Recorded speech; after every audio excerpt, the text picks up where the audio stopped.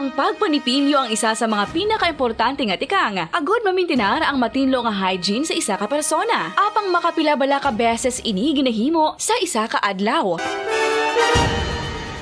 Suno sa American Dental Association, ginarekomendar ang pagpanipilyo sang makaduha ka beses sa isa ka adlaw. Sunod diri, maayo ang pagpanipilyo sa aga kag sa gabi gamit ang isa ka soft brittled brush. Para sa optimum dental health, ginapahayag sang ADA ang pagpanipilyo sang 2 ka minutos kag siguraduhon nga matinluan gid ang kada ngipon. Importante man nga tinluan ang tunga sang ngipon, isa ka beses kada adlaw. Importante man nga tinluan ang gum line, bangod posible ini nga tiniran sang bakterya. Friendly advice from Bombo Radio Bacolod.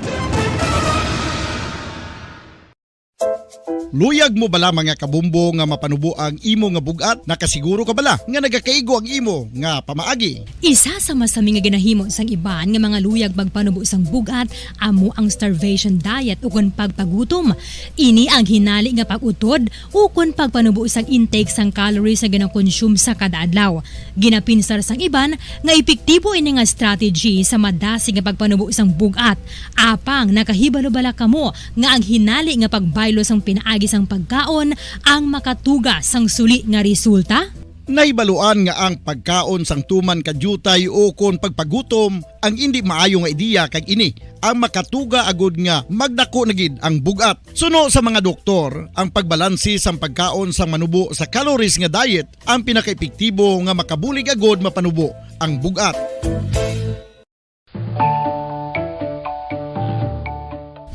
Kabumbo, paborito mo man bala ang tambo? Aton hibaluon kung paano ang nutrisyon nga aton makuha sa paborito naton nga tambo. Ang tambo o kon ang bamboo shoot ang manggaranon sa dietary fiber, manubo ang calories kag puno sang essential nutrients. Suno sa pagtuon sang comprehensive reviews in food science and food safety, ang tambo ang bugana sa protina, carbohydrates, amino acids, minerals, fats, sugars, fibers kag inorganic salts. Santo sa pila ka research, ang phytosterols kag phytonutrients sa tambo ang ideal sa pagtunaw sang harmful LDL cholesterol sa lawas. Ang vitamins kag minerals sa tambo ang ideal man para sa pag-improve sang immune system. Ang antioxidants sa tambo ang importante man para sa pagpabaskog sa sulod kag gwa sang lawas. Santo naman sa research ng Journal of Ethnopharmacology, ang tambo ang mayara sang anti-inflammatory kag analgesic o kon pain-killing properties.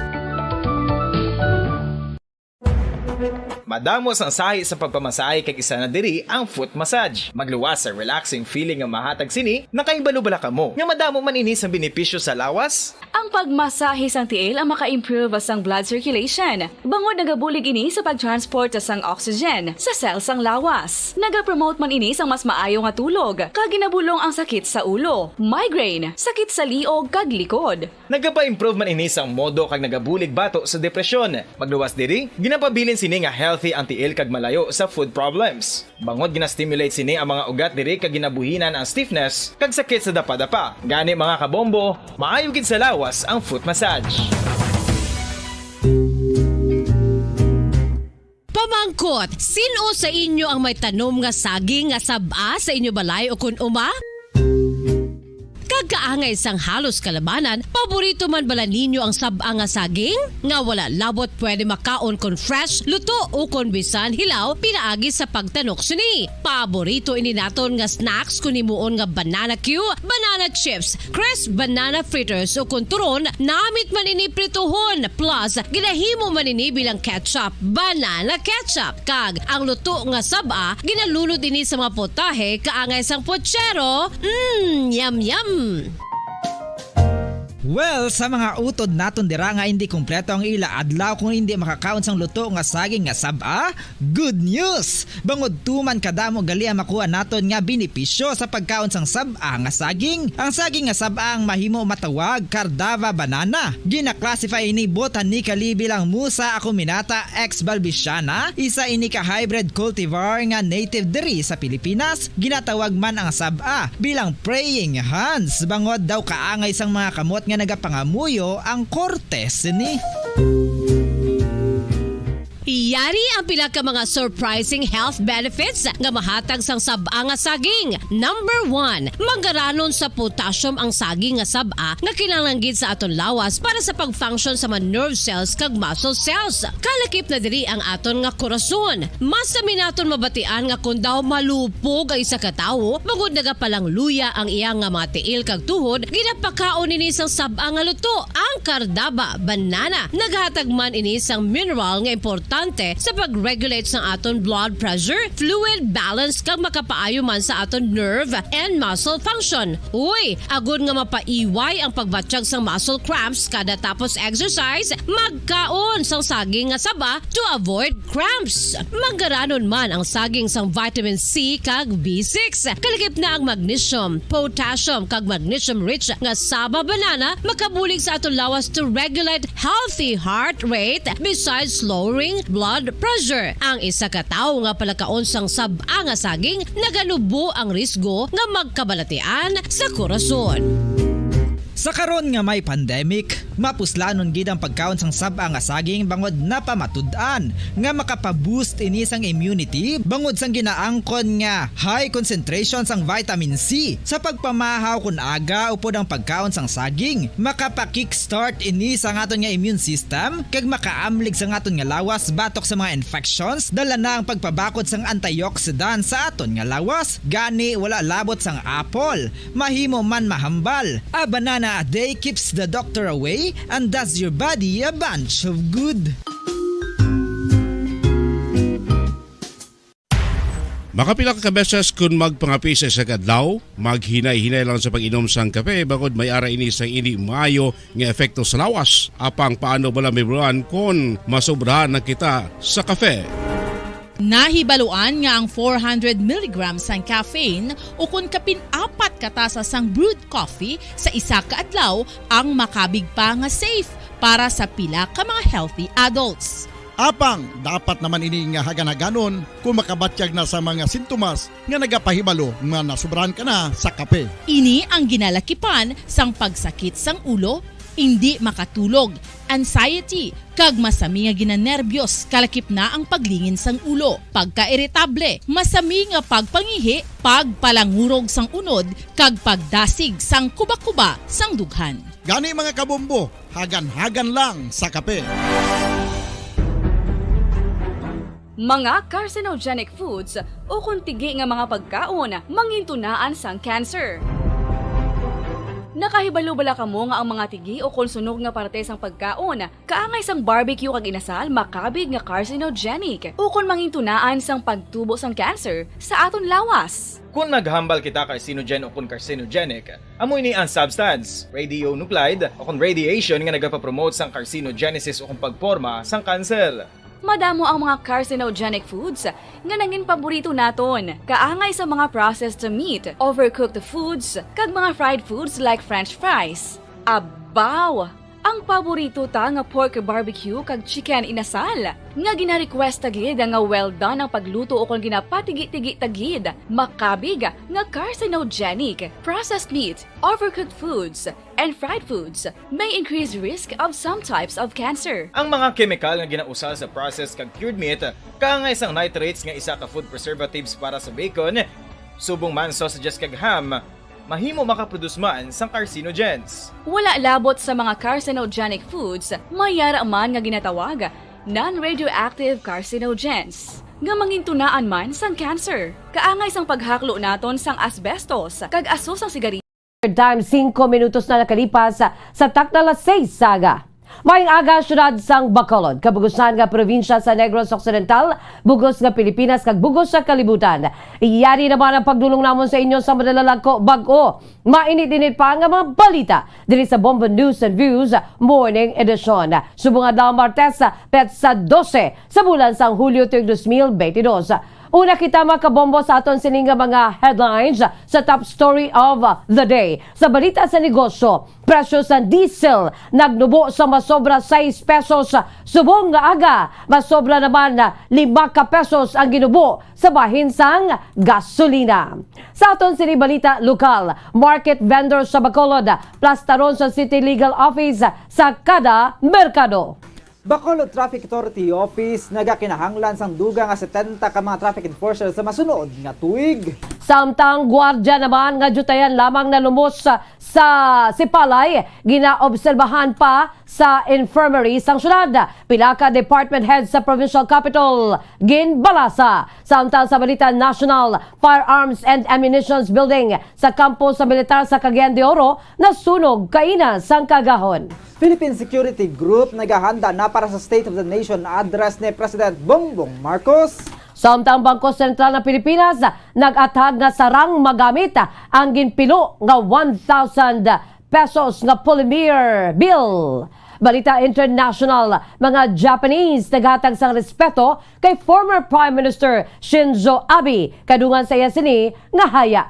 Presidente kag mga miyembro sa gabinete sa Sri Lanka natala na nga manawag sa pwesto kasunod sang lapnagon nga hublag protesto. Balita sa inampang Sarina Bolden halos ginakabig nga hero sa ampang sa Philippine team sa 2022 AFF Women's Championship. Sa balita sa entertainment, director comedian nga si Philip Lazaro nagtaliwan na sa edad nga 52. Balitang espesyal, pagkaon, swimming pool, gym kay iban pa nga amenities sa Presidential Palace sang Sri Lanka gina-enjoy subong sang mga pumuluyo. Philippine Standard Time, 8 minutos na nakalipas sa tak na alas 6 saga. Mga kabombo amoy aton si mga headlines. Kagkaron, dito na kita sa mga detalye na sa ato nagapaunang nga mga balita. Upod sa inyo sini nga mga tagbalita. Bombo Zaldi Foro II kag Bombo Jazz De Jesus Madrigal. Una kita sa mga balita sa bahin sang top story of the day. Ginpatuman na subong nga aga ang pinakadako nga rollback sa palm prices sang gatong subong nga tuig nga nagamarka sa ikaduha na nga sunod-sunod nga semana sang price cuts. Sa separado nga advisories, ginpag sang Chevron, Philippines Incorporated kon Caltex, Flying V, Petron Corporation, Pilipinas Shell Petroleum Corporation, kag Sea Oil Philippines Incorporated nga sila ang magabuhin sa presyo ng gasolina sang 5 pesos kag 70 sentimos kada litro, samtang 6 pesos naman kag 10 sentimos sa kada litro sang diesel, kag 6 pesos kag 30 sentimos sa kada litro sang kerosene. Maga-implementar sang kaangay nga pagbago ang Clean Fuel, Petrogas, Phoenix Petroleum Philippines Incorporated kag PTT Philippines Corporation magluwas sa kerosene nga wala sa ilang nga produkto. Ang pagbago naman ang mag-epekto las 6 subong na nga aga.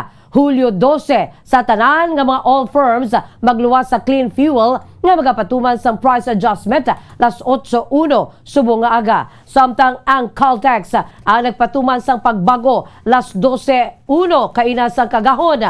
Ang latest rollback sa presyo ang pinakadako na nga subong nga tuig apisar sa nagapadayon nga pagsaka sang global prices.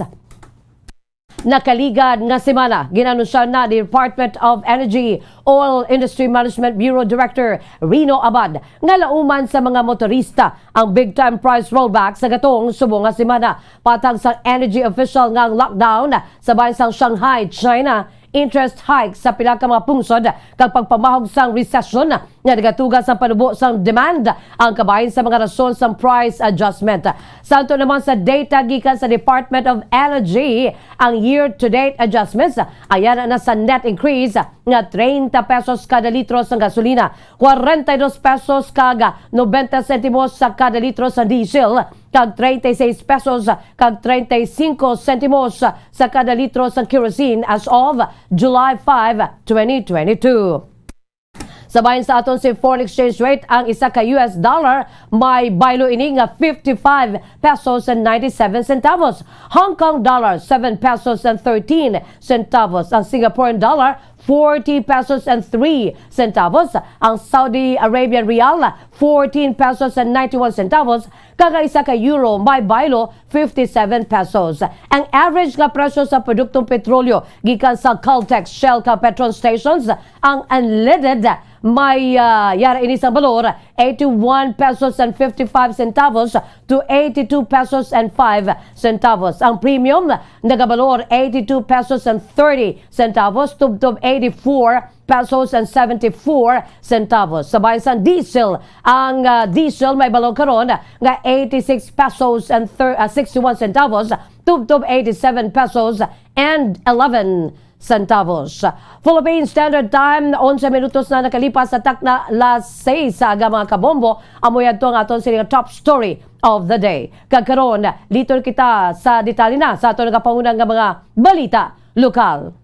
Natala na nga magasapol ang katapon sa Bacolod City Legal Office agud nga makonsolidate na ang effort sa pag-organize sa mga market vendors sa syudad. Sa interview sa Bombo Radyo Bacolod sa kay City Legal Officer Attorney Carlos Ting, magasapol pa sila subong adlaw agud nga makonsolidate ang efforts ng syudad sa mga nagabaligya sa merkado. Sunod sa kay Ting, ilang mitingan ang pag-organize sa mga magakayo sa mga vendors nga nagabaligya sa gutter o konsegad sandalan kasubong man ang mga naga-illegal parking. Suno pa diri, isahon na lamang sa syudad ang isahon na lamang sa syudad ang enforcement team sa merkado sa syudad. Impayagman sa City Legal Officer nga dapat ang magkapulisan ang magpanaway na sa mga market vendors nga nagabaligya sa igad sandalan samtang temprano pa agud hindi mabalikan sa mga vendors nga wala sila gileon nga ginsaway. Suno sa pakaiting ang impayag sa alkalde sa syudad nga magabutang sa temporaryo nga window hour o kung daw kaangay sa night market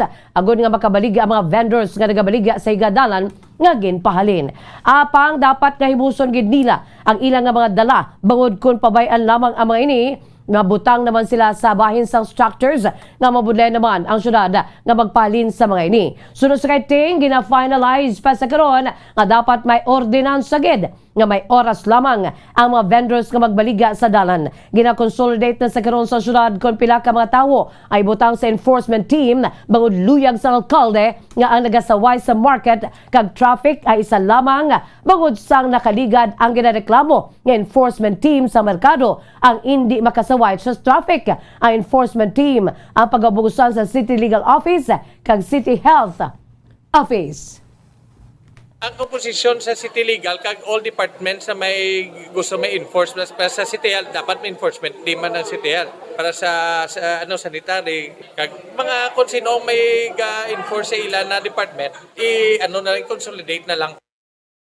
Ang kamay sa pagpayag ni Bacolod City Legal Officer Attorney Carlos Ting. Dugang nga 70 ka mga traffic enforcers ang kinahanglan sa Bacolod Traffic Authority Office o kon bitaw. Sa tuig 2023, agud makompleto ang 340 ka mga personnel kag masabat ang problema sa trapiko sa syudad sa Bacolod. Suno kay bitaw Head Police Major John J. Liba. Sa karon may ara sang 272 ka mga personnel ang bitaw kung sa diin 211 diri ang traffic enforcers samtang nabilin na naka-deploy sa mga talatapan sang bitaw. Samtang plano man karon sang bitaw ang magtukod sang dugang nga task force subong man towing task force para sa pag-apprehend sa mga motorista nga lubag sa mga traffic o kung nagalabag sa traffic rules. Sa nagligad nga Sabado, nagpatigayan sang basic training kag orientation ang bago nga mga traffic enforcers sa compound sa Bacolod City Police Office. Nagpanugyan man ni sa mga personnel sang bitaw nga sundon ang mga pagsulundan niya ginapatuman kung luyag pa sa mga ini nga magpadayon bilang traffic enforcers.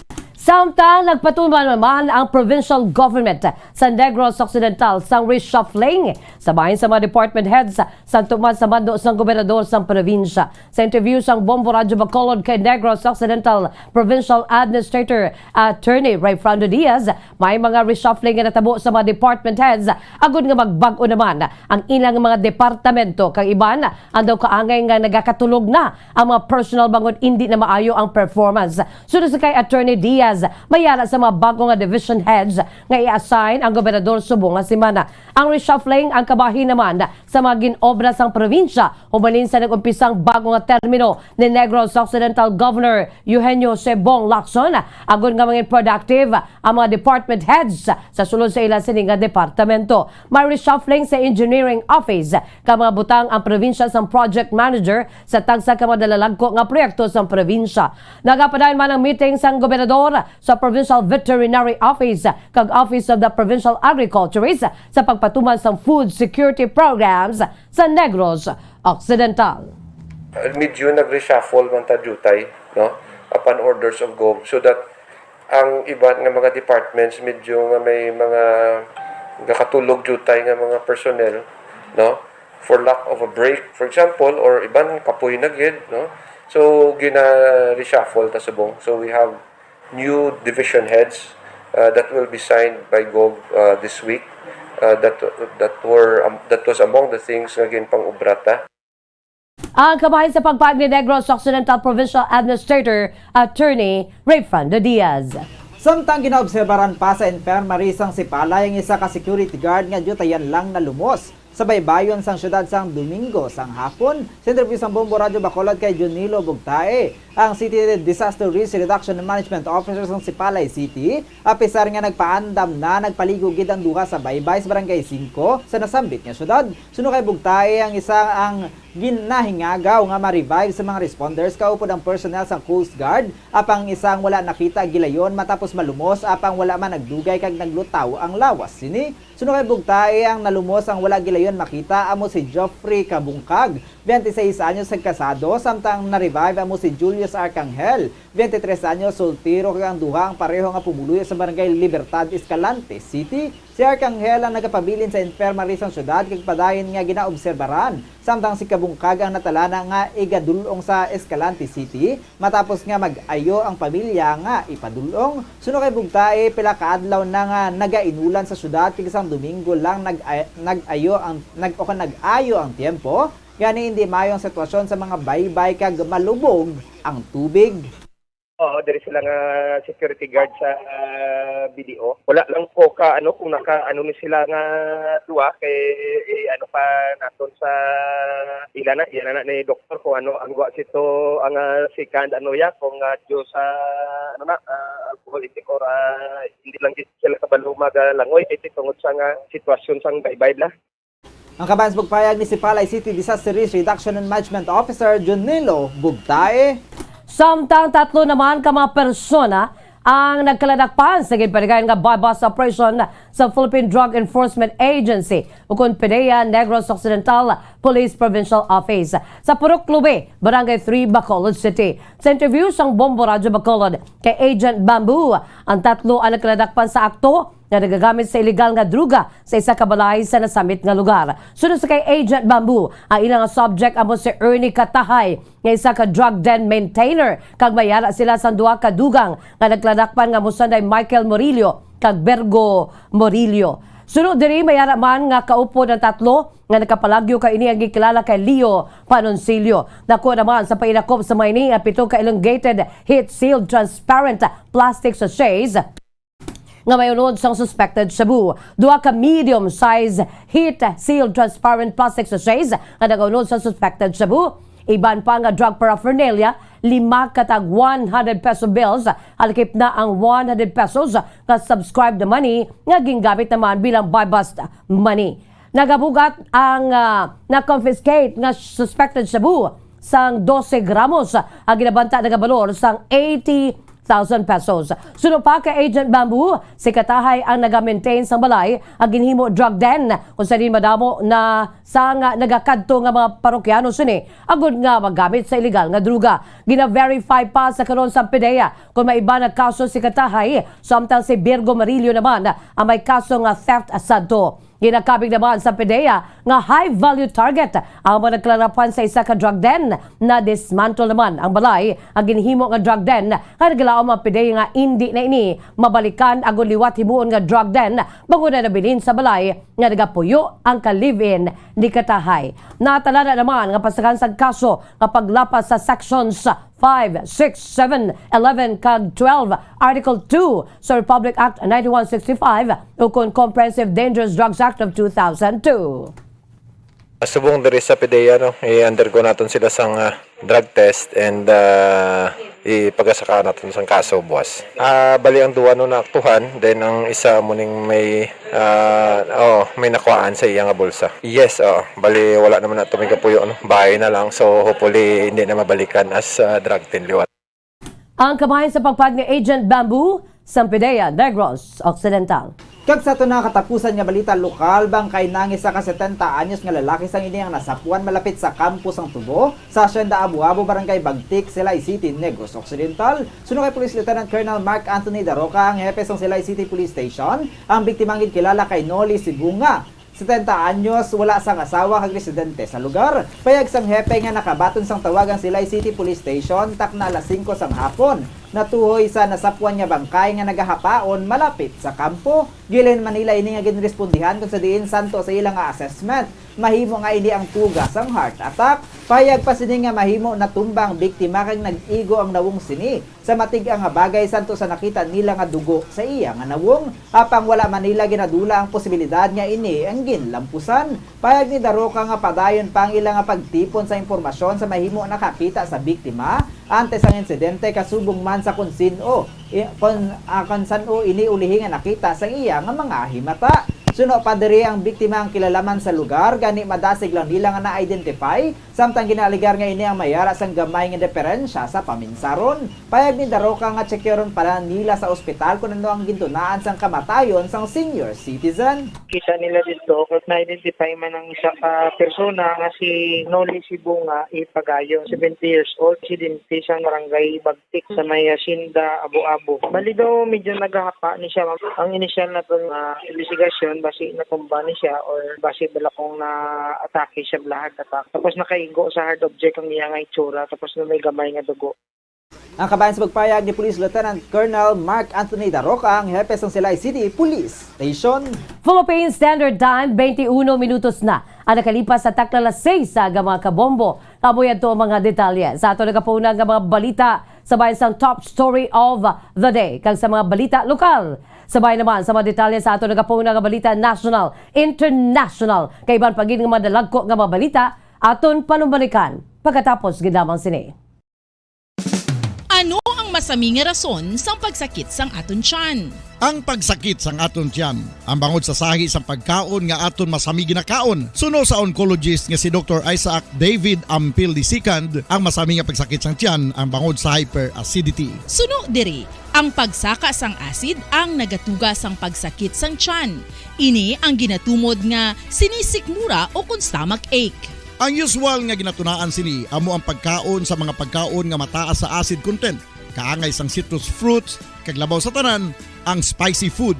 Ang iban nga sources amo ang alcohol, coffee, kag masami ang pagpagutom.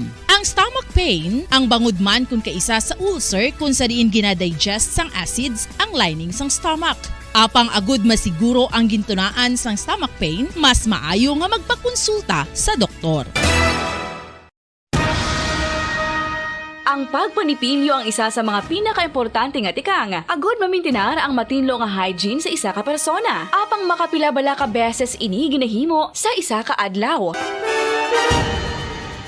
Suno sa American Dental Association, ginarekomendar ang pagpanipilyo sang makaduha ka beses sa isa ka adlaw. Suno diri, maayo ang pagpanipilyo sa aga kag sa gabi gamit ang isa ka soft brittle brush. Para sa optimum dental health, ginapahayag sang ADA ang pagpanipilyo sang 2 ka minutos kag siguraduhon nga matinluan gid ang kada ngipon. Importante man nga tinluan ang tunga sang ngipon, isa ka beses kada adlaw. Importante man nga tinluan ang gum line, bangod posible ini nga tiniran sang bakterya. Friendly advice from Bombo Radio Bacolod.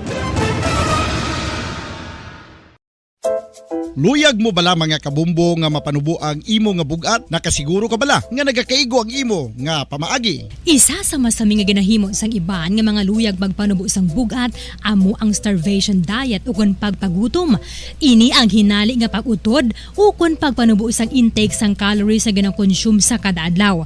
Ginapinsar sang iban nga epektibo ini nga strategy sa madasig nga pagpanubo sang bugat. Apang nakahibalo-bala kamo nga ang hinali nga pagbaylo sang pinaagi sang pagkaon ang makatuga sang suli nga resulta? Naibaluan nga ang pagkaon sang tuman kadyutay o kon pagpagutom ang hindi maayo nga ideya kag ini ang makatuga agud nga magdako na gid ang bugat. Suno sa mga doktor, ang pagbalansi sang pagkaon sang manubo sa calories nga diet ang pinakaepektibo nga makabulig agud mapanubo ang bugat.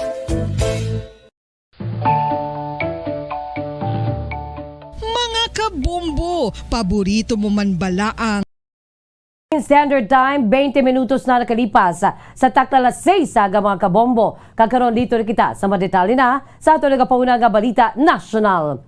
Sunod-sunod nga mga pagsigabong ang nagpuhag sa pila ka mga pumuluyo sa Cagayan de Oro kakatupan nga banwa sang Upol sa Misamis Oriental kay napasado las 12 sang kagahon.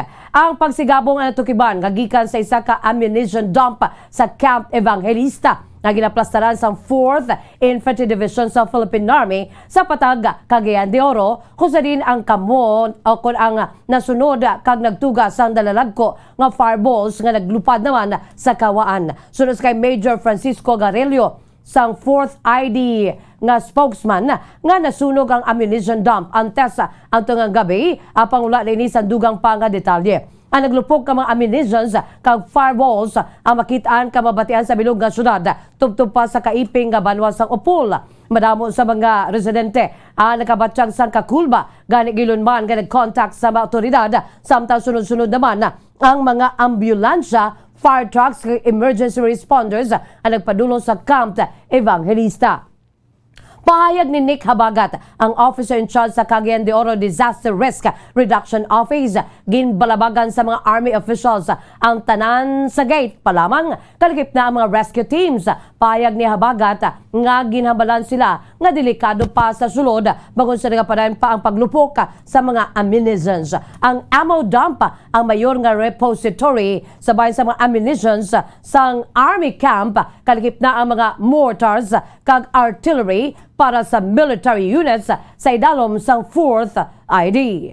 Samtang nagpatigayon sang interagency meeting ang Presidential Security Group o PSG kahapon, nagod nga diskusyonan ang security preparations para sa 11 nga State of the Nation address o konsona ni President Ferdinand Bongbong Marcos Jr. Naghatag naman sang direktiba si PSG Commander Colonel Ramon Zagala sa pagsiguro sang safety kag security sa presidente, kalakip na mga nagmagatambong sa bilog nga event. Nagtambong man sa pagsinapol ang mga representante sang Philippine Army, Philippine National Police o PNP, Bureau of Fire Protection o BFP, Philippine Coast Guard o PCG, Airport ug Aviation Authorities, Health Department sa National Interagency Coordinating Agency o National Intelligence Coordinating Agency, dugang pa sang PSG nga nagapatigayon na ang mga inisang sunod-sunod nga oculars, walk-through kag interagency coordinations nga ila pagasundon tubtub sa adlaw sang SONA. Una naman niya ginpahayag ni Budget Secretary Benjamin Diokno nga ipagwa ni Marcos Jr. ang economic game plan sang administrasyon sa iya 11 nga SONA santo sa konstitusyon.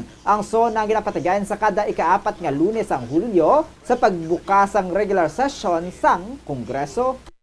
Samtang ginabisuan na sang Bangko Sentral ng Pilipinas sa BSP ang matsindahan nga batunon ang mga napilo nga kwarta, papel man o kon polymer.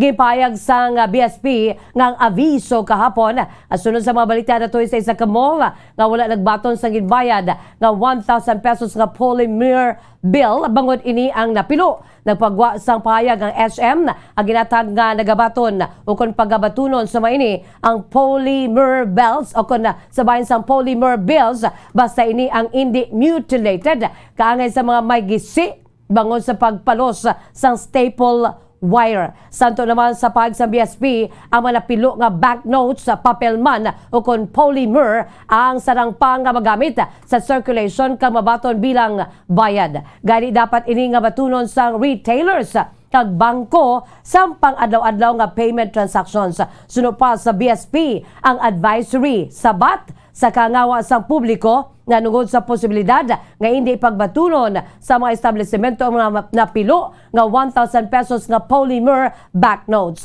Dugang pa sa BSP nga nagpagwa ang ahensya sa pagsulundan kung paano dapat halungan ang bago nga polymer banknotes kag ginalakipan sa paggamit sa wallet o sa din ang kwarta ang makaigo kag pagpabilin nga ini ang matinlo. Patag sa BSP nga hindi lamang sa polymer bangod para man sa paghalong sa paper banknotes sa nasabit nga panumdum. Sunod pa sa mga ini, gin-issue ang handling guidelines agud nga matudloan ang publiko sa nagakaigo paggamit sang polymer kag paper banknotes agud nga mapabilin ang integridad kag mapalawig ang lifespan sang kwarta. Samtang nagapating isa ka abogado sa syudad sa Bacolod nga hindi pa sa karon ang tion agud nga ipasar ang divorce sa Pilipinas. Naibaluan niya ginduso ni Senator Ruben Padilla kay Erwin Tulfo ang hagnas ang divorce sa Pilipinas. Sa interview sa Bombo Radio Bacolod kay Atty. Joe Max Ortiz, nagapabilin niya illegal ang divorce sa Pilipinas kay Vatican sa pungsod Italy. Sa Pilipinas suno sa iya mayarat sang annulment kag marriage. Annulment of marriage kag legal separation gani ginalantaw sini nga hindi na kinahanglanon ang divorce. Sunod diri ang pagfile sang annulment sang kasal ang wala ginabaton sang Public Attorney's Office gani kinahanglanon nga mag-hire sang abogado. Sunod kay Ortiz sa panahon subong nga ang pinakamanubo nga bayad sa pag-hire sang abogado para sa annulment ang 300,000 pesos. Sunod kay Ortiz sa Pilipinas, ang pamilya isa naka-institusyon santo sa layi. Ginalantaw man sini nga ang mga celebrities ang dako ang bahin sa pag-impluwensya sa sosyedad agud nga mag-file sang annulment kaya ngay lamang ni Chris Aquino kag James Yap.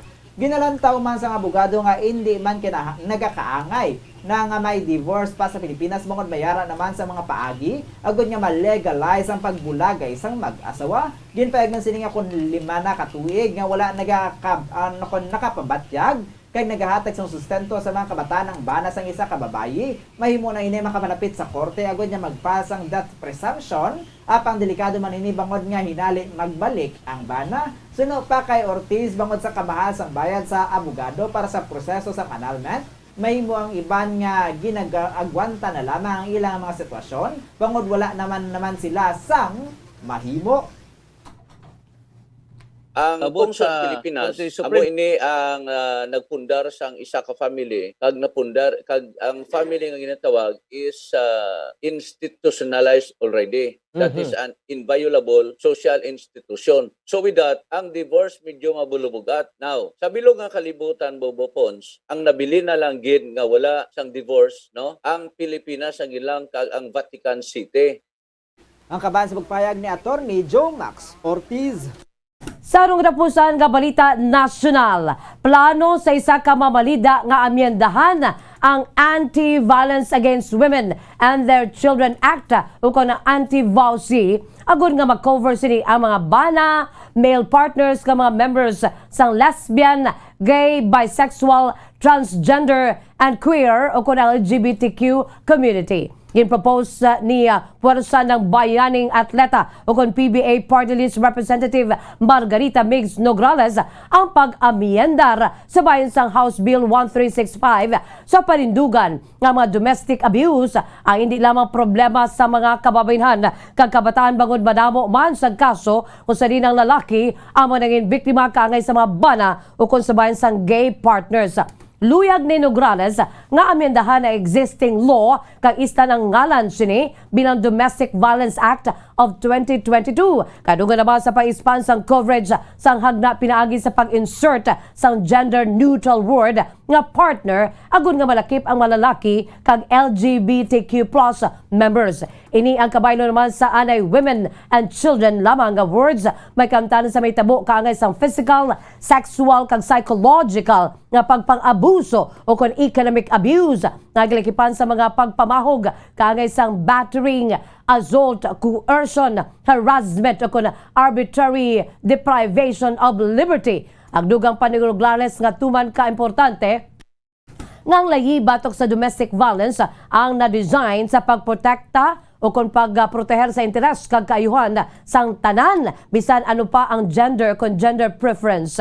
Apang ginapamatukan naman kag Gabriela Party List Representative Arlene Brosas ang proposal ni Nograles sa panindugan nga ang amendment ang magatago sa kamaturan nga highly patriarchal ang sosyedad kag mas madamo ang mga babayi nga gina-abuso.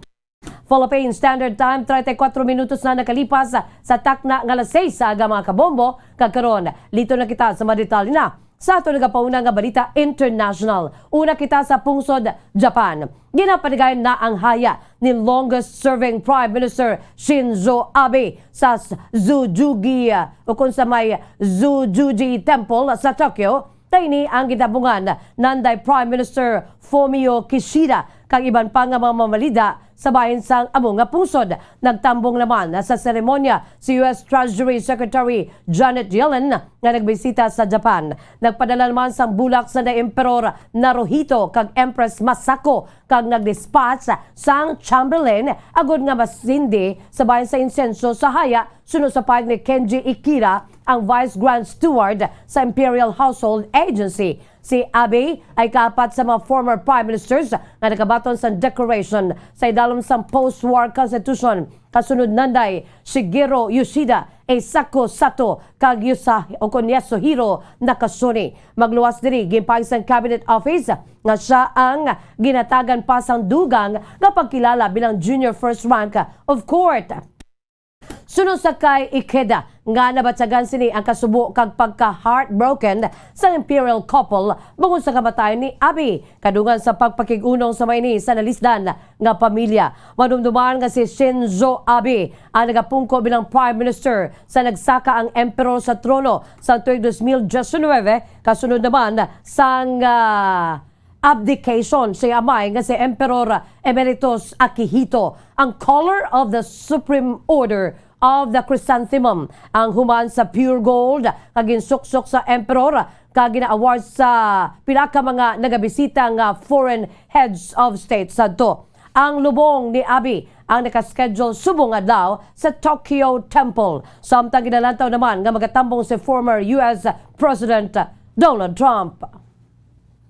Bago ang lubong subong adlaw kasi dungog nga ginatag sa iya amo ang color of the Supreme Order of the Chrysanthemum. So amo ini ang pinakataas nga highest decoration nga ginatag diri sa pungsod. Ang week of vigil ka gabi ka para kay Prime Minister Abe nga ginakilalang the longest serving leader sang Japan. Ang ginhiwat iya sa Tsujuji Temple sa Tokyo.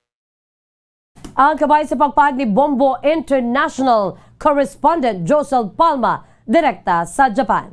Samtang kadto naman kita sa Sri Lanka, ginpaig sang Office of the Prime Minister sa Sri Lanka nga si President Gotabaya Rajapaksa kag ang bilog nga gabinete siniya mag-resign sa pwesto para sa unity government. Ini matapos nga halos na 10,000 mga protesters nga nagsulong sa official residence sang presidente kag sang Prime Minister. Kasunod sang pagsulong sa mga nagaprotesta kag malala nga economic crisis, ginpaig sang Speaker of Parliament nga mag-resign si Rajapaksa sa maabot nga Miyerkules. Ginpaig man ni Prime Minister Ranil Wickremesinghe nga siyang magapanaog man sa pwesto agad mapahanugutan ang all-party interim government sa pag-take over. Ginpaig man sa opisina sang Prime Minister nga ginkumpirmar naman ni Rajapaksa ang isang resignation plans sa Prime Minister kag gindugang nga ang bilog nga gabinete ang dulungan man nga mag-resign tation nga makahuman na sang kagasugtanan ang pasapagtukod sa all-party government.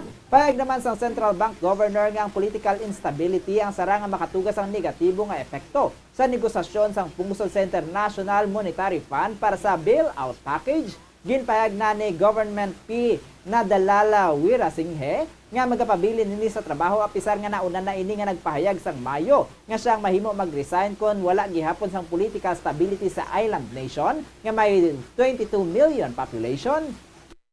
Sanggin pamangkot naman ini kon magapadayon sa pagpamuno sa Central Bank, kinpayag ni Wirasinghe nga mayaran ini sang responsibilidad niya magserbe sang 6 ka tuig nga termino.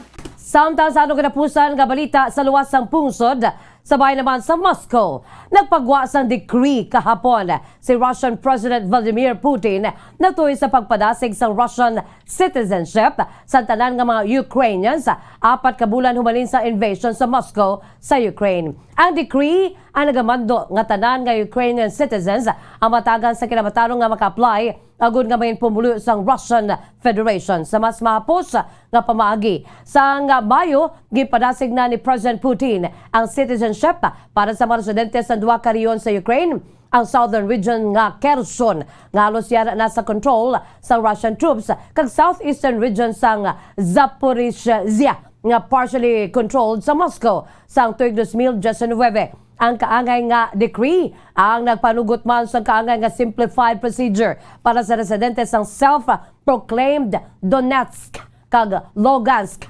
People's Republics nga nahamtang sa Eastern Breakaway regions sang Ukraine. Nagpahag naman ang Moscow kag pro-Moscow officials sa mga pumulo nga yara sa mga lugar nga kontrolado na sang Kremlin troops nga sila ang mahimo nga main kabahin sang pungsod Russia. Samtang sa ito naman nga balita sa hinampang, dako ang nangin papel ni Serena Bolden para sa hampang sang Philippine team sa 2022 AFF Women's Championship kung sa diin ini ang nakapasulod sang 5 ka goal sa 3 ka hampang, kalakip na ang hat-trick o kung pagpasulod sang 3 ka goal sa hampang batok sa Indonesia sang Domingo. Ang 26 anyos na striker nakapasulod sang first goal sa tournament batok sa Australia antes pa man nadugangan sang iyang atali sa paghampang sa Singapore. Siya ang wala naman nakapasulod sang goal sa paghampang batok sa Malaysia sang Biyernes apang ini ang nagbalo sang maghampang batok sa Indonesia. Si Bolden ang mayara sang nasang 14 ka goals gikan sa 22 ka goals ang Philippine team ang nagpahayag nga espesyal kag bugal para sa iyang pagpasulod sang hat-trick bangod tumalagsahon lang ini nga matabo sa hampang. Ini ang kaduhan ng hat-trick sa home field para kay Bolden nga nakascore man sang 3 ka goals batok sa Malaysia sa 2019 Southeast Asian Games. Ang iyang LFF tournament ang nagtuga agud nga mapatas na ini sa record ni Amy Sayers ang Australia sa Golden Boot race. Ginpahayag naman ni Bolden nga ang goal sini ang bangod sa maayo nga pasa sang iya nga mga teammates. Naibaluan nga Sanday Sara Egesbeck kaga Jacqueline Sawicki ang napatigayon sang crosses nga nagresulta sa samtang ang katatuman ng bangod sa pasa ni nga si Bolden nga may numero nga number 9 ang makabig nila nga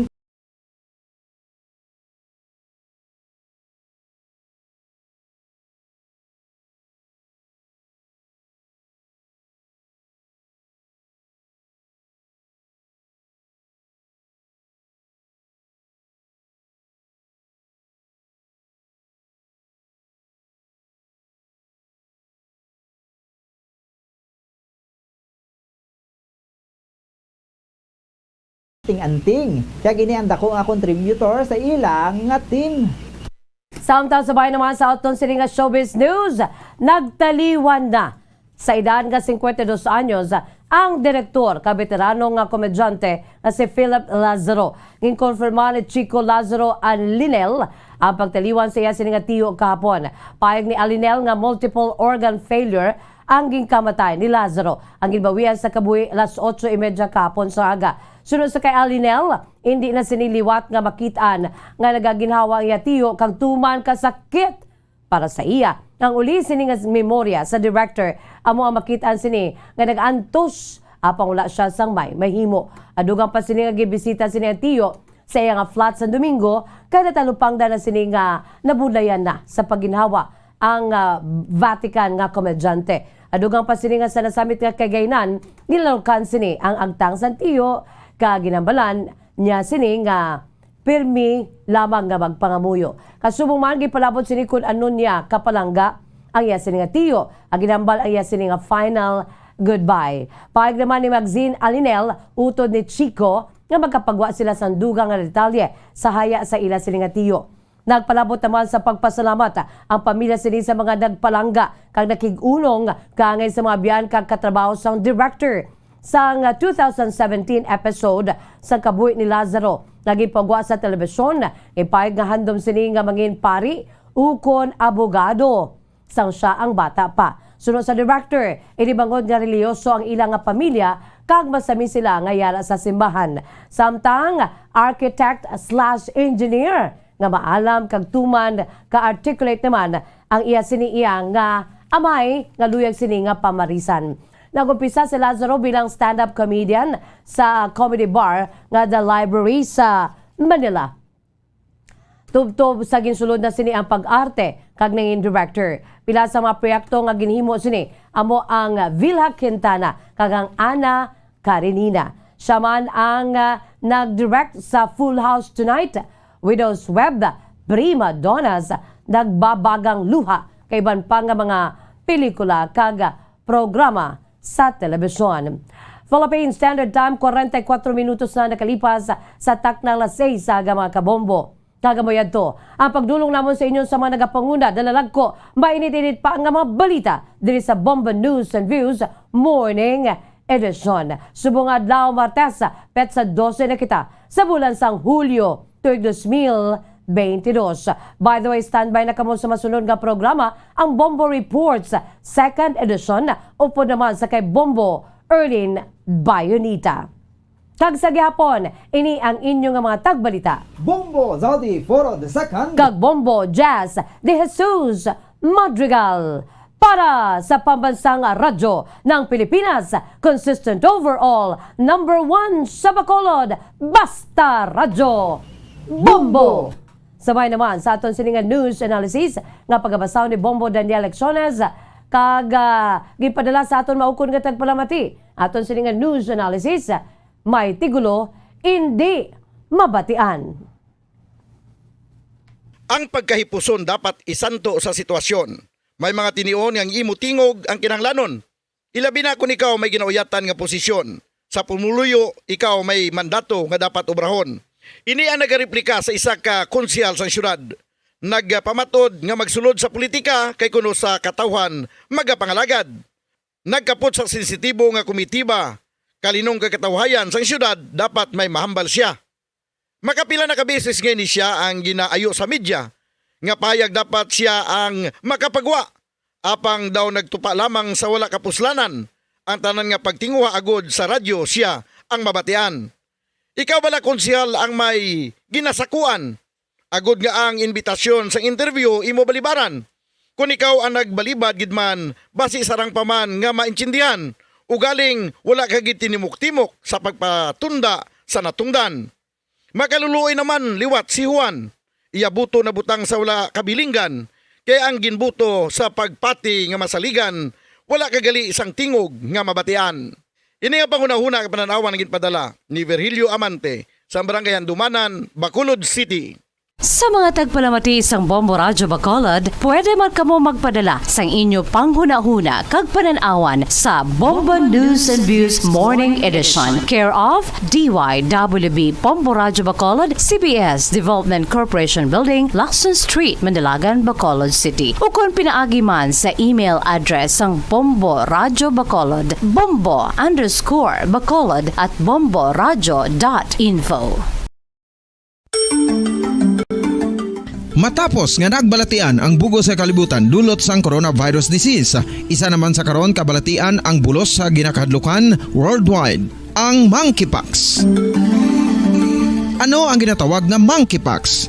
Well, sunod sa World Health Organization o kung WHO, ang monkeypox ang isa ini ka infectious disease nga dulot sang monkeypox virus. Kung maghambal naman kita monkeypox virus, isa ini ka orthopox virus nga mo ang ginatunaan sa mga sintomas nga daw kaangay sa smallpox, apang less severe. Ang monkeypox ginakabig nga less contagious kag mangintunaan sang less severe nga mga balatian kung ikumpara sa smallpox. Simuloan nga ang smallpox na-eradicate na ini sa tung 1980, apang ang monkeypox nagapadayon nga nagaduging sa mga kapungsuran sang Central kag West Africa. Sa karon, mayara duha ka distinct clade ukon subtype, ang West African clade kag ang Congo Basin clade nga amuman ang ginatawag Central African clade. Ang monkeypox ang ginakabig nga zoonosis. Ukon isa kasahi isang balatian nga naghalin sa mga sapat padulong sa humans. Mga sapat kaangay sang squirrels, ilaga, amo kag iban pa. Human to human transmission is limited. Monkeypox is transmitted to humans through close contact with an infected person or animal or with material contaminated with the virus. Base pa sa key facts ng World Health Organization ukon WHO nga ang monkeypox virus mahimo ini matransmit ukon malaton sa iban pinaagi sa bodily fluids, lesions sa panit ukon internal mucosal surfaces kaangay sa mga naghalin sa baba ukon tutunlan sang pasyente, respiratory droplets kag mga contaminated objects ukon materials kaangay sang beddings. Samtang base naman sa fact sheet sang Mayo Clinic nga isa ka medical center sa Minnesota, USA, nga kun matapikan ang isa ka tawo sang monkeypox virus, ang initial symptoms amo ang paghilanat, paglingin sang ulo, nagahinubag ang mga lymph nodes kag pagadasnan sang pagtinubo-tubo sang mga rashes sa lawas tubtob nga magmangin flat patches ini. Amat-amat nga magaulbo o kon mangin nodules tubtob nga magbinitog-bitog kag mangin pass-filled blisters. Ini nga nagalabot sa 5-7 ka adlaw. The rash heals by scabbing over. Makabig na nga infectious ang isa ka pasyente sa pagsugod pagid lamang sang paghilanat sini. Samtang pamangkot, may bulong na bala ang monkeypox? Well, dugang pa sa fact sheet sang WHO nga ang vaccines nga ginusar sadto sa pag-eradicate sang smallpox sa bugos sa kalibutan amo man karon kag ginatublok sa mga tao batok sa monkeypox kag ang antiviral agent nga gin-develop para sa smallpox treatment nangin lisensyado naman para sa treatment sang monkeypox. Newer vaccines have been developed of which one has been approved for prevention of monkeypox.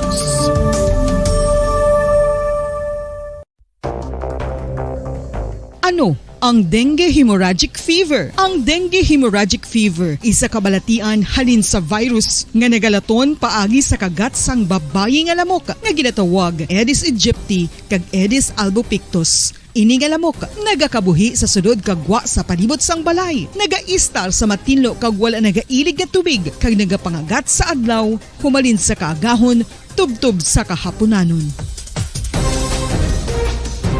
Paano makaangkon sang dengue ang isa ka tawo? Kung ikaw ang makagat sang lamok nga nakasuyop sang dugo sang pasyente nga may dengue. Kung ikaw ang makagat sang lamok nga halin sa pagkaitlog may dala nga virus. Ano ang mga palatandaan o kung sintomas sang dengue? Hinali nga hilanat nga nagadugay sang duha, tubtob 7 ka adlaw, bleeding o kung pagdugo sang ilong, panit o kung baba kag pagsuka o kung paghigko nga may dugo, sakit sang ulo, pagpalangluya, pagdula sang gana sa pagkaon, sakit sa tiyan kag pagpalanakit sang tutunan, pagpalamula, rashes, shock, pagpalangyami, pagpalamugnaw, pagpalanglapsi, pagpalangitom, pagdasig apang mahina nga pulso, pagkalipong, pagsalasala o kon delirium. Sa karon nga uso naman ang dengue kag nagasugod na ang tigululan, ginapanugyan sa tanan nga magpanglimpyo sa aton palibot kag ugsaran, pakulbon o kon pangulaon ang tanan nga mga suludlan o kon bisan ano lang dira nga may stagnan o kon nagsupot nga tubig, agud matapna ang pagbreed sang mga lamok. Pahanumdum nagikan sa Bombo Radio Bacolod. Basta Radio Bombo.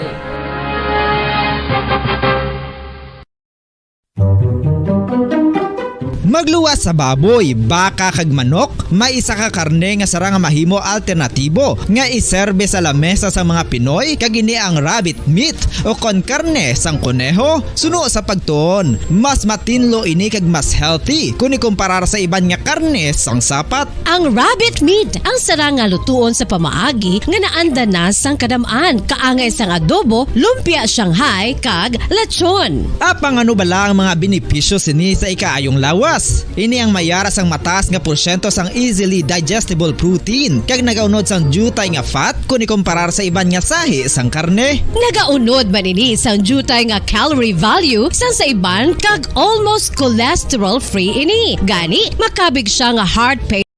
Ito sang nabilin antes ang alas sa Shatter Saga. Welcome diri sa pagpangalaga sang Bombo Report Second Edition adlaw sang Martes Petsa 12 sa bulan na sang Hulyo sa mga tig 2023. Ikaduhang adlaw sang Martes sa kapitong bulan sa mga year 2022. Sa mga aga manginakaupo ng niwalagad si Bombo Erlin Bayonita. Uptan na kita hasta sa 7 ang atak na sa mga aga sa dulong sa inyo sang dugang nga mga balita lokal.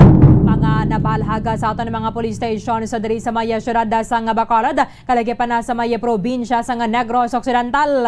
Kaga siyempre ginapasalamatan sa subong sa mga motorista, bisan na pagani mga commuters sa nagalao mga mangin na tayuyon o kung nadalayon na ang ining pagganabo sang presyo sang produktong petrolyo, kaya subong nga aga ginpatuman ang big time rollback sa presyo sang diesel kag gasolina at the same time sa may kerosene. Alas 6 sa subong aga ang iban actually nga mga fuel stations o kon mga oil companies rather nagapatuman na sang sa alas 12:01 kay nasang kagahon. Pero kalabanan alas 6 subong aga naganubo sang 5 ka pesos kag 70 centimos ang kada litro sang gasolina, and then 6 pesos and 10 centavos naman sa kada litro sang diesel. Ang kerosene mas dako pag gina-rollback 6 pesos and 30 centavos. Kumusta na? For sure, kadamogid sa mga nagulat-ulat ko na pwede pumalang ang hindi bala mamalhan ang tangke kahapon. Nagulat-ulat nga subong lang gid ang kagahon kon aga magpa-refuel sa mga salakyan. Direkta sa Petron, Bombo Gracelyn Lewaton sa report. Kamin. Yes, morning live kita diri sa Petron Gasoline Station. Kag pag naman no, ang ila sining presyo, no? Kag sa aton diri nga pag lantaw Ma'am Arlene, meron na sa mga nagkakalain-lain ng mga salakyan o motorsiklo man nga nagpagasolina na kag thankful man kay nagnubo no dako ang rollback actually. So ipantaton kamera Ma'am Arlene sa sining pagbag-o sang presyo diri sa Petron Gasoline Station. So aton nga iban nga daan nagulat gid ang subong nga aga mo Grace. Yes, Ma'am Arlene. Sa Ma'am Arlene, arena, kagi medyo magulo-galom, kagatalit diri sa area, no? Sa Petron Gasoline Station diri na yon sa Mandalagan area. So, makita ta Ma'am Arlene nga iya sini nga presyo diri sa diesel nila ara sa 80 pesos and 23 centavos. Samtang sa extra advance Ma'am Arlene o sa gasolina, 75 pesos and 85 centavos. Kag sa XES ni ara sang 76 pesos and 60 centavos. Madamo isang jeep actually nga nagapa-gasolina Ma'am Arlene. Actually, sa iba ng mga fuel stations, tag 79 na lang gani, no? Abong mo, Grace, 75, mga dira na lang. Yes. So, dako, ginabi ang ginanubo sang diesel, sobra 6 pesos sa subong nga aga. Yes, Ma'am Arlene. Kag ang aton sa nga mga drivers, makita ta naman nga ganado sila magbiyahe kay kagina pa lang sa early 3 a.m. in the morning. May nagabiyahe, may mga pasahero naman Ma'am Arlene going to North Ceres or northbound Ceres Terminal, no? Kagati subong nagadamo-damo na gid ang mga jeep nga nagabiyahe from north to south and vice versa, Ma'am Arlene. Abo ni nga dan oras nagasugod na gid ang rush hour mo. So, iba niya gani nga mga jeepney do halos 24 hours sila ya Bombo Grace ko na pwede pa man lang kung makaya sa ngalawa sa dos ang kagahon, iba nagabiyahe kay kadamo na sa mga nagapalibertad sila mo. Yes, insakto Ma'am Arlene kay kalabanan man sa mga nagabakal bala sa Libertad Public Market o sa diin nga public market, nagasakay na gid sa jeep para maka-less man, no? Bisan pa nagsaka ang plate. Kaya kung ako para sila, gamay mo lang iya dalon, Japan Ma'am Arlene, amo na nga napili nila magsakay sa jeep. Okay. So, ining dira sa Petron, I'm sure na buhinan na ni, no? Bombo Grace, kay kalabanan na lang sa isubong nga aga mo. Yes, Ma'am Arlene, kay lain pag ini ang plastada diri sa Petron Gasoline Station, no? Sa dring area sa Mandalagan. Kay Ma'am Arlene, may bangga siya pasulod. Sa din siya, sa City Mall? Yes, sa City Mall Mandalagan. Buri Road ni siya. Yes, Buri Road. Dason, diri, no? Sa kilid ko, sa main road, gid bala, Ma'am Arlene. Tama mo yung Japon sang hapit. No ka namin sa iya diri nga, kaidigal na yung pwesto. Kaya dira abete pasulod na ginamandalagan area eh. Yes, Kaganapo dira sang mga pasahero. Both na sa mga tricycle, katiway man na dira gasulod ang public utility jeepney. Yes, Ma'am Arlene, katamo sa tricycle, kag diri na sila paggasolina sa sulod mera to sang gasolinahan at diri sa Petron, Ma'am Arlene, gid duka na lang bala ka conducive para sa ila. Ito sulod-sulod na ganin, medyo may barato pagid nandira Bombo Grace. Kaya tilain man ni abi ang presyoanay sa Petron, Shell and then Caltex. Kalabanan abi mo na makita naton. Ang ining iba ng mga companies mas barato pagid ang ila fuel. So depende na nandira sa motorista kung din sila yung mapatughong. Yes, Ma'am Arlene.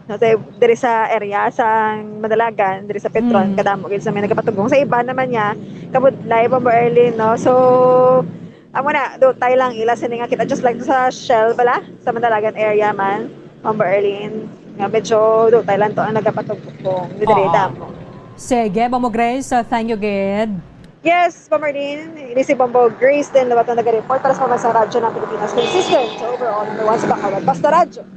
Bombo! Maraming salamat kay Bombo Gracelyn Labato na direkta dara sa may area sa Buri Road, Barangay Mandalagan. Ang ginalauman na to ng manginatayo yun na tanik kung hindi man ginabone kadako. Permanente ang rollback kada semana. At least talag sa lang balah magasaka ang presyo sa diesel kag gasolina. 1 minuto ang nabilin antes ang alas 7 sa aga. Standby na kamo dugay-dugay magasulod ang Bombo News Center Makati para sa Bombo Network News. Makapila ka beses kung magpangapis sa kadlaw, maghinay-hinay lang sa pag-inom sang kape bagod may ara ini sang hindi maayo nga epekto sa lawas. Apang paano bala may buwan kung masobrahan na kita sa kape. Nahibaluan nga ang 400 mg sang caffeine o kung kapin-4 katasa sang brewed coffee sa isa ka adlaw ang makabig pa nga safe para sa pila ka mga healthy adults. Apang, dapat naman ini nga hagan-haganon kung makabatyag na sa mga sintomas nga nagapahibalo nga nasubrahan ka na sa kape. Ini ang ginalakipan sang pagsakit sang ulo, hindi makatulog, anxiety, kag masami nga ginanerbiyos kalakip na ang paglingin sang ulo, pagka-iritable, masami nga pagpangihi, pagpalangurog sang unod, kag pagdasig sang kuba-kuba sang dughan. Gani mga kabombo, hagan-hagan lang sa kape.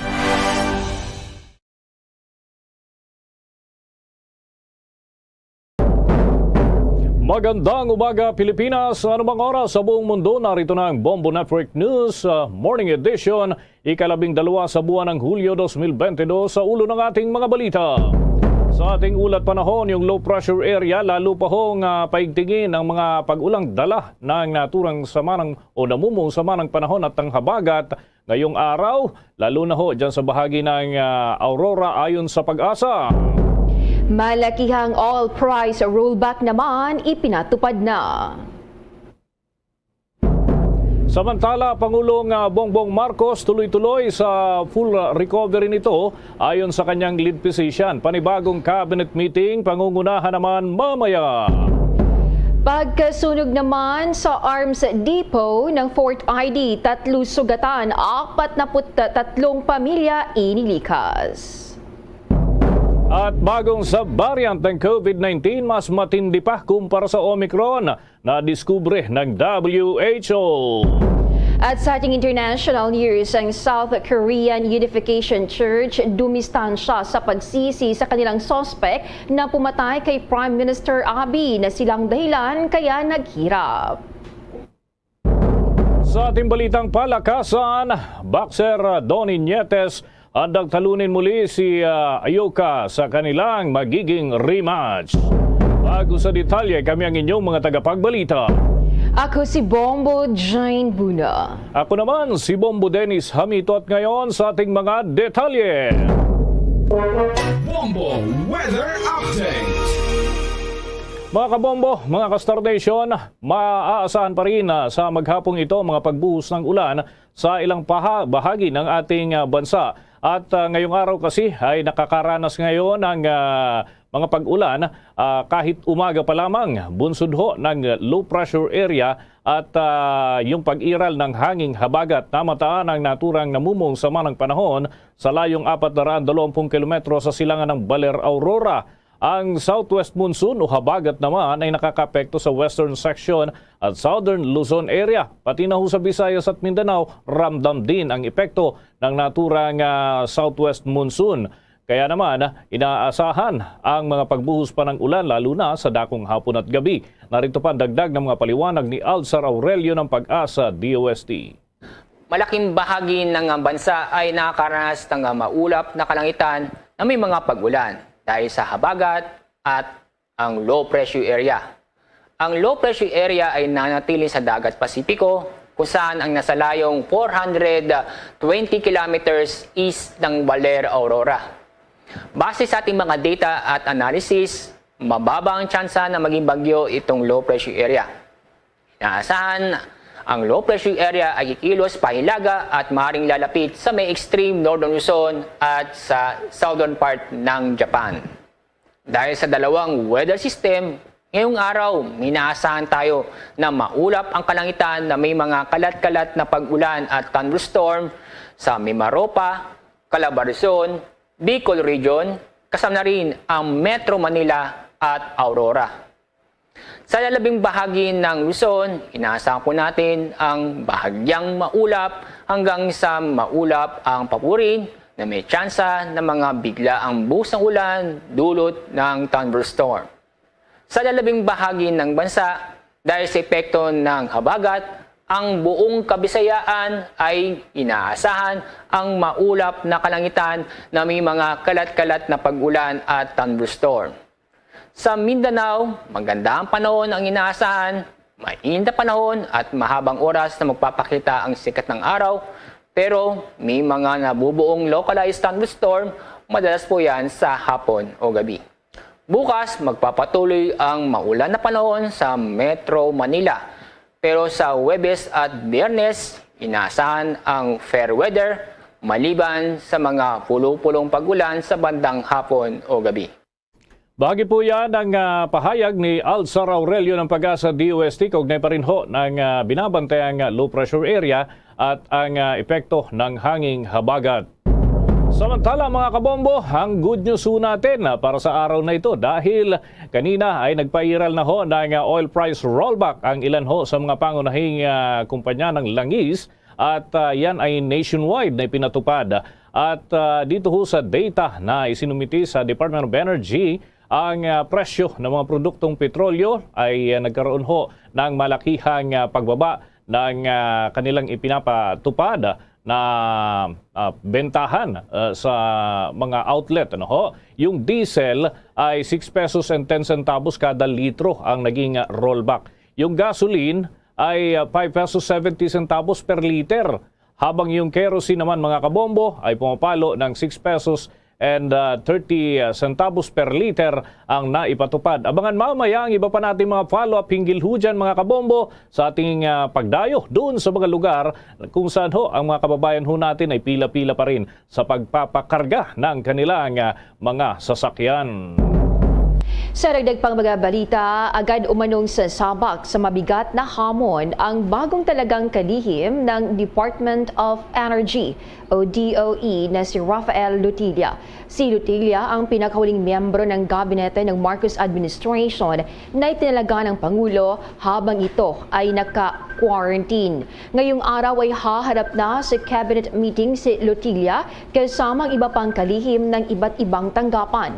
Sa ngayon kasi ay babago-bago ang kalagayan ng oil products habang may pagnipis naman sa reserbang kuryente lalo na sa Luzon. Nabatid na dating hinawakan ni Lutilla ang Department of Energy sa ilalim niya ng pamumuno ni dating Pangulong Gloria Macapagal Arroyo mula 2005 hanggang 2007. Pinamunuan din ito ang Power Sector Assets and Liabilities Management Corporation. Maliban dito, dati rin siyang Deputy Director General ng National Economic Development Authority. Nagtapos ng kanyang Bachelor of Laws sa ang bagong Energy Secretary sa University of the Philippines, habang tinapos naman niya ang kanyang Masters of Laws sa University of Michigan. Pero sa paglilinaw ni Press Secretary Trixie Cruz Angeles ukol sa pagtatalaga ni Pangulong Ferdinand Marcos Jr. kay Lutilla, sinabi nitong ang nominasyon ni Lutilla ay nakabinbin pa rin dahil sa kailangan pang paglilinaw ng employment status nito. Kasalukuyan kasi si Lutilla ay Independent Director ng Aboitiz of Power at Annexor. Isinaad ni Angeles ang Section 8 of Republic Act 7638 o Act Creating the Department of Energy na ang mga individual na mula sa private companies na nasa energy industry na itatalaga bilang kalihim ay dapat 2 taon pagkatapos ng kanilang retirement, resignation o ang pag-alis sa kumpanyang kanilang pinagtatrabahuan.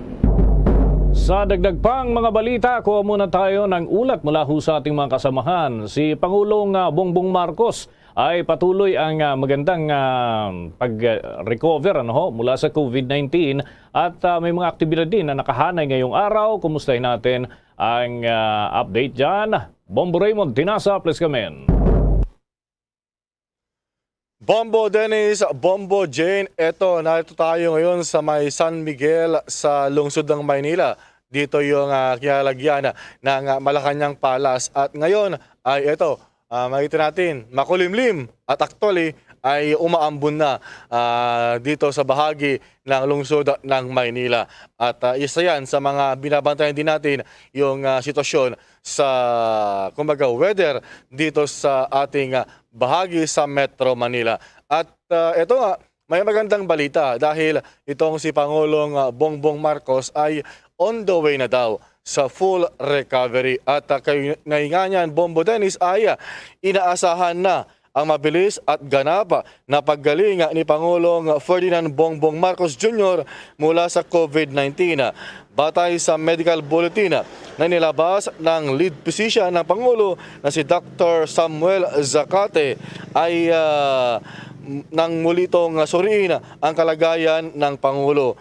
Wala na aniyang ubo itong si Pangulong Marcos, ngunit nanatiling barado ang ilong nito at nabigyan na ng karagdagang medisina ang Pangulo.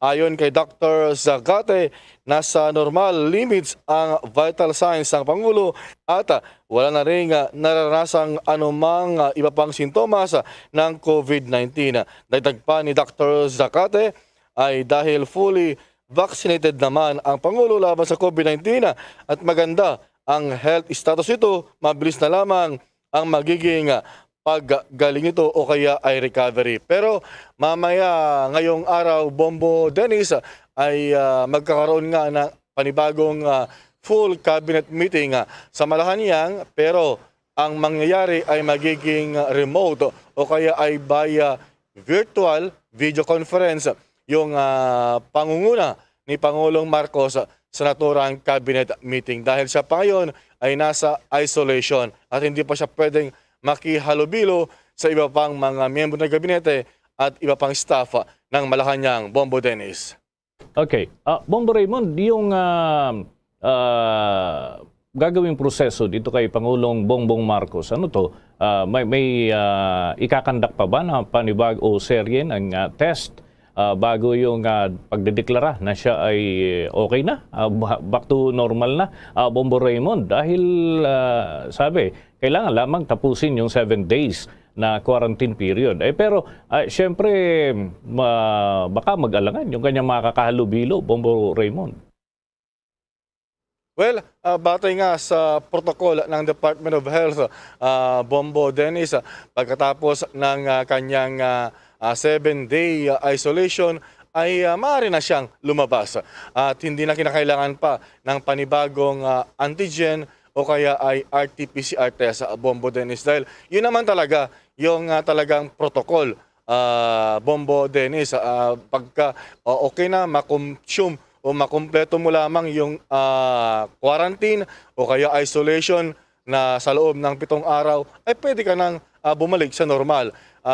Gaya nga, actually, itong si Vice President Sara Duterte na direct contact nitong si Pangulong Marcos, 3 days lamang na kumbaga nag-isolate, pero nang wala namang lumabas na mga sintomas, ay wala na rin, bumalik na rin siya sa normal. So, kumbaga, hindi na ganon kahigpit gaya dati na kailangan pa ng panibagong kumbaga confirmatory test para matiyak na negatibo na sa COVID-19 virus. Lalo na kapag ang individual na nagkaroon ng kumbaga COVID-19 ay fully vaccinated, lalo pa kapag ito ay boosted na o kaya nagkaroon na ng booster shots, Bombo Dennis. Sige, sana'y bumuti na ng tuloy-tuloy yung kalusugan ng Pangulo, no? Sapagkat malapit na yung State of the Nation address. Baka naman maapektuhan yung zona preparation. Ano nga ba ang mga paghahanda naman na Bombo Raymond?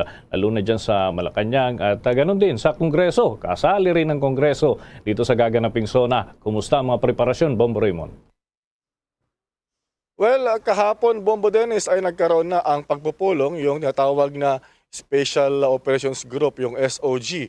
Ito yung kinabibilangan ng PSG, yung Presidential Security Group, at gayon din kasama yung MARO at yung Philippine National Police at iba pa na may kinalaman sa preparasyon sa State of the Nation Address ni Pangulong Marcos sa July 25 at nagkaroon na sila ng mga initial, mga preparasyon kung ano yung magiging setup. So kumbaga fine-tuning na lamang yung ginagawa ng PSG Bombo Dennis bilang lead security group doon sa pagsagawa nga ng SONA ni Pangulong Marcos Bombo Dennis. Sige, maraming salamat. Mag-ingat kayo dyan, Bombo Raymond.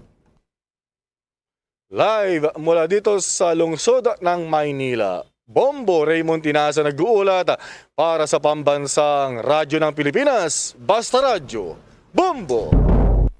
Sa dagdag pang balita, pinangunahan ng Presidential Security Group ang interagency meeting para talakayin ang paghahanda sa kaligtasan at seguridad sa unang State of the Nation Address SONA ni Pangulong Ferdinand Bongbong Marcos Jr. ngayong July 25. Ito ay naaayon sa patnubay ni PSG Group Commander Colonel Ramon Zagala upang matiyak ang kaligtasan at seguridad ng Pangulo at may samang lahat ng mga dadalo ng buong kaganapan mismo.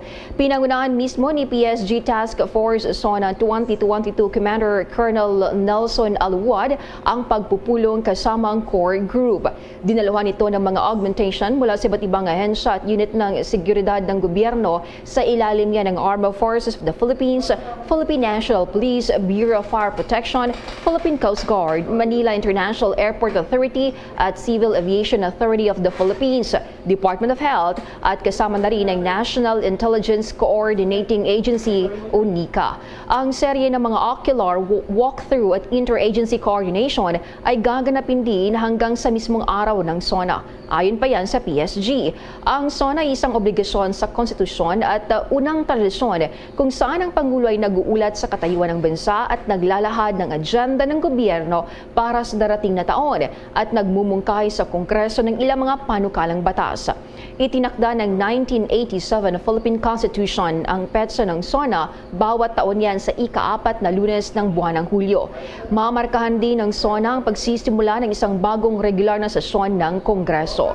Magugunit ang sa huling dalawang SONA ni dating Pangulong Rodrigo Duterte, kinakailangang ipakita ng mga guest ang kanilang proof of vaccination at mga negatibong resulta ng pagsusuri sa COVID-19 sa pamamagitan ng reverse transcription polymerase chain reaction 2 araw bago ang event. Kailangan ding sumailalim sa rapid antigen test ang mga bisita sa batasang pambansa sa araw ng SONA. Samantala, naghahanap ng bagong pinuno ang Parish Pastoral Council for Responsible Voting o PPCRB. Sinabi ni PPCRB Chairperson Emeritus Henrietta Tita de Villa na ang kasalukuyang pinuno ng election watchdog na si Myla Villanueva ay aalis na sa kanyang pwesto ngayong buwan huyan at ito'y lilisan kung kaya't naghahanap sila ng kapalit nito. Sa kabilang banda ay ibinahagi naman ni Villanueva sa kanyang social media na ang kanyang huling responsibilidad bilang pinuno ng PPCRB ay iharap ang mga aktibidad ng kanilang grupo ngayong taong 124th Plenary Assembly ng Catholic Bishops Conference of the Philippines at yan ay bukod pa sa pagiging isa sa Citizens Arm ng Commission on Elections noong Mayo 9 na ginanap na botohan. Nagsagawa rin ng grupo ng unofficial counts para sa mga boto para sa pambansang posisyon noong nakaraang halalan. Kasabay nito, nagpahayag naman ng pasasalamat si Villanueva sa lahat ng taong nakatrabaho niya, stakeholders at volunteers. Nagsimula ang termino nitong si Villanueva bilang pinuno ng PPCRB noon pang taong 2019. Samantala, mamaya kukuha tayo ng karagdagang update kaugnay sa pagkasunog sa Arms Depot ng Fort ID kung saan 3 sugatan, 43 pamilya ang inilikas. Samantala muna, sa iba pa nating mga balita, umakyat na sa 20.17 million pesos ang halaga ng pinsala sa agrikultura matapos ang mga pagbaha doon sa bahagi ng Ifugao dahil pa rin sa hanging habagat na nararanasan. Batay ho sa data ng Department of Agriculture, katumbas ito ng 928 metric tons ng produksyon dahilan para maapektuhan ang 783 na mga magsasaka at ganon din yung 356 na ektarya ng agricultural land. Labis na tinamaan dito ang high-value crops na aabot naman sa 10.11 million pesos ang tinamong pinsala, habang pangalawa ang bigas na nagkakahalaga naman ng 8.34 million pesos ang naitalang danyos. Tinatayang nasa 1.71 million pesos naman ang pinsala sa livestock, kung saan 83 mga alagang baboy ang nasawi sa naturang pagbaha. Dahil dito ay tiniyak ng Department of Agriculture ang pagkakaloob ng tulong para sa mga magsasaka upang makabangon sa pagkasira ng kanilang pananim. Tunguhin na natin mga kabombo yung bahagi po ng Cagayan de Oro City, yung nasunog na armed depot dyan ho sa Port ID. Alamin natin kung gaano kalawak yung naitalang pinsala at kumusta na ang status ho ngayon. Nariyan ang Bombo Radio Cagayan de Oro. Yes, Bombo Dennis, nabulabog at nataranta ang mga residente na naninirahan sa loob mismo ng 4ID Camp Evangelista Barangay Patag nitong lungsod ng Cagayan de Oro kaninang madaling araw. Matapos silang madinig Bombo Dennis at Bombo Jane ang napakalakas na ingay or explosion galing sa nasusunog na building. Tinawag ni Army Major Francisco Garillo, ang DPAO Chief at tagapagsalita ng 4ID Diamond Division Philippine Army, ang nasusunog na building, Bombo Dennis. Ito yung Magazine 5 Ammo Complex, 10 FSU ASCOM Philippine Army Camp Evangelista Barangay Patag nitong lungsod ng Cagayan de Oro. Kumbaga ito yung tinatawag na ammunition depot or ammunition dump. Ang nasabing magazines nagtataglay sa 155mm rounds and small arms ammunition. Ito yung uri ng ammunition na Bombo Dennis na paglalaman ng Bombo Radio na ginagamit ng mga sundalo para ipabombardiyo ang mga kalaban ng gobyerno. Kagaya na lamang ng mga lugar or kuta kung saan nagtatago ang mga kalaban ng gobyerno, Bombo Dennis. Pinabulaanan ni Army Major Francisco Garillo, ang tagapagsalita ng DPAO, 4ID Diamond Division, ang mga haka-haka ng iilan, Bombo Dennis, na posible na nilusob ng mga kalaban ang nasabing kampo. Ito ay pawang walang katotohanan na Bombo Dennis. Subalit talagang may nangyari talagang malaking sunog sa loob mismo ng kampo at ito yung ammunition depot, mga bala, Bombo Dennis. Dagdag pa sa nasabing opisyal na walang casualty sa panig ng mga sundalo. Subalit, merong mga sibilyan, Bombo Dennis, ang nasugatan na posibleng natamaan ng mga hinihinalang fragments or debris galing sa loob ng nasusunog na ammunition depot o sinasabing building. Pero sa ngayon, Bombo Dennis, malayo na sila sa seryoso na mga kondisyon ang nasabing mga tatlong mga sibilyan nga nakatamo lamang ng mga minor burns sa kanilang katawan na sa ngayon nagpapagaling sa Camp Evangelista Station Hospital na dito din nakabase sa loob ng Camp Evangelista Barangay Patag nitong lungsod ng Cagayan de Oro. Sa ngayon, Bombo Dennis, inaalam pa na ang sanhi ng sunog, lalong-lalo na hindi pa nakapenetrate. So hindi pa makapasok ang Bureau of Fire Protection, mga bombero, nga personnel sa loob mismo ng sabing building kasi napakadelikado pa, Bombo Dennis, at hindi pa dapat maging kampante ang lahat. Hindi natin alam, baka meron pa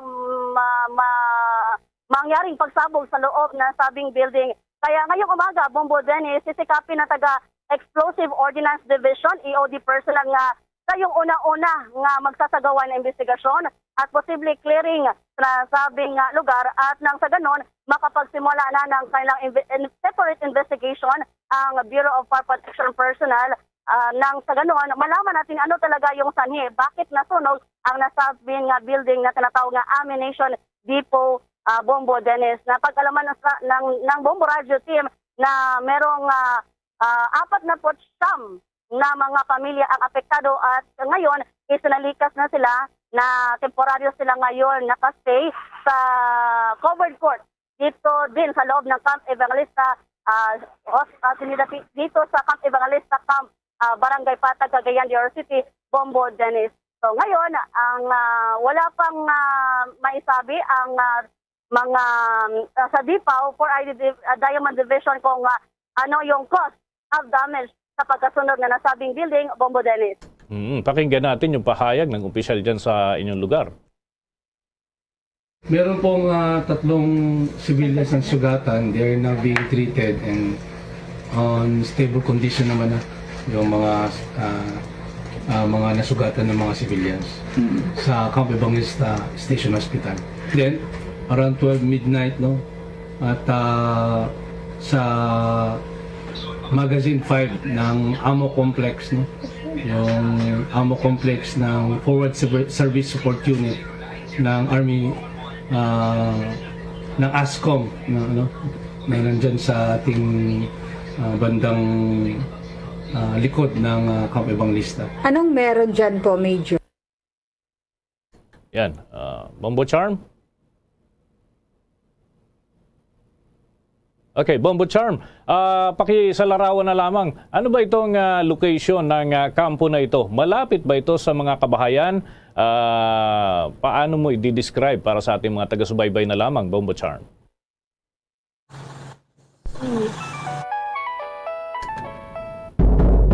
Mga kabombo, mga ka-Star Nation, nagkaroon lamang ho ng konting problema dun sa communication line na ginagamit ho dun sa Cagayan de Oro City. Mamaya may mga follow-up pa ho tayo, hinggil pa rin sa naturang mga pangyayari dyan sa kampo, dyan sa lungsod ng Cagayan de Oro.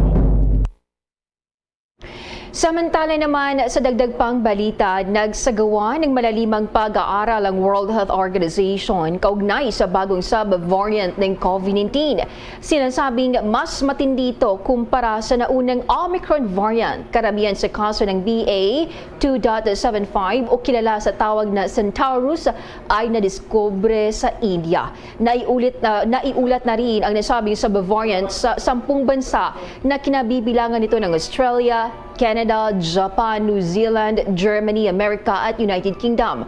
Nilinaw naman ng World Health Organization na hindi pa ito may tuturing na variant of concern. Nauna nang iniulat ni US physician Dr. Eric Tupol na base sa molecular biologist na si Ulrich Elling, pinaghahanda na nito ang Amerika para sa Centaurus wave, lalo pat hindi nila nagustuhan ang naobserbahang mutations.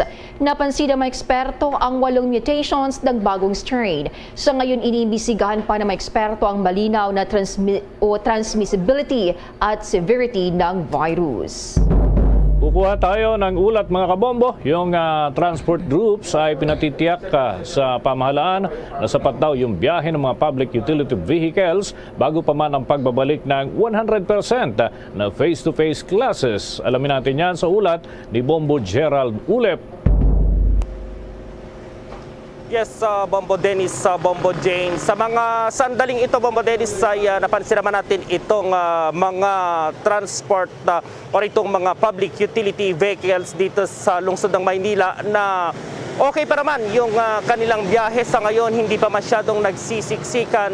Pero titignan natin mamaya sa yung kasagsagaran ng rush hour kung ma-maintain yung ganitong senaryo dahil ayon sa isang transport group nga itong public transportation sa ilang bahagi raw ng Pilipinas ay hindi pa handa dito sa sinasabing pagpapatupad yung resumption, pagbabalik ng face-to-face classes lalo na't binabalak nila itong 100% na pagbabalik sa mga classes sa buwan ng Setyembre.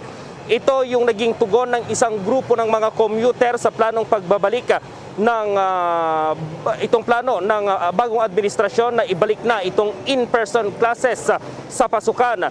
Sa panayam nga ng Bombo Radio Philippines ay sinabi ng The Passenger Forum convener na si Primo Morillo na bago itong pagpatupad ay dapat din isaalang-alang ng pamahalaan itong dagdag problemang maaring idulot nito sa public transport system dito sa Pilipinas. Dahil dito ay dapat anyang magbigay ng agarang tulong sa mga pasaherong maaapektuhan nito ang gobyerno dapat din umanong tugunan muna ng gobyerno itong mga suliranin sa infrastruktura ng bansa upang matagumpay nitong maibalik ang normal classroom-based education. Sa ngayon ay wala pa namang nagiging pahayag dito yung transportation, lalong-lalo na ang Department of Transportation. Kaugnay niyan, narito ang ating panayam kay The Passenger Forum Convener Primo Morillo. Alam mo, unahin natin, Gerard, no? Naiintindihan talaga natin yung maraming sektor na nanawagan na magbalik eskwela na kasi nakaka-stress naman rin yung purong online. Pero ang sinasabi lang natin, hindi naman tayo against dyan, sinasabi lang natin dapat maging handa tayo dyan dahil sa ngayon nga wala pang estudyante, wala pang mga guro na maraming sumasakay sa mga public utility vehicles, pero grabe na yung demand, no? Masyadong mataas yung demand para sa ating public transport pero mababa yung supply. Even before the pandemic, no, nararanasan natin to, pinalala lalo ng pandemic, lalo na nung bumalik na yung ilang mga trabahador sa kanilang mga trabaho. Ang sinasabi natin, sana naman hindi natin isabak yung lalo na yung ating mga estudyante sa pakikipagsapalaran para lang makasakay, no? Lalo na sa kalye ngayon, balyahan ang nangyayari. So yan itong convener ng the Forum Passenger or the Passenger Forum Convener na si Primo Morillo. So yung kanilang panawagan ngayon sa ating pamahalaan ay payagan yung ilang mga jeepney operators, drivers na hindi pa bumabiyahe sa ngayon dahil ang nakikita nilang senaryo pagsapit ng buwan ng Setyembre kung hindi pa na-resolba itong problemang ito ay talagang magsisiksikan yung mga estudyanteng papasok sa paaralan, lalong-lalo na plano na nilang ibalik 100% itong in-person classes at nais nilang mulayan Monday to Friday. So sa ngayon sa pag-ikot natin kanina sa part ng Pasay City, Bombo Dennis, ay talaga namang nakikita natin na mayroong mga nakapila at hinahabol yung mga jeepney, yung mga bus na sasakyan nila. So kapag nadagdagan pa yan ng mga estudyante ay siguradong magiging problema talaga ito at ang number one na concern kung masusunod pa ba itong mga public health protocols, Bombo Dennis, Bombo Jane. Okay, yung concern ko dito, Bombo Gerald, yung dun sa mga city buses. Kasi yung inoobserbahan natin dyan sa kahabaan ng Buendia Avenue, yung bumabiyahe dati na napakadalas, yung LRT Ayala, Leberiza, mula nung nagkaroon ng bus carousel, hindi na natin nakikita. Papaano naman yung mga nag-aabang na masasakyan dito sa itong mga area dito sa may Buendia, Bombo Gerald. At ganun din ang concern natin sa iba pang mga lugar. Medyo madalang yung city buses. Sa ngayon, kumusta na, Bombo Gerald? Actually, Bombo Dennis, may nakikita tayo yung mga biyahe ng LRT Ayala Leberiza na yan na papunta sa may LRT dyan sa Taft or sa may Buendia. Pero mangilan-ilan lang, Bombo Dennis, hindi kagaya dati na talagang marami yung mga bumabiyahe na yan. At yung iba, hindi na nila hinihintay yung bus carousel dahil kung uuwi ka ng gabi na, kahit libre yung bus carousel, kung wala naman, mapipilitan kang sumakay sa mga city buses na yan. At yan din yung isang ipinapanawagan ng grupo ni Morillo na dapat ay payagan na yung mas maraming biyahe, hindi lang sa jeep, pati sa mga bus, pati yung mga TNVS, may cap kasi yan, Bombo Dennis, dapat daw alisin na dahil marami ring mga estudyante, yung may mga kaya sa buhay na tumatangkilik sa TNVS, yung mga Grab, ganyan, Bombo Dennis. Kaya naman, yan yung panawagan ng grupo, maibalik yung mga hindi pa bumabiyahe, yung mga jeepney. Marami pa rin nung nag-pandemic, Bombo Dennis, sa part ng Maynila, marami yung hindi pa nakakabiyahe. Yung mga city buses ay mangilan-ilan lang yung mga bumabiyahe sa ngayon, Bombo Dennis. At makikita naman tuwing rush hour talaga nasiksikan yung mga bus at mga jeep dahil kakaunti nga yung biyahe. So yan yung nais nilang masolusyonan dahil pagsapit ng pasukan malaking populasyon itong madadagdag dito sa transport, lalong-lalo na yung mga estudyante, elementary, high school, sa college, yan yung maidadagdag na sasakay sa mga public utility vehicles pagsapit ng Setyembre, Bombo Dennis, Bombo Jane. Oo, dapat may option talaga, Bombo Gerald, dahil hindi natin batid kung anong oras dadaan yung mga bus carousel. Libre yun at ipinagpapasalamat natin. Yun nga lang, kung ikaw ay nagmamadali, wala, hindi po pwede. Baka next hour pa darating, late ka na dun sa lakad. Sige, maraming salamat, Bombo Gerald. Para sa Bombo Network News, Bombo Gerald di ulit. Para sa Pambansang Radyo ng Pilipinas, Basta Radio, Bombo! Pinagaan ng Department of Agriculture, Bureau of Animal Industry ang inter-island movement measures para yan sa ilang poultry products. Layo nito ay para matiyak ang katatagan ng supply at presyo sa pamilihan. Iniulat ni Bureau of Animal Industry Officer in Charge Wildrin Morales na kabilang sa mga akbang na isinasagaway ang pagpayag sa inter-island movement mula sa mainland Luzon ng mga day-old na sisiyo, pagpisa ng mga itlog at handang magitlog. Gayunpaman, tanging ang avian influenza-free day-old na mga sisiyo at pagpisa ng mga itlog ang papayagan niya para sa mga inter-island movement.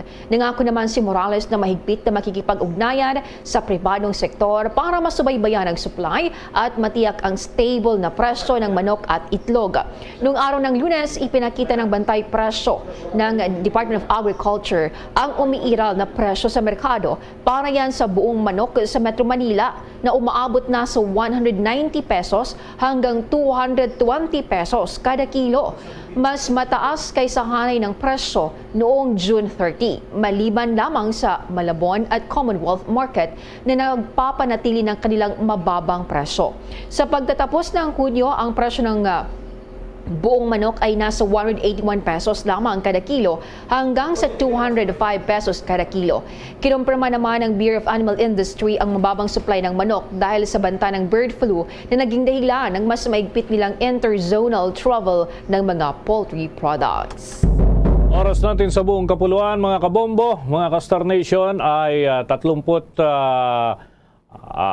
minuto na makalipas ang ikapito ng umaga. Abangan ho mamaya, ilan pang gasoline station daw ay pinilahan itong mga kababayan ho natin at yung reaksyon na rin ng mga motorista. Mamaya-maya ho yan, mga kabombo, mga ka-Star Nation. Samantala naman ng Department of Trade and Industry, wala pang desisyon sa hirit na taas presyo ng ilang manufacturer. May pagulat si Bombo Jovino Galang. Patuloy pa rin ang ginagawang pag-aaral ng Department of Trade and Industry sa mga manufacturers ng food products na humihirit ng taas presyo.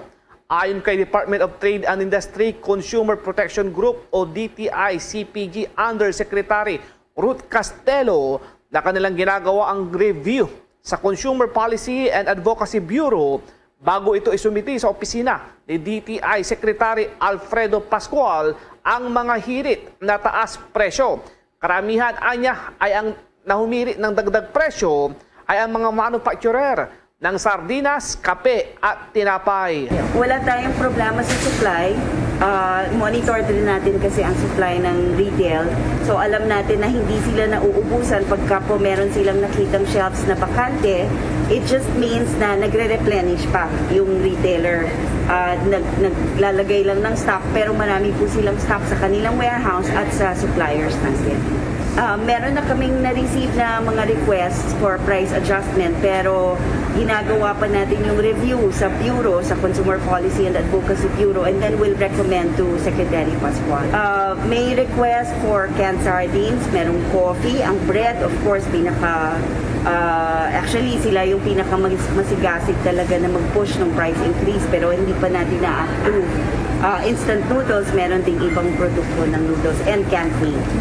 Alam naman natin lahat sa review ng DTI, nakita natin talaga yung pag-akyat ng presyo internationally dahil nga imported yung arena na ginagamit natin. Imported yung wheat na pinaprocess ng flour millers natin. So, alam natin din yung need at saka yung reasonability ng kanilang request. Pero syempre, meron lang tayong mga hinihintay pang data para ma-finalize natin kung i-approve o hindi yung 4 pesos na request. Ongoing naman yung proseso, but siguro in the next few weeks mag-adjust tayo pagka na-approve ng secretary, pero yung recommendation hindi pa natin nasasabi. Sa ginawa ring pag-ikot ng kanilang ahensya ay wala umanong nakitang lumabag sa pagtaas ng presyo at ito ay pasok sa kanilang suggested retail price. Kailangan nating makita yung presyo sa retail kung sumusunod sila sa suggested retail price bulletin natin, at kasama na din yung monitoring ng mga presyo para alam natin kung ano yung mga kailangan na i-adjust o kailangan igalaw sa dadating ng mga price adjustments natin. So far, compliant naman yung retail store sa suggested retail price bulletin, and most products here na nasa bulletin natin, mas mababa ang pagbenta ng retail kesa doon sa SRP natin by at least 1 peso. Nakita natin malaki yung difference, malaki yung discount nila. That's why paalala rin sa consumers, marami pong retail stores na ganito kung magbenta. So hanapin nila at doon sila mamili para sigurado na reasonable yung presyo at makakatipid pa sila. Nag-uulat para sa Pambansang Radyo ng Pilipinas, Bombo Juvino Galang, Basta Radyo, Bombo! Kumustahin natin mga kabombo, yung mga gasoline station at yung mga motorista na nagpapakarga ho dyan. Yung iba kanina ay todo pila dyan sa mga gas station. Alamin natin ang update mula mismo dyan sa paglilibot ng ating Bombo News Team. Bombo Marlene Pajernos, please come in. Yes, Bombo Dennis, Bombo Jane. Ako makikita niyo dito sa aking likuran, no? Etong mga kababayan natin ng mga motorista, pila pa rin hanggang ngayon. Dahil ngayong araw nga yung unang pagpapatupad ng malakihang oil price rollback dito sa ating bansa sa mga kumpanya ng langis. Pero Bombo Dennis, Bombo Jane, itong mga kababayan natin, itong mga motorista na to, sa panayam natin sa kanila, masaya sila na nagkaroon nga ng malakihang oil price rollback dito. Pero sila daw ay hindi na umaasa na ito ay magtutuloy-tuloy pa. Ito nga ay sinasabi natin na parang natuto na sila, nasanay na sila dito nga sa kalagayan, sa nararanasan ng bansa natin na sunod-sunod na oil price hike. So ngayon, ang sinasabi nila, tatanggapin na lang doon nila, go with the flow na lang daw sila kapag tataas, bababa yung presyo ng produktong petrolyo sa bansa. Kaugnay niyan, pakinggan pa natin yung bahagi ng naging panayam natin sa ilan sa ating mga motorista. Ay, kung pababa na pa ba, maganda. Kaya lang hindi po hawak ng gobyerno yung gasolina Hawak ko ng ibang bansa. Kahit ano man ang gawin natin, wala tayong magagawa po dyan sa pagtaas at sa pagbaba. Ganda-ganda ngayon dahil imbis na nababawasan ka ng 200, dadagdag ka uli ng 200 nakita.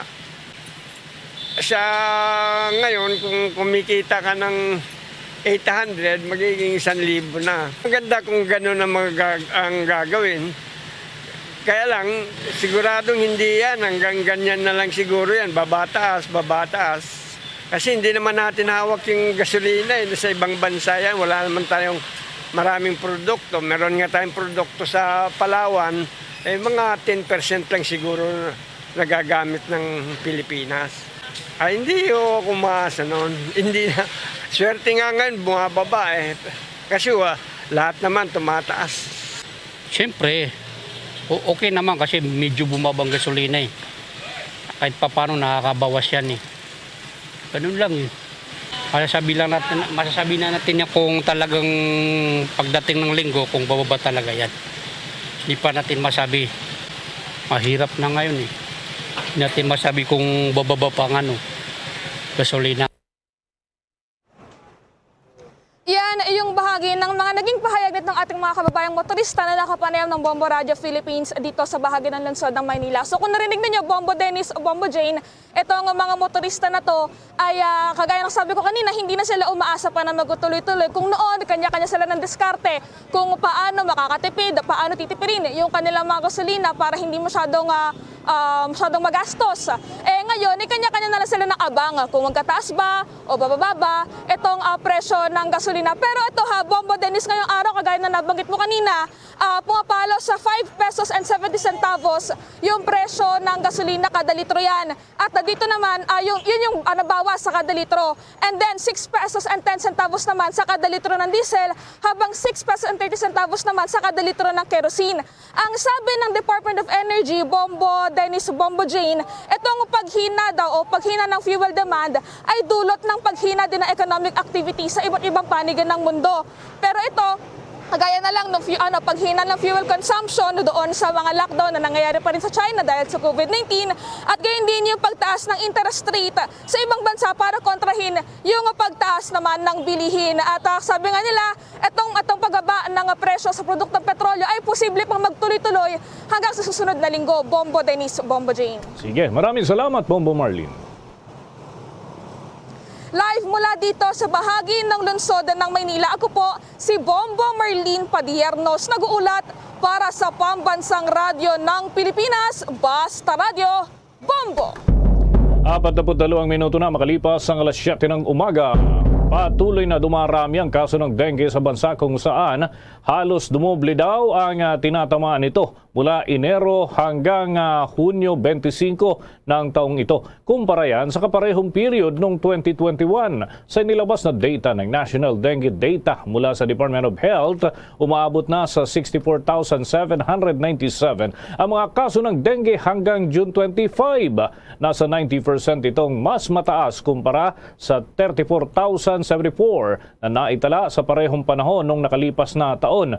Ayon nga sa Health Department, kinakailangan ng patuloy at paulit-ulit na abiso para sa mga kababayan natin upang makapag-ingat at maiwasan ang paglalapa ng mga kaso ng COVID-19. Base naman sa talaan, pinakamarami sa mga kaso ng dengue ay mula sa Region 3 na umaabot sa 9,000 mahigit. Sinusundan ng mahigit 7,000 sa Region 7 at 5,000 mahigit naman ang tinamaan ng naturang sakit sa Region 9. Pinakamarami pa rin sa Central Luzon na may mataas na bilang at posibleng lumobo pa ho ito sa 4,000 at ganun din ay sinusundan ng Region 7. Meron naman ho dito mahigit 2,000 na mga kaso ng dengue at sa Metro Manila ay may halos 2,000 na rin na mga naitalang dengue cases.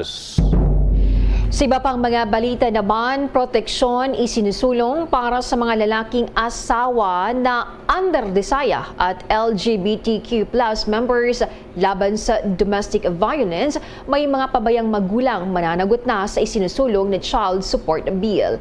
Alamin ang karagdagang detalye sa report ni Bombo Annalise Soberano.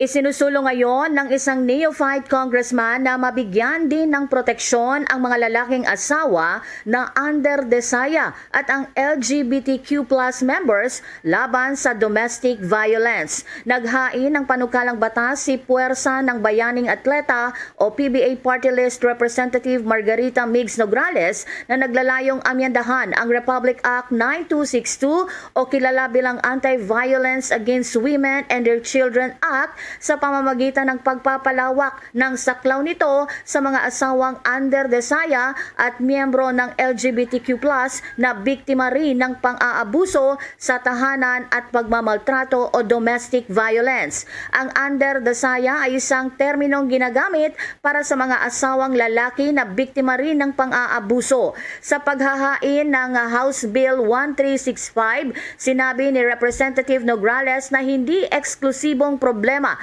ng kababaihan at mga bata ang domestic abuse dahil marami rin ang mga kaso kung saan ang mga biktima ay mga lalaki na alinman sa mga asawa o mga gay partners. Layo ni Nograles na palawakin ang saklaw nito sa pamamagitan ng paglalagay ng gender-neutral na salitang partner para isama ang mga lalaki at miyembro ng LGBTQ+ bukod sa mga salitang babae at mga bata.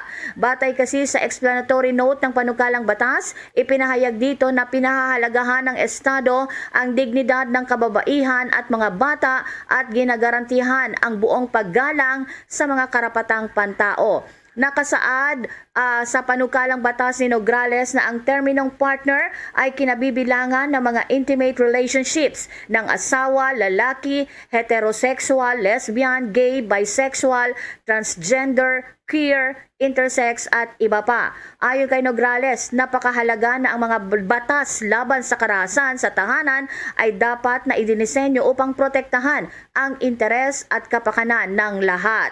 Sa kabilang dako, kinontra naman ni Gabriela Party List Representative Arlene Brosas ang hakbang ni Nograles at sinabing karamihan sa mga naaabuso sa sosyedad ay mga kababaihan. Kaya naninindigan ang Gabriela Party List na hindi na kailangan isulong ang nasabing panukalang batas para protektahan ang mga lalaking asawa mula sa umano'y pang-aabuso. Samantala, ang DSWD ang inatasan sa panukalang batas ang House Bill No. 44 o ang Child Support Enforcement Act na gumawa ng mga patakaran o guidelines patungkol sa balasubas na magulang na hindi nagbibigay ng suporta sa kanyang anak, kasama ang DSWD, DOH, DOJ at Philippine Statistics Authority na bubuo ng mga patakaran. Sa nasabing panukalang batas, dapat managot ang mga balasubas na magulang na hindi nagbibigay suporta. Ayon kay Representative Daza, ang House Bill No. 44 o ang Child Support Enforcement Act, layo nitong makulong ng 2 hanggang 4 na taon at multang 100,000 hanggang 300,000 ang mga balasubas na magulang. Sa nasabing panukalang batas, maring humingi ng tulong sa gobyerno ang qualified solo parents para mahanap at masampahan ng kaso ang balasubas na asawa. Para mapatunayan na anak talaga ng inirereklamong magulang ang bata, kailangan ding magsagawa ng paternity test. Pakinggan natin ang pahayag ni Representative Paul Daza. You just request, kukontakin, hahanapin yung lalaki, and will request for a DNA. Mura na lang yun. Laway na. Dati, blood test. Ngayon, laway lang. Ini-swab lang. After 2-3 days, may result. So, this WD will help the custodial parent kung dinideny ng tatay to request a paternity DNA test. Bombo Anali Montaño Soberano nag-uulat para sa Pambansang Radyo ng Pilipinas. Basta Radio, Bombo! Marami pa tayong mga balita sa ating pagpapatuloy. Simula dati pa, favorite ko na magkape tuwing umuulan. At simula dati pa, favorite ko na ang Dunkin' Brewed Coffee. Kasi simula dati pa, its signature taste never changes.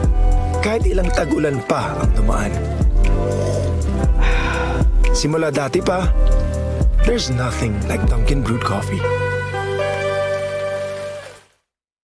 At ngayon, sa pagpapatuloy ng iba pang pangunahing mga balita. Ang Viscom pinabulaanan na massacre ang nangyaring engkwentro ng mga militar laban sa mga NPA sa Negros Occidental. May pag-uulat ang Bombo Radio, Cebu. Yes, Bombo Jane, nakuha na ng kanyang pamilya ang bangkay ni Nica de la Cruz, 26 na taong gulang, isa sa 4 na rebeldeng nakaharap sa hukbo ng armadong engkwentro na naganap pasado alas 9 ng gabi noong Miyerkules, Hulyo 6, kung saan siya at ang 3 iba pang miyembro ng New People's Army o NPA na lumahok sa armadong revolusyonaryong kilusan sa Binalbagan, Negros Occidental. Ito ang kinumpirma ni Major Israel Galurio, ang tagapagsalita ng AFP Visayas Central Command, kung saan ibinunyag din ng opisyal na nakausap na ang kanyang pamilya at sinabi ng mga magulang na nagpaalam si Nica na pupunta sa Manila noong nakaraang buwan at hindi na ito muling nakontak pa. Sinabi ni Major Galurio na naghinala na ang ina ni Nica at sinubukan itong inabisuhan na itigil ang kanyang ginagawa, ngunit hindi ito nakinig. Ikinalungkot din ng opisyal na na-recruit si Nica ng progresibong grupong Anak Bayan dito sa Cebu at base sa inisyal na investigasyon, nabatid na nag-aaral pa ito ng ma-recruit at tinatayang menor de edad pa ito sa panahon ng recruitment at isa ito sa mga kailangang bigyang tanaw ng gobyerno at mga magulang na may mga recruitment sa parehong grupo sa ilang paaralan dito sa Cebu. Ating pakinggan si Major Israel Galurio. It is sad to note na itong kababayan natin, si Ms. Nika, is ang paalam pala sa nanay niya, pupunta lang siya ng Maynila last February.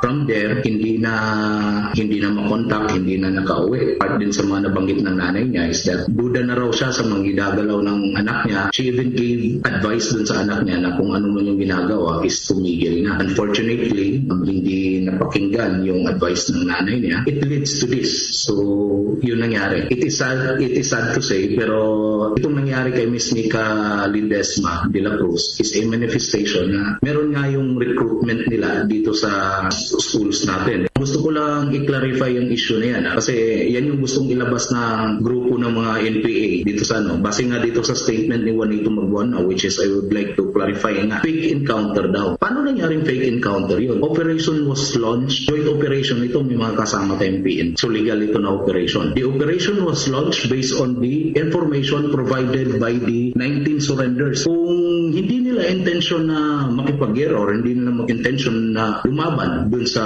puwersa ng ating pamahalaan, bakit sila nagpaputok? Lumabas sa investigation, they were the ones who fired first. Ating napakinggan si Major Israel Galurio, ang tagapagsalita ng AFP Visayas Command. Matatandaan na Bombo Jane, na Bombo Dennis na una nang naiulat ng Kadamay Cebu na ang pagkamatay ng Binalbagan 4 ay dapat na ituring na isang massacre ng Armed Forces of the Philippines dahil ang 4 na Red Fighters ay nagkasakit umano ng trangkaso at sumilong sa isang kubo at kulang sa kapasidad na makipaglaban sa mga sundalo ng gobyerno na mahigpit namang kinondena ni Major Galurio dahil ang operasyon ay magkatuwang sa Philippine National Police sa lugar na matatawag na legal ang kanilang operasyon at sa oras na nakita ng mga biktima ang miyembro ng armadong puwersa ay nagpaputok ang mga ito. Bombo Jane. Sige, maraming salamat, Bombo Suset. Live mula rito sa AFP Visayas Command. Ito si Bombo Suzat Bacalsora Falls para sa Pambansang Radyo ng Pilipinas sa numero 1 sa probinsya at lungsod ng Cebu. Basta Radio, Bombo! Yung grupo naman ho ng mga magtitinapa ay naglabas ng himutok at plano ho nila makipag-ugnayan kay Pangulong Bongbong Marcos Jr. Ano kayang kanilang sentimiento? May ulat ang Bombo Radio Dagupan. Magpapadala ng liham kay Pangulong Bongbong Marcos Jr. ang hanay ng mga magtitinapay para hilingin na maitaas ang presyo ng kanilang produkto sa gitna ng tumataas na halaga ng raw materials na ginagamit sa paggawa ng pandesal. Ayon kay Chito Chavez, ang presidente ng Panaderong Pilipino and owner of Tinapayan Festival, na hindi kikita ang mga producer ng tinapay kung mananatili ang mababang presyo ng pandesal. Kung mananatili ang presyo ng tinapay, malulugi na ang mga panaderya at makahumantong sa kanilang pagsasara. Umaasa silang mauunawaan sila ng mga mamimili dahil nagsisitaasan na ngayon ang presyo ng mga bilihin. Sa kasalukuyan, ang presyo ng regular na pandesal ay nasa 2 piso hanggang 250 pesos kada piraso. Payo naman niya sa ibang magtitinapay na huwag pilitin o bawasan ang timpla ng pandesal. Hanggat maaari niya, panatilihin ang standard ng itsura at laki ng tinaguriang pambansang tinapay.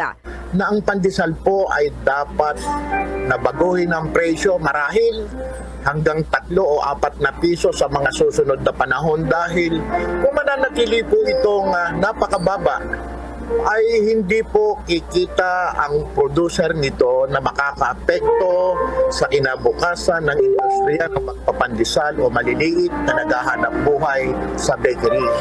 Kaya po ito'y pagpapaabot lang po namin sa mga mamimili sa ating pamahalaan. Para sa Bombo Network News, mula rito sa Bombo Radyo Dagupan, Bombo Justin Fontanilla Rosete nag-uulat para sa Pambansang Radyo ng Pilipinas, consistent number 1 sa buong lalawigan ng Pangasinan. Basta Radyo, Bombo! Bombo International News. Dumistansya ang South Korean Unification Church sa aligasyon ng suspect na pumatay kay dating Japanese Prime Minister Shinzo Abe.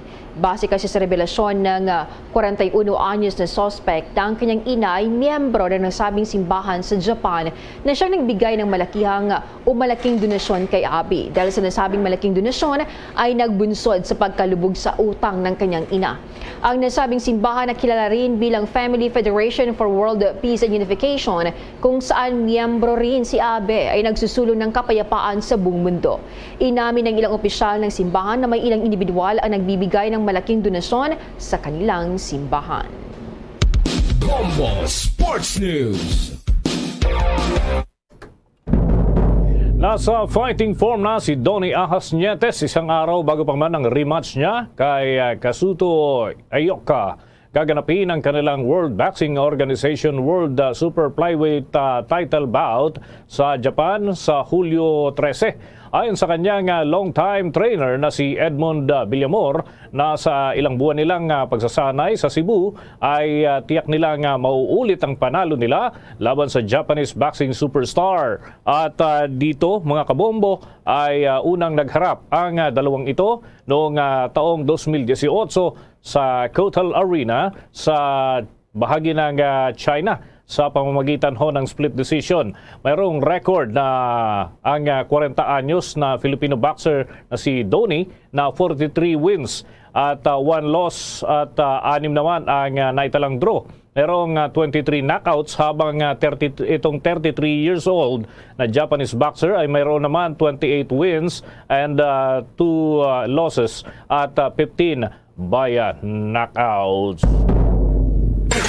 Bombo Foreign Exchange Update. Sa mga nag-aabang sa palitan ng piso kontra sa foreign currencies mga kabombo, ito ang isang US dollar ay may katumbas sa Pilipinas na 55 pesos 97 centavos.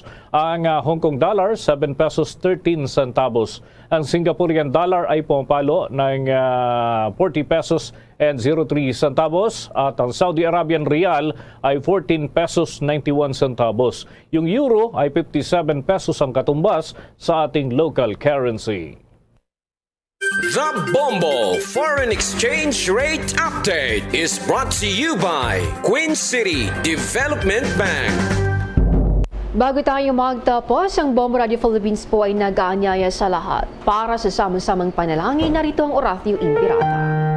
Merciful and compassionate Father, we confess our sins and we humbly come to you to find forgiveness and life. We come to you in our need to seek your protection against the COVID-19 virus that has disturbed and claimed many lives. We ask you now to look upon us with love and by your healing hand, dispel the fear of sickness and death, restore our hope, and strengthen our faith. We pray that you guide the people tasked to find cures for this disease and to stem its transmission. Bless the efforts to use the medicines developed to end the pandemic in our country. We pray for our health workers that they may minister to the sick with competence and compassion. Grant them health in mind and body, strength in their commitment, protection from the disease. We pray for those afflicted. May they be restored to health. Protect those who care for them. Grant eternal rest to those who have died. Give us the grace in these trying times to work for the good of all and to help those in need.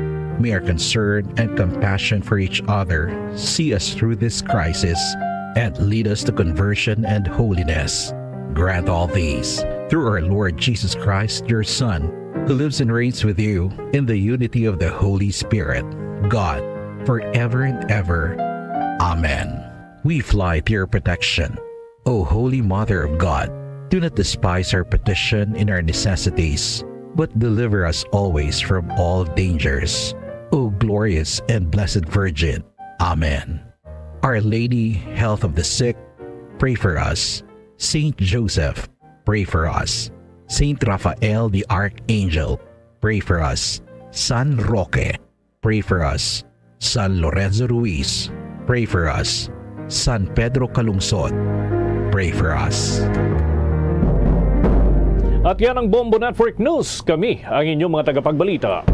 Ako si Bombo Jane Buna. Ako naman si Bombo Dennis Hamito para sa Pambansang Radyo ng Pilipinas, Basta Radio. Bombo! Bombo Radyo Bacolod. Number 1! Basta Radio Bombo! 2 minutos na nakaligad sa takna ng alas 8 sa aga. Welcome diri sa pagbangalagad sang palatunturan bombohanay big time adlaw sang Martes Petsa 12 sa bulan sang Hulyo sa mga tig 2022. Ikaduha na ning adlaw sang Martes sa ikapito nga bulan sa mga year 2022. Ato na pagka-welcome sa aton mga suking mga tagpalamati diri sa may syudad sa Bacolod sa probinsya sang Negros Occidental, sa bilog ng Negros Island, sa bilog man ng Western Visayas, sa ring nga bahin na sang kalibutan nga nakatutok na pinaagi sa Facebook Live kaga sa YouTube channel sang Bombo Radio Bacolod. Welcome na diri sa palatuntunan Bombo Hanay Big Time. Sa mga aga manginakaupod ang niwalagad si Bombo Erdin Bayonita. Pupunta na kita hasta alas 9:30 ang atak na sa mga aga. So dalawang sa inyo sang dalagwang mga balita lokal, mga balita nasyonal, mga balita sa lawasang pungsod sa mga balita sa batagas sang inampang kagabalita sa artista. Karon na sa mga balita sa mga tubekong nga mangin sentro sa ngatan nga talakayan subong nga aga. Sa mga balita lokal, ang public utility jeepney driver sa syudad sang Bacolod syempre nalipay kaga nagalaom nga magtayuyon pa ang padayon nga magpatayuyon ang nga pagnubo sang presyo sang produktong petrolyo kay subong nga aga meron sang big time rollback sa diesel and then sa gasolina. I-check man ato na karon na kung napilan na ka porsyento sa mga PUJ drivers diri sa ato na sa maya syudad sang Bacolod ang mayara sang taripa. Kay tiamo gining ginapangita sang mga pasahero ang fare matrix para nga makabayad na sila sang 11 pesos. Santo man diri sa ginaprobahan na sang Land Transportation Franchising and Regulatory Board. I-check at na karon na sa report with Bombo Gracelyn Lebaton. Sa sining nga padayon nga pagasaka sang presyo sang produktong petrolyo ginasuggest sang isa ka mamalidha ang pagbuhi bala pag-revive sang oil price stabilization fund nga gin-establish sang 1984. However, gindula man sang aton nga gobyerno. So siguro sunod diri sa isa ka party list kinahanglan nga ibalikan na sang aton nga gobyerno ang oil price stabilization fund o kon ang OPSF. Sa iban pang mga balita lokal, Administrasyon ni President Ferdinand Bongbong Marcos Jr. nagapasalig ang madayon ang ining paggatukod sang Panay Guimaras Negros Bridge. Ginasuguran no kung nalakip niya actually sa sining build program sang Duterte administration pero duasta lang to sa may pre-feasibility study. Way gani na padayon sa may feasibility study ang ining billions of pesos ang balor sang proyekto nga amo ni pagatukod sa nga Taytay halin sa Guimaras patabok sa or halin sa Panay patabok sa Guimaras and then patabok naman diri sa aton sa may isla sang Negros. I-check at na karon sa report with the Bombo and Sindol Sorilia. Ang Kapitolyo Banuan nagatukod sa nga project management team para nga mag-monitor sa sini mga proyekto sang aton nga provincial government. Mayo gaman ko mayara sa naga-monitor at least kung medyo ulo atrasado kundi mapulupulpo gagamay. I-check at na karon sa report with Bombo Dennis Rubiga.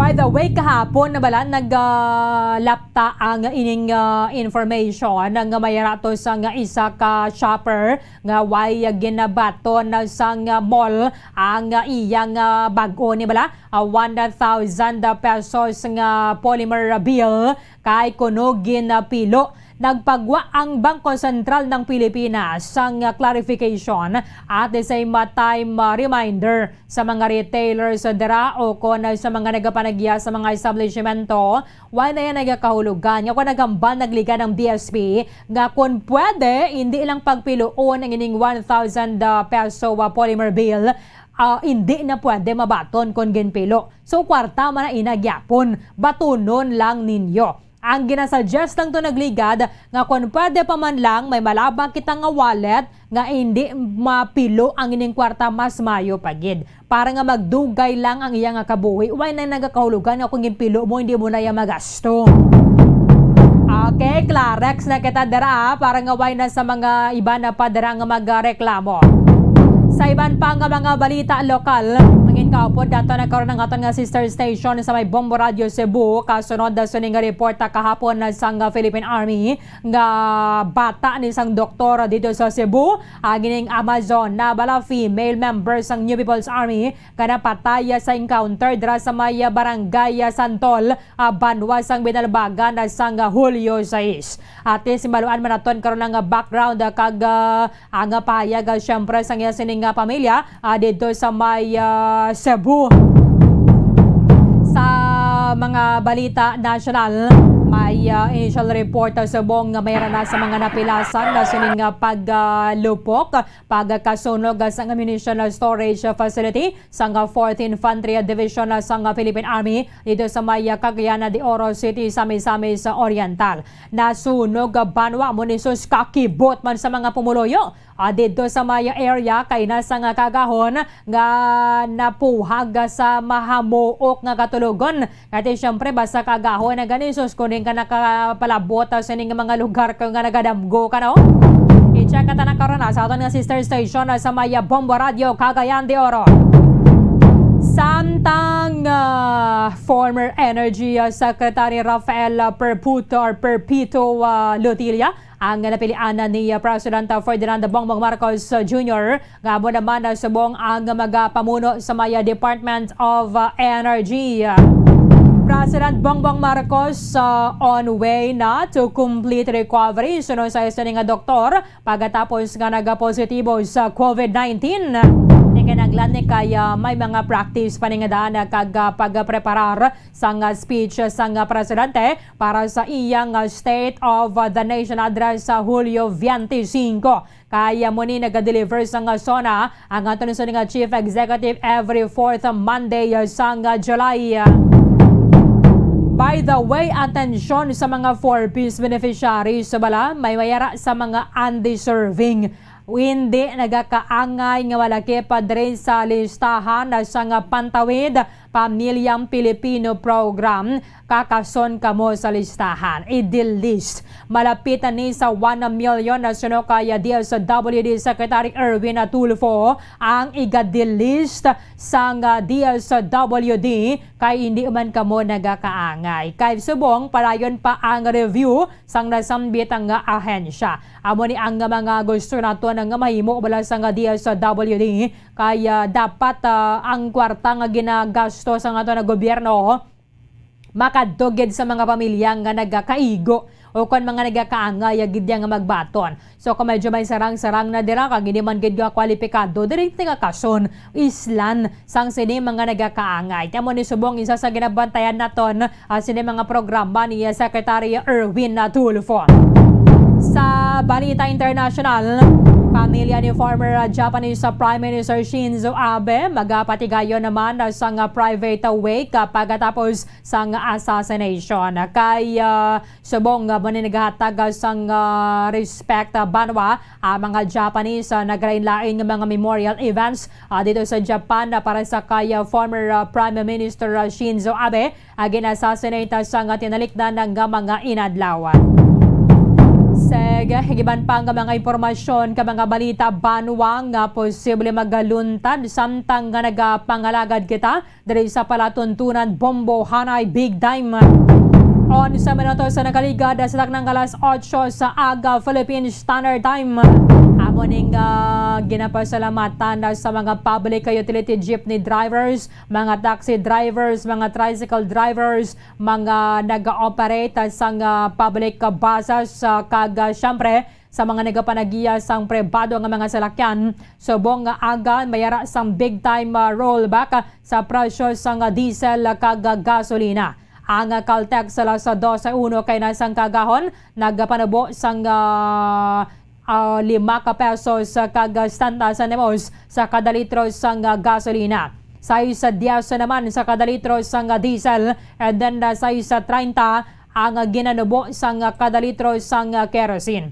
ang Shell Sea Oil Flying V kagang Petron alas 6 subong nga aga nagapatuman sang 5.70 5 ka pesos sa kag 70 centimos nga pagganibo sa presyo sa gasolina, 6.10 sa diesel kag 6.30 sa kerosene. Ang Petrogas PTT Philippines, Phoenix Petroleum kag Jetty alas 6 man subong nga aga nagpanabo sang 5.70 sa may gasolina and then 6.10 sa diesel.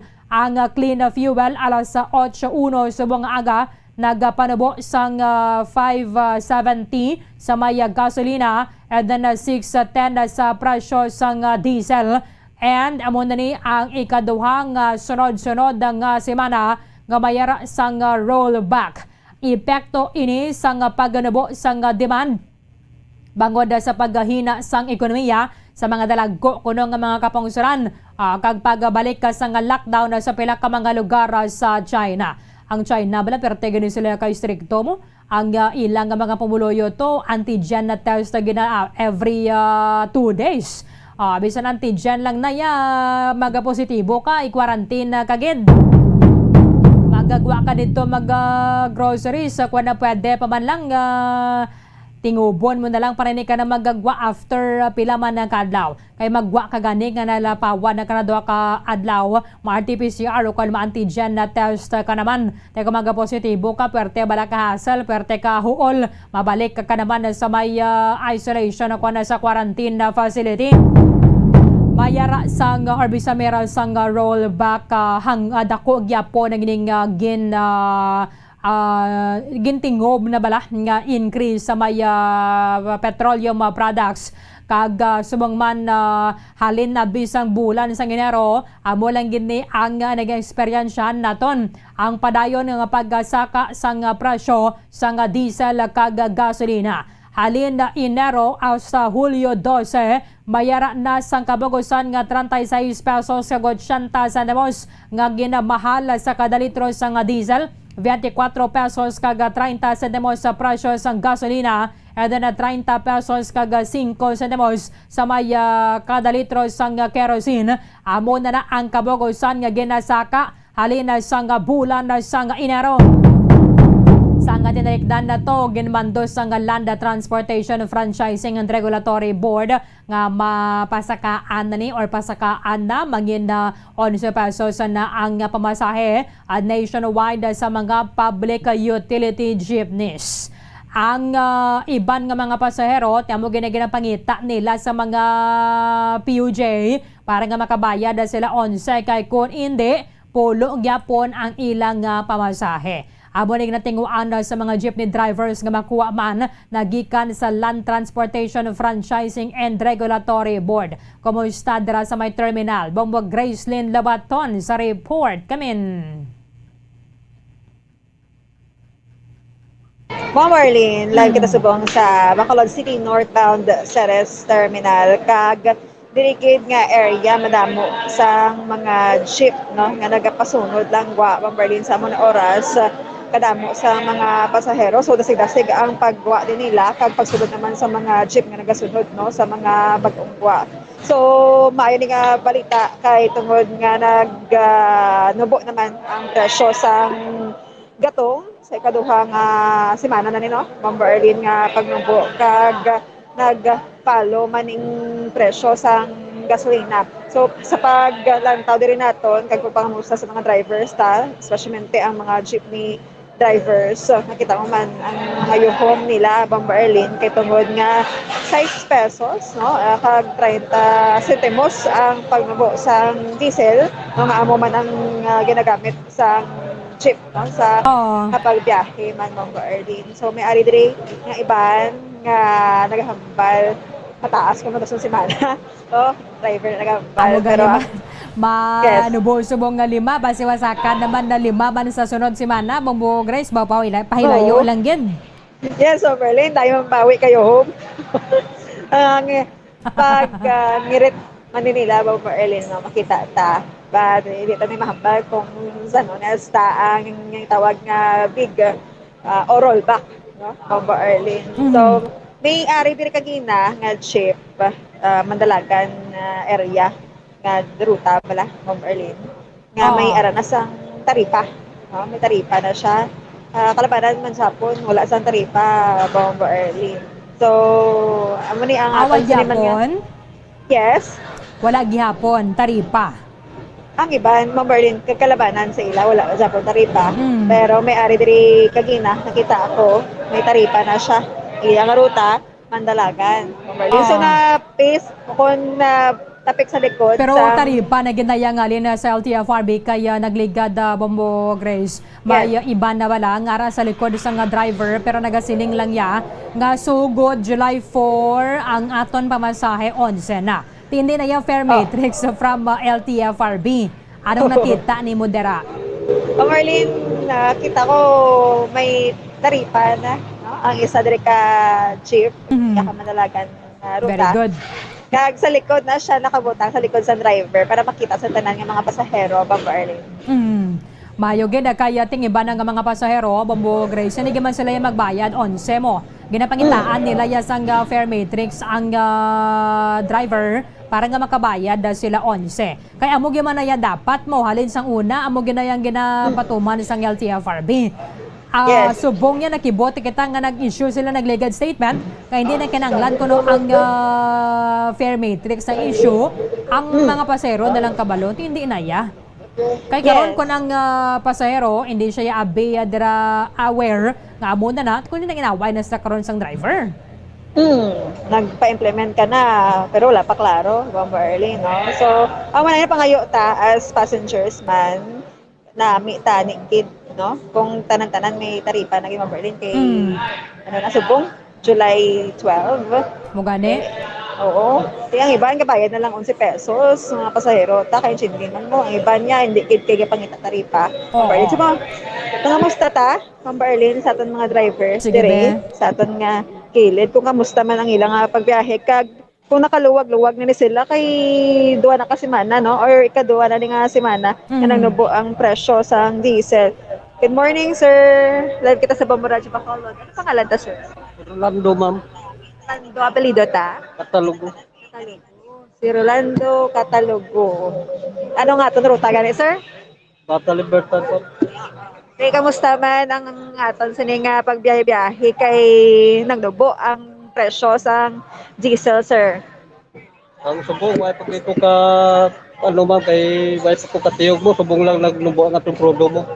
May pamabali ang atong nga koleksyon o kung sila ang ginakaon sa salakyan natin ng prodo, kag income natin. Kaya bago lang nagnubo ang atong prodo mo. Mag-o pa lang, wala pa man nabatsyagan gid ang kaginhawa. Ano ni sir? Kano maambal niya bi kay sobra sa subong nubo sang diesel? Ano mambal mo sir kay sobra 6 pesos ang nubo sang diesel subong? So, 6 pesos man ka nubo la subong, 6 pesos. Pero sa subong lang ang sisang sinilang adlaw. Mga way pa namon mabal ang amon nga konsumo sa crudo kag amon nga income bag-o lang mo. Bago pa lang, hindi pa mamambal kung pila ni ka na mapuli mo sa imong pamilya. No? Saan naligad to ya? Saan ligad semana? Kamusta? Kaya nagnubo to mo?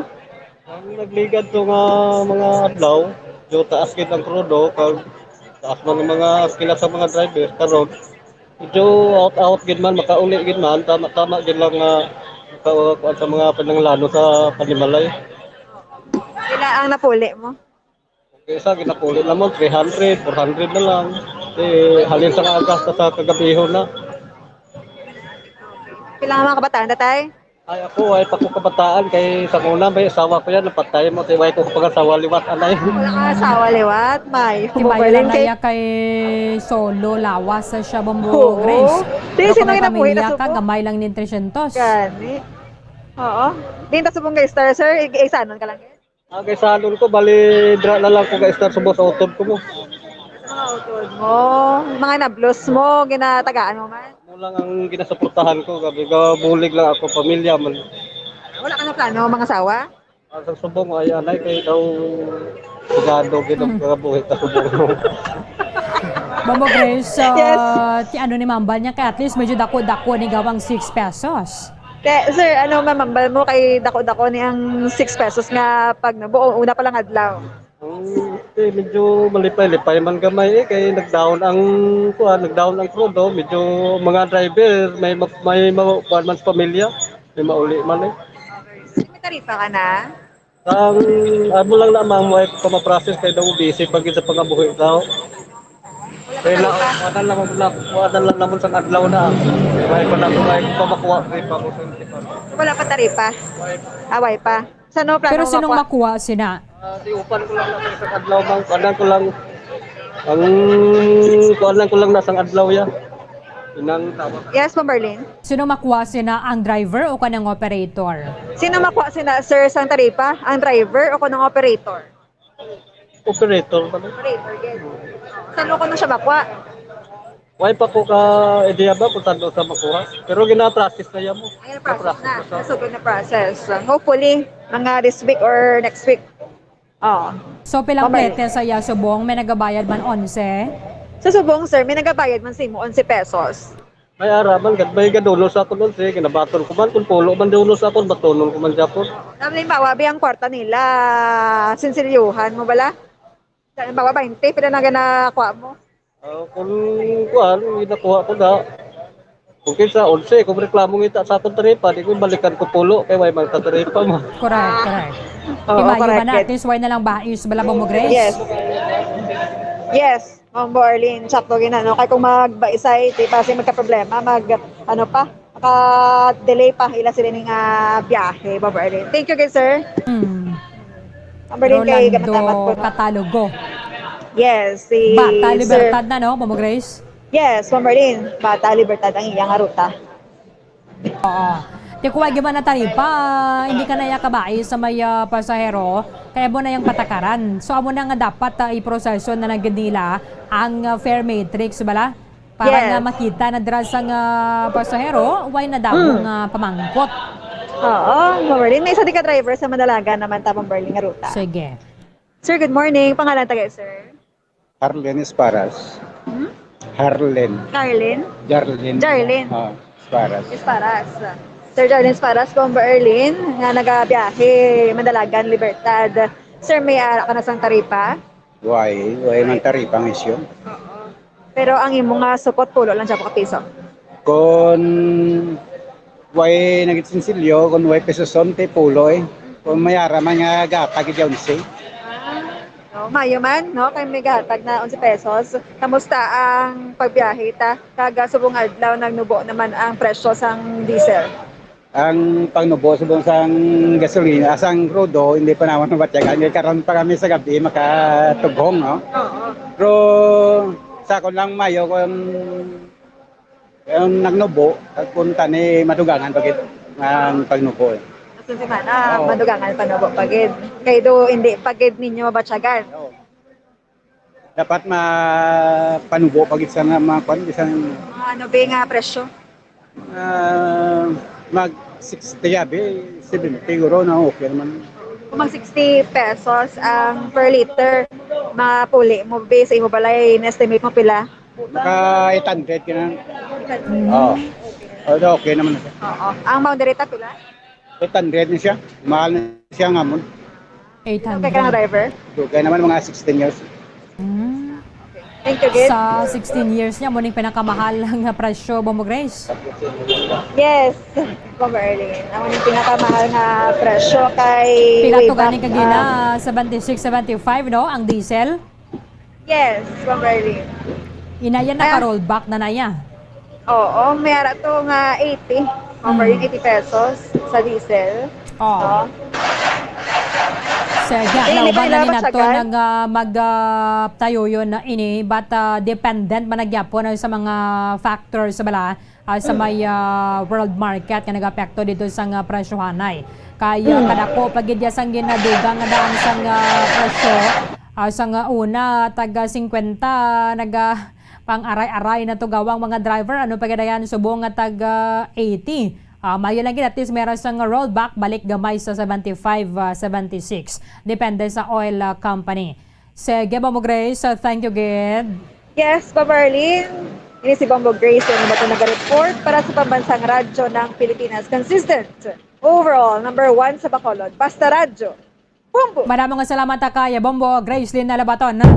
Siyempre sa naman ang hindi sa malipay ang public utility jeepney driver kaya naganubo na ko subong 6 pesos and 10 centavos ang ginabuhin sa presyo sa kada litro sa diesel. Ang ginahitso na lang nila subong ang ining taripa o kanang fare matrix nagikan na sa Land Transportation Franchising and Regulatory Board. May iban nga mga pasahero nga nakaintindi naman kag nakaibalo bala sa balita nga tiga naprobahan na sa LTFRB ang 11 pesos ang regular minimum fare sa bilog na nga pungsod from Luzon, Visayas and then Mindanao. So sila na mismo nagabatomato na malang magbayad sa 11. Pero kung ang pasahero magpangita gid sa fare matrix, kung sinsilyuhan siya for example, abidra nagbayad ka sang 20 pesos.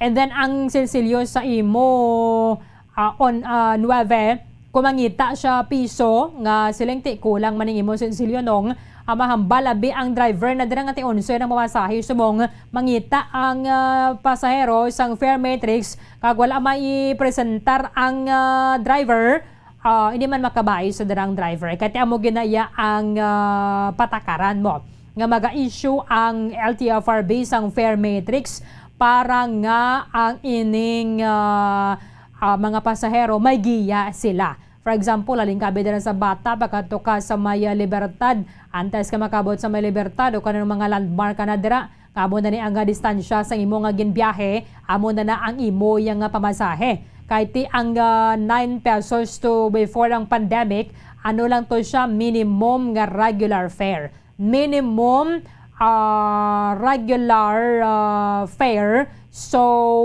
kung estudyante kaya o kung senior citizen, mayara sang discount.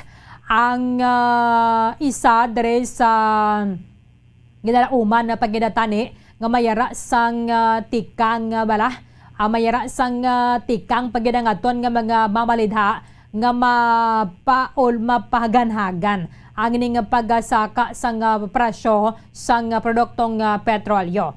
Ang ginadusubong amo ni ang pag-revive sang Oil Price Stabilization Fund. Oil Price Stabilization Fund na gin-establish sang 1984. However, ina siya ang gin-abolish man sang gobyerno. Suno kay One Patriotic Coalition of Marginalized Nationals o kung One Pacman Party List Representative Mikey Romero. Kinahanglanon na nga i-revive ang Oil Price Stabilization Fund o kung ma-establishar lang gid sang pareho nga buffer fund nga magamit sang aton nga gobyerno para nga malikawan ang frequent adjustment sa pump prices sang oil products due to the fluctuations in the cost of crude oil in the world market kag ining paghuyang sang balor sang piso batok sa dolyar. Once nga magsaka nga daan ang kambyo sang dolyar banwa, automatic nagasaka ang presyo sang produktong petrolyo kay kinahanglanon sang mga importers sang dugang nga piso para makabayad sila sang dolyar, makabakal sila sang dolyar nga mo niya ginagamit sa importation. Kung nagdugang ang gasto nila, mabawi ina nila sa presyo sang diesel, gasolina o kon kerosene nga ilang nga ginabaligya. Kaya okay lang ni subong mayara sang rollback. However, sang tinalikdan nga mga sinemana or sa palaabuton nga mga sinemana basi magsaka na naman ang presyo kay way pagyapon na tapos ang Russia-Ukraine conflict. Ang recovery sa mga several countries from COVID-19 pandemic, ang tiglikom or ang tiglawas sang One Pacman Party List sa nagpahayag bilang isa ka ekonomista si Romero nga ini naghambal unstable and elevated ang presyo hindi naton mapaktan sa masunod nga semana. Or ang iban pagin suning mga factors. Once nga maghalog-halog na nga ng mga patakaran sa iban sa mga kapungsuran, kadamo na sa mga nagagwa, kadamo naman sa mga nagagamit sang produktong petrolyo. Ang buffer system para sa kay Romero, amo ni ang mag-compensate sang price increases para nga hindi na pag-ipasa sa general public. Kay kung mayara sang pondo, may oil price stabilization fund ang aton nga national government para na binandara ipaagi sa Department of Energy.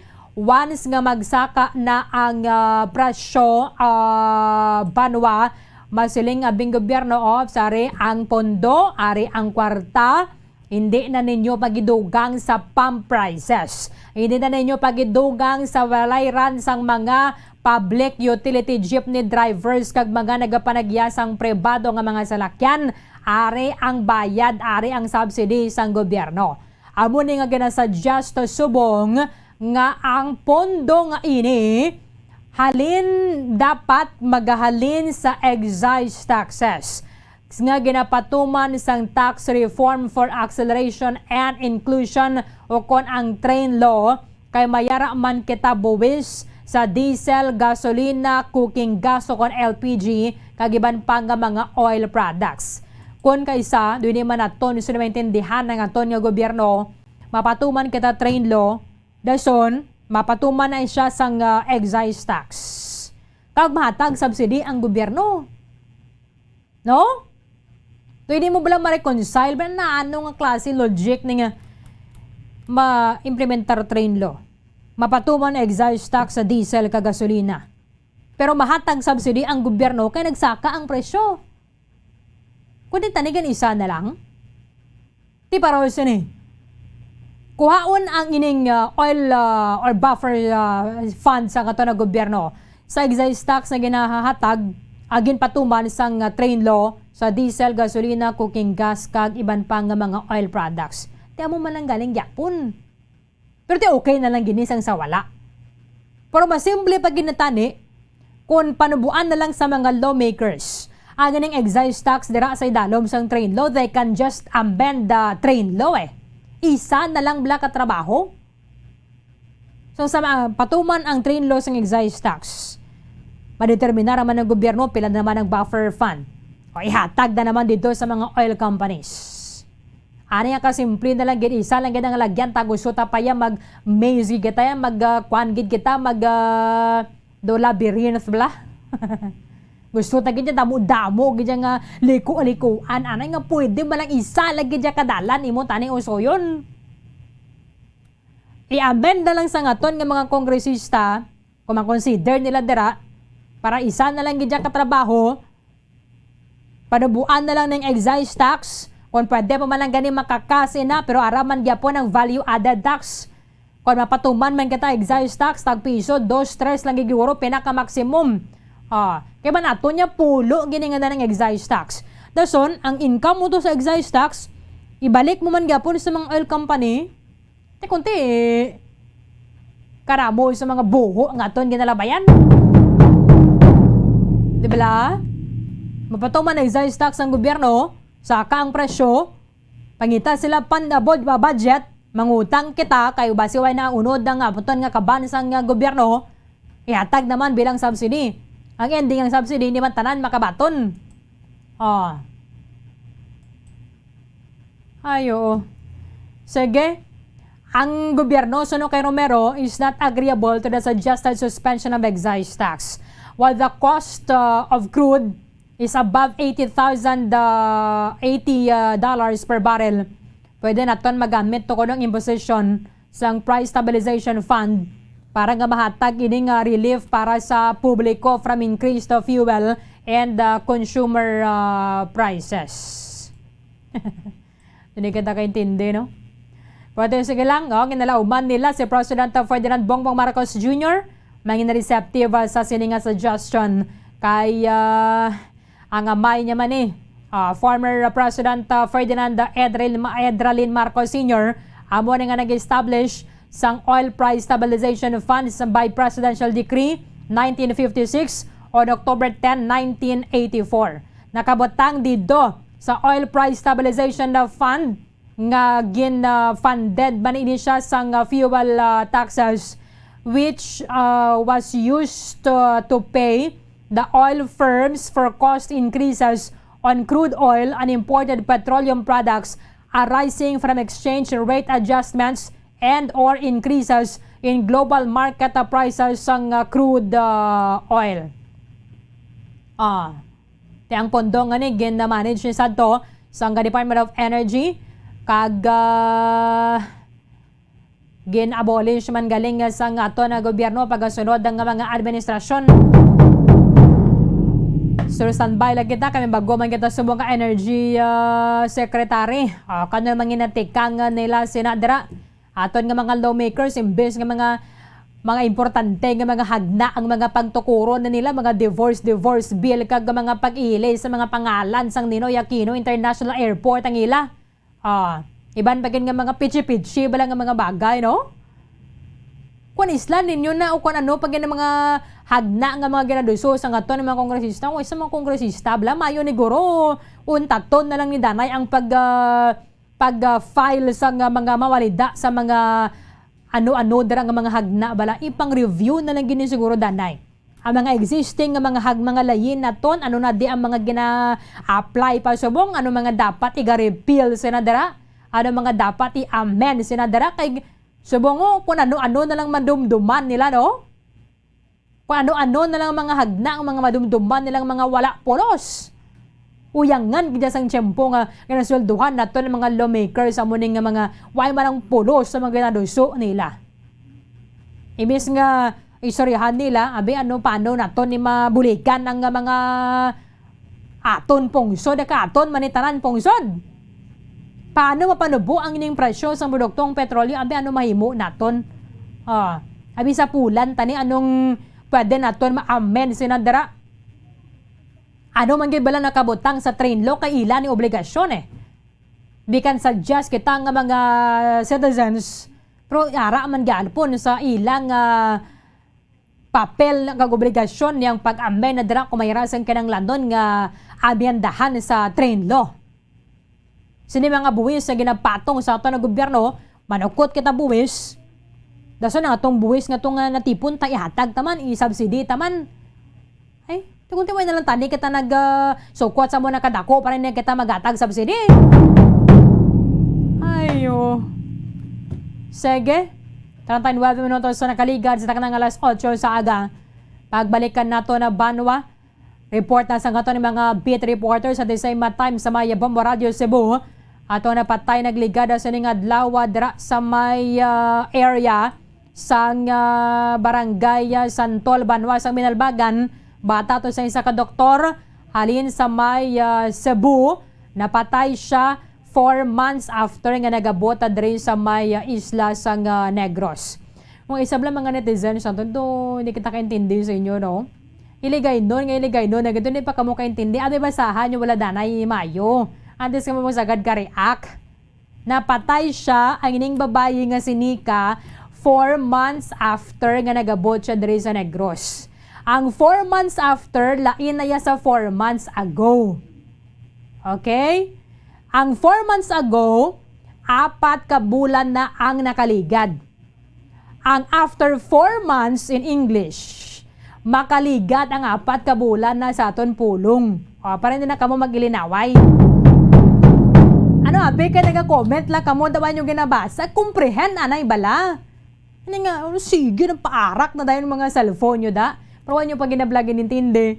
Kaya mo man na magwa ka mo exam. Nagsabat ka na to, hindi kagali ka intindi kung ano tong question. Nagsabat ka lang, kundi siyempre lagbong ka sa imo exam. Sorry, tanay sa pagbalik sang Bombohanay Big Time. Luyag mo bala mga kabumbo nga mapanubo ang imo nga bugat? Nakasiguro ka bala nga nagakaigo ang imo nga pamaagi? Isa sa masami nga ginahimo sang iban nga mga luyag pagpanubo sang bugat amo ang starvation diet ukon pagpagutom. Ini ang hinali nga pag-utod ukon pagpanubo sang intake sang calories sa gina-consume sa kada adlaw. Ginapinsar sang iban nga epektibo ini nga strategy sa madasig nga pagpanubo sang bugat. Apang nakahibalo bala kamo nga ang hinali nga pagbaylo sang pinaagi sang pagkaon ang makatuga sang suli nga resulta? Naibaluan nga ang pagkaon sang tuman kadyutay o kon pagpagutom ang hindi maayo nga ideya kag ini ang makatuga agud nga magdako na gid ang bugat. Suno sa mga doktor, ang pagbalansi sang pagkaon sang manubo sa calories nga diet ang pinakaepektibo nga makabulig agud mapanubo ang bugat. Ang pagpanipilyo ang isa sa mga pinaka-importante nga tikang. Agod mamintinar ang matinlo nga hygiene sa isa ka persona. Apang makapilabala ka beses ini ginahimo sa isa ka adlaw. Suno sa American Dental Association, ginarekomendar ang pagpanipilyo sang makaduha ka beses sa isa ka adlaw. Sunod diri, maayo ang pagpanipilyo sa aga kag sa gabi gamit ang isa ka soft brittled brush. Para sa optimum dental health, ginapahayag sang ADA ang pagpanipilyo sang 2 ka minutos kag siguraduhon nga matinluan gid ang kada ngipon. Importante man nga tinluan ang tunga sang ngipon, isa ka bes kada adlaw. Importante man nga tinluan ang gum line, bangod posible ini nga tiniran sang bakterya. Friendly advice from Bombo Radio Bacolod.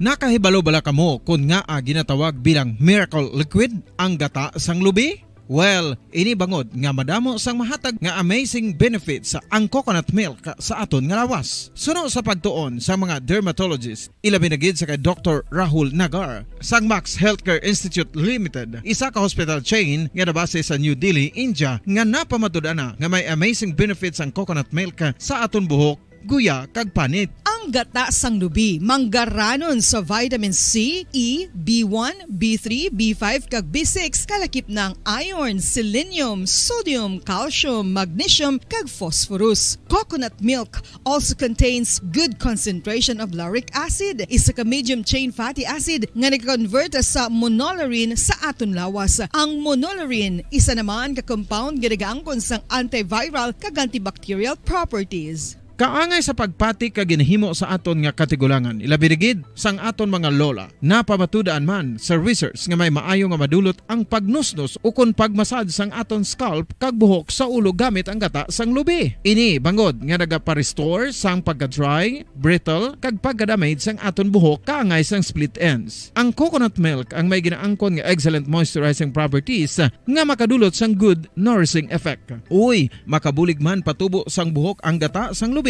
pagod sa mga essential nutrients sa pag-angkon sang healthy, shiny hair. Ginpanugyan nga mag-apply sang homemade coconut milk sa aton buhok. I-gentle massage ini sa sulod sang 3 to 5 ka minutos kag padasunan sa pagbutang sang hot towel. Pagkatapos sang 20 minutos, shampoohan ini. Samtang maayuman nga makeup remover kag facial scrub ang coconut milk upod sa olive oil. Hindi lamang nga ginatinluan sini ang aton guya, ginanourishman sini ang aton skin deeply. Apang, importante nga pahanumdum. Rub it gently. Maayuman nga cleanser ang gata sang lubi, bangod may antibacterial properties ini, makabulig sa pagtapna sang pagtubo sang punggod kag acne sa aton guya. The fats in coconut milk do not clog pores, thereby preventing acne. Samtang ang gata sang lubi epektibo man sa paghatag sang alibyo sa sunburns bangod sang ginaangkon nga anti-inflammatory properties sini. Ang coconut milk napamatud-an nga makapaayo man sa mga skin ailments bangod sang excellent moisturizing effect sini sa dry skin conditions kaangay sang eczema, dermatitis kag psoriasis. Ang natural fatty acid sa gata sang lubi ang makabulig sa dry kag irritated skin, kalakip na nga ginakakas sini ang mga harmful bacteria sa aton panit.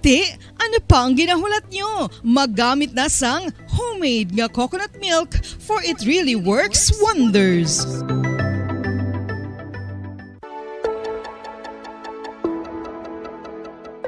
Luyag mo bala nga mabuligan ang imong guya nga magmangin mahining ukon makaangkon sang top of the line highlighter nga pwede lamang maangkon na sa sulod sang balay. Huo mga kabombo! No fancy skincare products, no messy do-it-yourself masks, kag ini ang pinaagi lamang sa ice cubes nga madamo naman ang nagahimo sini kag nagahambal nga epektibo ang ini nga beauty regimen kag skincare tip. Suno sa mga dermatologist, makabuligid ang pagnusnos sang ice cube sa aton guya adlaw-adlaw. Ang ice makadulot sang pagpahugot sang aton panit sa guya bangod gina-constrict sini ang mga blood vessels diri. Rason nga nagakipot man ang mga pores kag wrinkles sa aton guya. Nagapakupos pa ini sa mga inflammations kaangay sang eye bags kag pagpalangharok sang aton mga mata. Ang pag-rub sang ice cube sa aton guya makahatag sang soothing effect kung may nagatubo nga acne. Kag ang kabugnaw sang ice nagapapanas ang pagpalamula sang panit dulo sang dalalagko nga mga punggod nga nagatubo kalakip na ang sunburns kag rashes. Makabulig man ang pagnusnos ng ice cube sa aton guya sa pag-reduce sa mga aging signs kaangay sang fine lines kag wrinkles ukon pagkurinot sang panit. Inibangod nga ang coldness sang ice nagabulig sa pagpahugot sa mga pores sa aton panit, making your skin look firmer and younger. Apa ang importante nga pahanumdum, kung mag-rub o kung magnusnos ang ice cube sa guya, dapat inanay lang kag in circular motion for best results. Makaisa man lang ka best kada adlaw dapat nga mag-apply sang ice cube sa guya. Gani, ano pa ang ginahulat mo? It's time for Ice Ice Baby! Magluwas sa baboy, baka kag manok, may isa ka karne nga sara nga mahimo alternatibo nga iserbe sa lamesa sa mga Pinoy kag ini ang rabbit meat o kon karne sang kuneho. Suno sa pagtuon, mas matinlo ini kag mas healthy kung ikumparar sa iban nga karne sang sapat. Ang rabbit meat ang sara nga lutuon sa pamaagi nga naanda na sang kadamaan, kaangay sang adobo, lumpia Shanghai kag lechon. Apang ano bala ang mga benepisyo sini sa ikaayong lawas? Ini ang mayara sang mataas nga porsyento sang easily digestible protein kag nagaunod sang jutay nga fat kung ikumparar sa iban nga sahi sang karne. Nagaunod man ini sang jutay nga calorie value sang sa iban kag almost cholesterol free ini. Gani makabig siya nga heart patient friendly. Mas jutay man ang sodium content sa rabbit meat, samtang mas madamo naman ang calcium kag phosphorus content sini. Mga carcinogenic foods o kuntigi nga mga pagkaon mangintunaan sang cancer. Nakahibalo bala kamo nga ang mga tigi o konsunog nga parte sang pagkaon kaangay sang barbecue kag inasal makabig nga carcinogenic o kon mangintunaan sang pagtubo sang cancer sa aton lawas. Kung naghambal kita carcinogen o kung carcinogenic, amoy ni ang substance, radionuclide o kung radiation nga nagapapromote sang carcinogenesis o kung pagporma sang cancer. Madamo ang mga carcinogenic foods nga naging paborito naton. Kaangay sa mga processed meat, overcooked foods, kag mga fried foods like french fries. Abaw! Ang paborito ta nga pork barbecue kag chicken inasal. Nga gina-request tagid nga well done ang pagluto o kung ginapatigi-tigi tagid. Makabig nga carcinogenic, processed meat, overcooked foods, and fried foods may increase risk of some types of cancer. Ang mga chemical nga ginausal sa processed kag cured meat, kaangay sang nitrates nga isa ka food preservatives para sa bacon, subong man sausages kag ham, mahimo makaproduce man sang carcinogens. Wala labot sa mga carcinogenic foods, mayara man nga ginatawag non-radioactive carcinogens nga mangintunaan man sang cancer. Kaangay sang paghaklo naton sang asbestos kag aso sang sigarilyo. Gani, likawan gid ang pagkaon sang batok o kon sunog nga pagkaon. Sa tuman ka kapoy, pag-abot sa balay, kung kaisa nagkakatulugan na lang ang isa ka persona. Apang sa babayi antes magdulog, may mga ritual pa nga dapat himuon kaangay sang paghukas sang makeup. Ano ini ka importante? Ang pagkakas sang makeup kag pagpanghilam o sang guya antes magtulog ang maayo para sa panit bangod ginakakas sini ang mga cosmetics, impurities kag higko sa surface ng skin nga makatugas sang iritasyon o kung pagpadasig sang pagtigulang sini kung hindi mahimo. Ginabuhinan man sini ang risgo sa pagdevelop sang pimples, pagpula sang guya, blackheads kay iban pa nga size sang blemishes. Nagapromote man ini sang cellular renewal paagi sa paghukas sang dead skin. Importante ang paghukas ang makeup bangod ginapahanugutan sini ang panit nga makaginhawa. Ano ang masami nga rason sang pagsakit sang aton tiyan? Ang pagsakit sang aton tiyan, ang bangod sa sahi sang pagkaon nga aton masami ginakaon. Suno sa oncologist nga si Dr. Isaac David Ampil II, ang masami nga pagsakit sang tiyan ang bangod sa hyperacidity. Suno diri, ang pagsaka sang acid ang nagatuga sang pagsakit sang tiyan. Ini ang ginatumod nga sinisikmura o kung stomach ache. Ang usual nga ginatunaan sini amo ang pagkaon sa mga pagkaon nga mataas sa acid content, kaangay sang citrus fruits, kag labaw sa tanan ang spicy food. Ang iban nga sources amo ang alcohol, coffee, kag masami ang pagpagutom. Ang stomach pain, ang bangod man kung kaisa sa ulcer kung sa diin ginadigest sang acids ang lining sang stomach. Apang agud masiguro ang gintunaan sang stomach pain, mas maayo nga magpakonsulta sa doktor. Mga kabombo, ilabilagid sa mga kababainhan. Kung ikaw magtulog, nagasuksok ka bala sang bra o kung wala. Madamo ang mababayi ang wala nagasuksok sang bra kung sila ang magtulog. Magluwas nga ini ang komportable para sa ila. Isa sa mga rason kung nga madamo ang wala nagasuksok sang bra kung magtulog, amo ang kahadlok nga makaangkon sang breast cancer. Kangawa nga hindi magdako kag mapunggan sini ang pagkupos sang dughan. Apang suli sa ginapatihan sang kadamaan, wala sang medical evidence nga nagapamatuod nga malain ang pagsuksok sang bra. Depende sa kadakuon sang dughan. Ang pagsuksok sang bra ang makalimit sang breast movement nga makabulig sa pagpamagaan sang breast pain kag nagatuga pa sang mas komportable nga pagtulog. Bangod wala sang major benefits ang pagsuksok sang bra samtang nagakatulog, wala man ini sang major negative nga konsekwensya. Ang importante, matinlo kag masami ini nga ginalabhan agon nga malikawan ng mga skin issue tugasang balhas kag bacteria.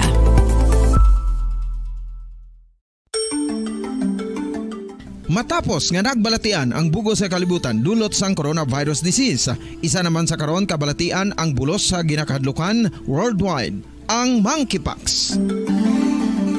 Ano ang ginatawag na monkeypox? Well, sunod sa World Health Organization o kung WHO, ang monkeypox ang isa ini ka infectious disease nga dulot sang monkeypox virus. Kung maghambal naman kita monkeypox virus, isa Nabilin antas ang lasan wada sa aga. Pabalikan na sa atos nga pagapangalaga na diri sa palatuntunan bombohan ay big time. Kahapon na ginakomermar sa 3rd Infantry Spearhead Division sa Philippine Army nga bata sa nga doktor ining Amazona o kon babaying nga miyembro sa New People's Army nga napatay sa enkwentro batok sa militar sa may barangay Santol, barangay Banwa sa Binalbagan sa nga nagligad ang Hulyo 6. Si Nica Maria de la Cruz, nagaedad pa lamang sa 26, ginatawag ini sa hublaga bilang Chay Medellin. Chay Medellin, nag-graduate sa journalism sa University of San Jose Recoletos sa Cebu. Actually, nakatrabaho na ni siya sa isa ka radio station and nagpangindulaan. Away na to nag-report sa iyang trabaho. Pero sang Pebrero, naglisensya ini sa kabulig nila sa balay nga mayara sa nga kadtuan abi maupod kuno sa hublag protesta nga batigayon sa Manila. However, why na siya nakabalik? Na-monitor nga rin na diri sa may isla sang Negros bulan sang Marso kag nagsulod na sa may New People's Army kag ginapatihan nga ti syempre na kumbinsi kay di may pagka-activist man nga daan and pero may nag-upod-upod sa anak bayan, nakadamay, Gabriela, nagiban pa nga nagapatigayon na sining mga pag-marcha o kunhublag protesta sa mga kadalanan. Ginapacheck na to ng ining data, may rabanto sa statement ang AFP Visayas Commander sa Cebu. Kaya ang isa sa mga aligasyon na Cebu nga basigin massacre niyang ining 4 ka mga nagkalamatay dira sa may barangay Santol, Banwa sang Binalbagan. Kay pila man lang to ka minutos kuno ang enkwentro pero tiamo gining kadamo mga nagkalamatay, 4 gid sila including ining si Nica Maria Ledesma de la Cruz. Ano ang pahayag sang iyang pamilya kay ang iya sining mga ginikanan mga doktor. Doktor ang iya sining Iloy, i-check naton na kung ano ang trabaho sang iya sining amay. Yara sa piya kalinya from our Bombo, our sister station Banwa sa may Bombo Radio Cebu, Bombo Suzette Bakal Sorafol sa report. Kamin. Yes, Bombo Erlene, nakuha na ng kanyang pamilya ang bangkay ni Nica de la Cruz, 26 na taong gulang, isa sa 4 na rebeldeng nakaharap sa hukbo sa armadong inkwentro na naganap pasado alas 9 ng gabi noong Miyerkules kung saan siya at ang 3 iba pang miyembro ng New People's Army na lumahok umano sa armadong revolusyonaryong kilusan sa Binalbagan, Negros Occidental. Ito ang kinumpirma ni Major Israel Galurio, ang tagapagsalita ng AFP Visayas Command, kung saan ibinunyag din ng opisyal na nakausap na ang kanyang pamilya at sinabi ng mga magulang na nagpaalam lang si Nika na pupunta sa Manila noong nakaraang buwan at hindi na ito muling na-contact pa. Sinabi ni Major Galurio na naghinala na ang ina ni Nika at sinubukan itong inabisuhan na itigil ang kanyang ginagawa, ngunit hindi umano nakinig si Nika. Kinalungkot din ng opisyal na na-recruit itong si Nika ng progresibong grupong Anak Bayan dito sa Cebu at base sa inisyal na investigasyon, nabatid na nag-aaral pa ito ng ma-recruit at tinatayang menor de edad pa ito sa panahong iyon. At isa ito sa mga kailangang bigyang tanaw ng gobyerno at mga magulang na may mga recruitment sa parehong grupo dito sa mga iilang paaralan sa Cebu. At Bombo Erlene, matatandaan na una nang naiulat ng Kadamay Cebu na ang pagkamatay ng Binalbagan 4 ay dapat umanong ituring na isang massacre ng Armed Forces of the Philippines dahil ang 4 na Red Fighters ay nagkasakit umano ng trangkaso at sumilong sa isang kubo at kulang sa kapasidad na makipaglaban sa mga sundalo ng gobyerno na mahigpit naman na pinabulaanan ni Major Galurio dahil ang operasyon ay magkatuwang na isinagawa ng mga pulis sa lugar at matatawag na legal ang kanilang operasyon at sa oras na nakita ng mga biktima ang miyembro ng armadong puwersa ng gobyerno ay sinabing nagpaputok ang mga ito, Bombo Arlene. Okay. Kaso lang meron nagsumbong sa mga miyembro ng 94th Infantry Battalion na meron daw mga armadong lalaki, including na itong babae, na humihingi sa kanila ng makain.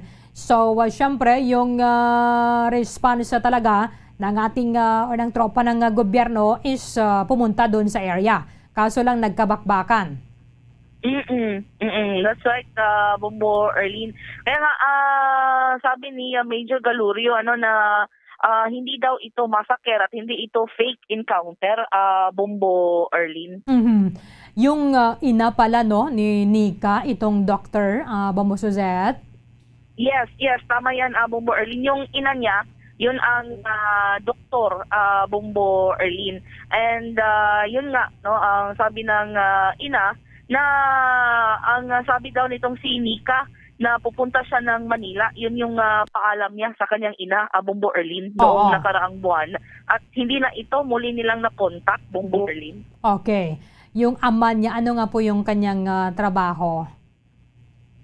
Hindi doktor. Ito yung hindi naman, Bombo Erlene, ang sabi dito sa mga reports, itong ina lang niya, ang doktor, Bombo Erlene. Oo. So, although na bawat isa sa atin merong dahilan kung bakit ito yung direksyon natin sa buhay, kaso lang parang hindi naman siguro nagulang yung kanyang mga magulang doon sa pagre-remind na kung pwede ay wag nang ipagpatuloy itong pagsama dito sa mga grupo kasi minsan pag talaga mas ma-convince ka na pumasok. Yes. Actually, Bombo Erlene, ito kasing si Nika, very active rin ito dito sa Cebu. Kasi may mga carbon market vendors. Itong carbon market, isa itong public market dito sa Cebu, Bombo Erlene, na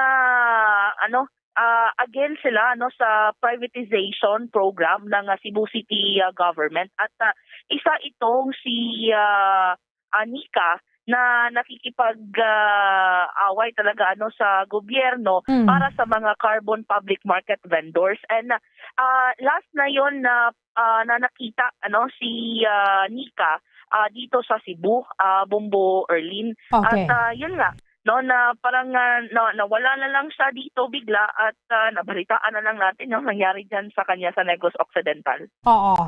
Siguro before elections pa kasi itong pagpunta niya ng Maynila Yes. Yung mga pictures niya actually ay nagkakampanya para doon sa ilang party list groups. Pero hindi pala siya nagtagal doon sa Maynila, pumunta dito sa amin, sa Negros. Oo. Oo, that's right, Bombo Erlin, ano? And tama yung sinabi mo kanina na former reporter ito, Bombo Erlin, no? Sa isang network din dito sa Cebu, Bombo Erlin. Oo. And nag-aaral ito, Bombo Erlin, sa dalawang prestihiyosong mga universidad dito sa Cebu, Bombo Erlin. At parang shocking lang kasi pag sinabi natin, no, na more on akala ng mga tao na from University of the Philippines, Bombo Erlin. Ngunit itong si Nika ay galing pa sa university na Catholic na university, Bombo Erlin. Oo. Kaso lang dapat siguro hindi din naman i-connect ng militar natin yung university doon talaga sa pagre-rebelde ng tao. Kasi personal choice mo yan pag kukontra ka sa gobyerno or talagang papasok ka doon sa New People's Army. Yes, that's right, Bombo Erlin. And sabi nga ni Major Galurio kahapon sa ating interview, kanya namang inamin, Bombo Erlin, na talagang napapasukan ng mga rebelding grupo ang mga iilang paaralan dito sa Cebu, Bombo Erlin. Okay. Sige, Bombo Suzette, maraming salamat po at antabayanan po natin kasi napakalungkot ito, 26 years old. Ano ba ito? May mga kapatid din siya or ano ito lang? Unika iha? Yes, may mga kapatid siya, Bombo Erlin, 3 sila at siya yung youngest, Bombo Erlin. Okay. Bombo Suzette, thank you so much for this update. Alright, mula rito sa Bombo Radio Cebu, ito si Bombo Suzette, Bakal sa Rafos. Para sa Pambansang Radyo ng Pilipinas, numero 1 sa probinsya at lungsod ng Cebu. Basta Radio, Bombo. Maraming salamat kaya Bombo Suzette, Bakal sa Rafos from our sister station sa may Bombo Radio Cebu. Kaya na claim na sa sining pamilya ang bangkaya sining babaeng miyembro sa rebelde nga grupo nga napatay kadungan sa enkwentro batok sa mga miyembro sa 94th Infantry Battalion sa may barangay Santol, Banwa sa Binalbagan. Taga Cebu ni actually okay ginangila sa nga pangabuhi kaya doktor ni actually ang nanay sining bata sining journalism graduate Banwa halina sa may Cebu. Ang iyang lisensya ma-join lang sa may protest sa Manila. Pati ba suway ganito nakalabot man sa Manila. Kaya Marso na monitor nga rin na din sa may isla sang Negros. Kaya isang time nga to nga why siya nakapauli. Actually, hindi na to siya makontak mo. Hindi na makontak sa iyang mga ginikanan until such time bulan sang Marso na monitor nakabaton sila information nga rin na din sa Negros. Nagasulod na sa may miyembro sang new nagasulod na bilang miyembro sang New People's Army. Isa sa mga nabuya nga pahayag sa ato na sa nga militar nakibota sila nga timayaraman sa recruitment adra sa may sulod sa University of San Jose Recoleto sa Cebu. Sa hanay sa militar mas mayo gid guro din lang ninyo pag-i-connect bala ang isa ko universidad sa Destiny o kun ginpili yang nga banas nga mo ni pagausuyon sa isa ka individual. Kaya nagligad to basta UP ko no ti mga rebelde mga estudyante sinandera. Pila man lang niya ka mga estudyante wala ganin sa 0.0001% sa mga estudyante sa abunang universidad mga nagasulod sa rebeldeng grupo. Amo man ni diri subong sa University of San Jose Recoleto sa Cebu nga dira ya nag-graduate ang ining estudyante. Kay sa liwat ang aton Destiny bala aton ginaya choice kung ano ang desisyon tayo sa kabuhi why na ya sang kailabtan na dira why kita ginadiktahan sang universidad kuning kita nag-eskwela kung gusto mo yung makagraduate imo na yung desisyon kung gusto mo yung pag-graduate mo maamo ka niya sa profesyon ya imo yang pagasudlan, or may eskwela kapag idaliwat, way ka ginadiktahan sa imo universidad. So kung na-recruit ka man niya dira sang New People's Army, way ka man gintulod sa imo eskwelahan. Way ka man gintulod sa imo nga university.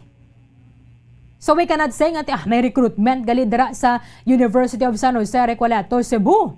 Nakibot magita nga may recruitment sina dira sa anuman nga eskwelahan para sa hanay sa militar.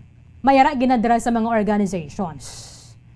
Depende sa imo nga estudyante, kung masulod ka, maging miyembro ka man sang amo nga fraternity, sang amo nga sorority, sang amo na yung organization sa inyong nga kurso, sa amo ng organization sa inyong nga college, o kung ano man na dira imo yung leaning mo bala. Pero when we say yung tidra sa amo ng eskwelahan, mga rebelde na mga estudyante na nagapang-recruit na sila, no, that is not true. Kaluluoy sila mga professors nga ang ilang target, ang ilang nga mission, mapaalam ang mga estudyante. Why man na sila nagatudlo, ay man na sila nagadikta sa ilang mga estudyante, ikaw mangin abogado, kagin ikaw mangin doktor, kagin ikaw mangin engineer ka, ikaw mangin PA kaya. Why kaya ginadiktahan Bisan gani ang mga ginikanda naton, nagsuporta na sila sa aton kung ano ganang gusto ta, but kung ano ang gusto naton nga malabot sa kabuhi, aton na ya choice. Why na yasang kalabtanan na dira ang aton universidad? Ang mga universidad nga ni nagatingwa na sila, ginagastuhan, ginabudgetan sila sa aton na gobyerno, just like sa anuman nga hanay na dira or opisina sa gobyerno para nga makaproduce, makapatapos ang mga maalam nga mga estudyante. Tinosong gastuhan kita para mag-produce sa mga rebelde? Ay nanong logic na yaman. Kung buot pa maayuhon pagid sa nganay sang militar ang intelligence ninyo siguro. Kagpag tipon sang husto gid nga mga impormasyon. Nga ang ini mga nagasululod sa hanay sang militar, sang hanay sang rebelde nga grupo, ato mga ara na dira sa mga kabukiran, kung may mga ma-engganyo man sila dira, ini mga amo na gimanay ang gusto nila balaya. Wala sila may makita nga tarong sa ato ng gobyerno. Puro na lang sila na sa kritisismo ya kag wala na gid sang ayong nga programa kung proyekto nga gobyerno naton nga nakita nila. Di syempre, ikaw penetrate mo man i-penetrate na gusto ko man maging miyembro sa mo ni. Pero in the first place, gusto mo na ginaya. Kaya nga ako hindi ka gusto nga maging miyembro sa New People's Army, wala ka time para sa muna nga mga grupo. Sa anuman nga university na dira, mga grupo ginadaya nga puro marcha na sila, ma-walk out na sila kung mga nano na da. Sila na yung mga critical, yung mga analytical, yung mga nagapabutyagad sang ilang mga sentimento batok sa gobyerno. Kung in the first place, hindi mo gusto nga ma-impluensyahan ka, hindi ka na pamiyembro na da. Hindi ka na magsulod. Ang imo tutok niya matutom ka, matapuson mo imo yung pag imo nga kurso, it's either sa 4 years or 5 years, depende sa imo yung kurso, may ka-time para nga magsulod-sulod na kung hindi mo na yung gusto. 9 minutos ang nakaligad sa taknang alas 9 sa aga. Pagbalik naton report ni Bombo Dennis Surbeca kag Bombo Anis Indol Sorilla sa pagbalik sang Bombo Hanay Big Time. Matapos nga nagbalatian ang bugos sa kalibutan dulot sang coronavirus disease, isa naman sa karon kabalatian ang bulos sa ginakahadlukan worldwide, ang monkeypox. Ano ang ginatawag na monkeypox?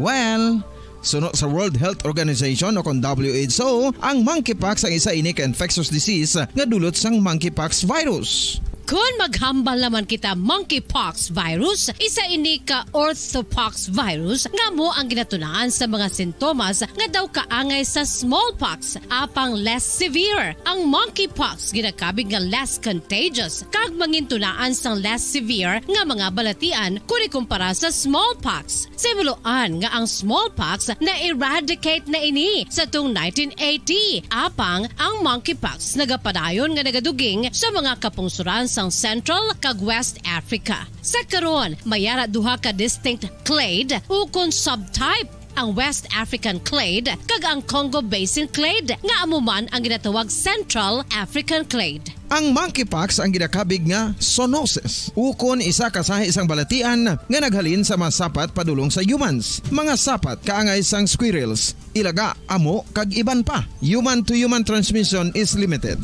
Monkeypox is transmitted to humans through close contact with an infected person or animal or with material contaminated with the virus. Base pa sa key facts ng World Health Organization o kung WHO nga ang monkeypox virus mahimo ini matransmit o kung malaton sa iban pinaagi sa bodily fluids, lesions sa panit o kung internal mucosal surfaces kaangay sa mga naghalin sa baba o kung tutunlan sang pasyente, respiratory droplets kag mga contaminated objects ukon materials kaangay sang beddings. Samtang, base naman sa fact sheet sang Mayo Clinic nga isa ka medical center sa Minnesota, USA, nga kun matapikan ang isa ka tawo sang monkeypox virus, ang initial symptoms amo ang paghilanat, paglingin sang ulo, nagahinubag ang mga lymph nodes, kag pagadasnan sang pagtinubo-tubo sang mga rashes sa lawas tubtub nga magmangin flat patches ini. Amat-amat nga magaulbo o kon mangin nodules tubtub nga magbinitog-bitog kag mangin pus-filled blisters. Ini nga nagalabot sa 5-7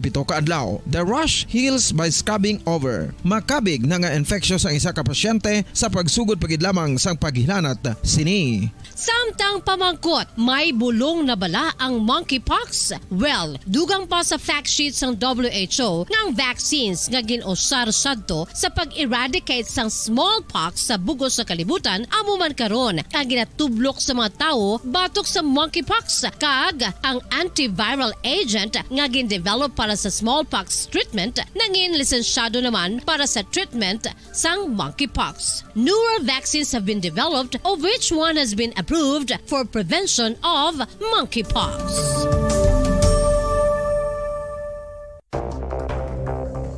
Ano ang dengue hemorrhagic fever? Ang dengue hemorrhagic fever isa kabalatian halin sa virus nga nagalaton paagi sa kagat sang babayi nga lamok nga ginatawag Aedes aegypti kag Aedes albopictus. Ini nga lamok nagakabuhi sa sudod kagwa sa palibot sang balay, nagaistar sa matinlo kag wala nagailig nga tubig kag nagapangagat sa adlaw humalin sa kaagahon tubtob sa kahaponanon. Paano makaangkon sang dengue ang isa ka tawo? Kung ikaw ang makagat sang lamok nga nakasuyop sang dugo sang pasyente nga may dengue. Kung ikaw ang makagat sang lamok nga halin sa pagkaitlog may dala nga virus. Ano ang mga palatandaan o kung sintomas sang dengue? Hinali nga hilanat nga nagadugay sang duha, tubtob 7 ka adlaw, bleeding o kung pagdugo sang ilong, panit o kung baba, kag pagsuka o kung paghigko nga may dugo, sakit sang ulo, pagpalangluya, pagdula sang gana sa pagkaon, sakit sa tiyan kag pagpalanakit sang tutunan, pagpalamula, rashes, shock, pagpalangyami, pagpalamugnaw, pagpalanglapsi, pagpalangitom, pagdasig apang mahina nga pulso, pagkalipong, pagsalasala o kun delirium.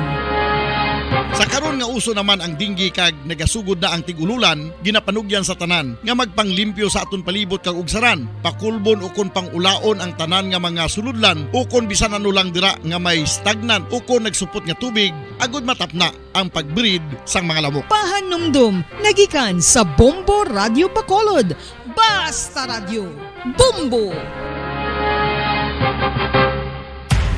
Makapila ka beses kung magpangapisa sa kadlaw, maghinay-hinay lang sa pag-inom sang kape bagod may ara ini sang hindi maayo nga epekto sa lawas. Apang paano bala mibruan kung masobrahan na kita sa kape.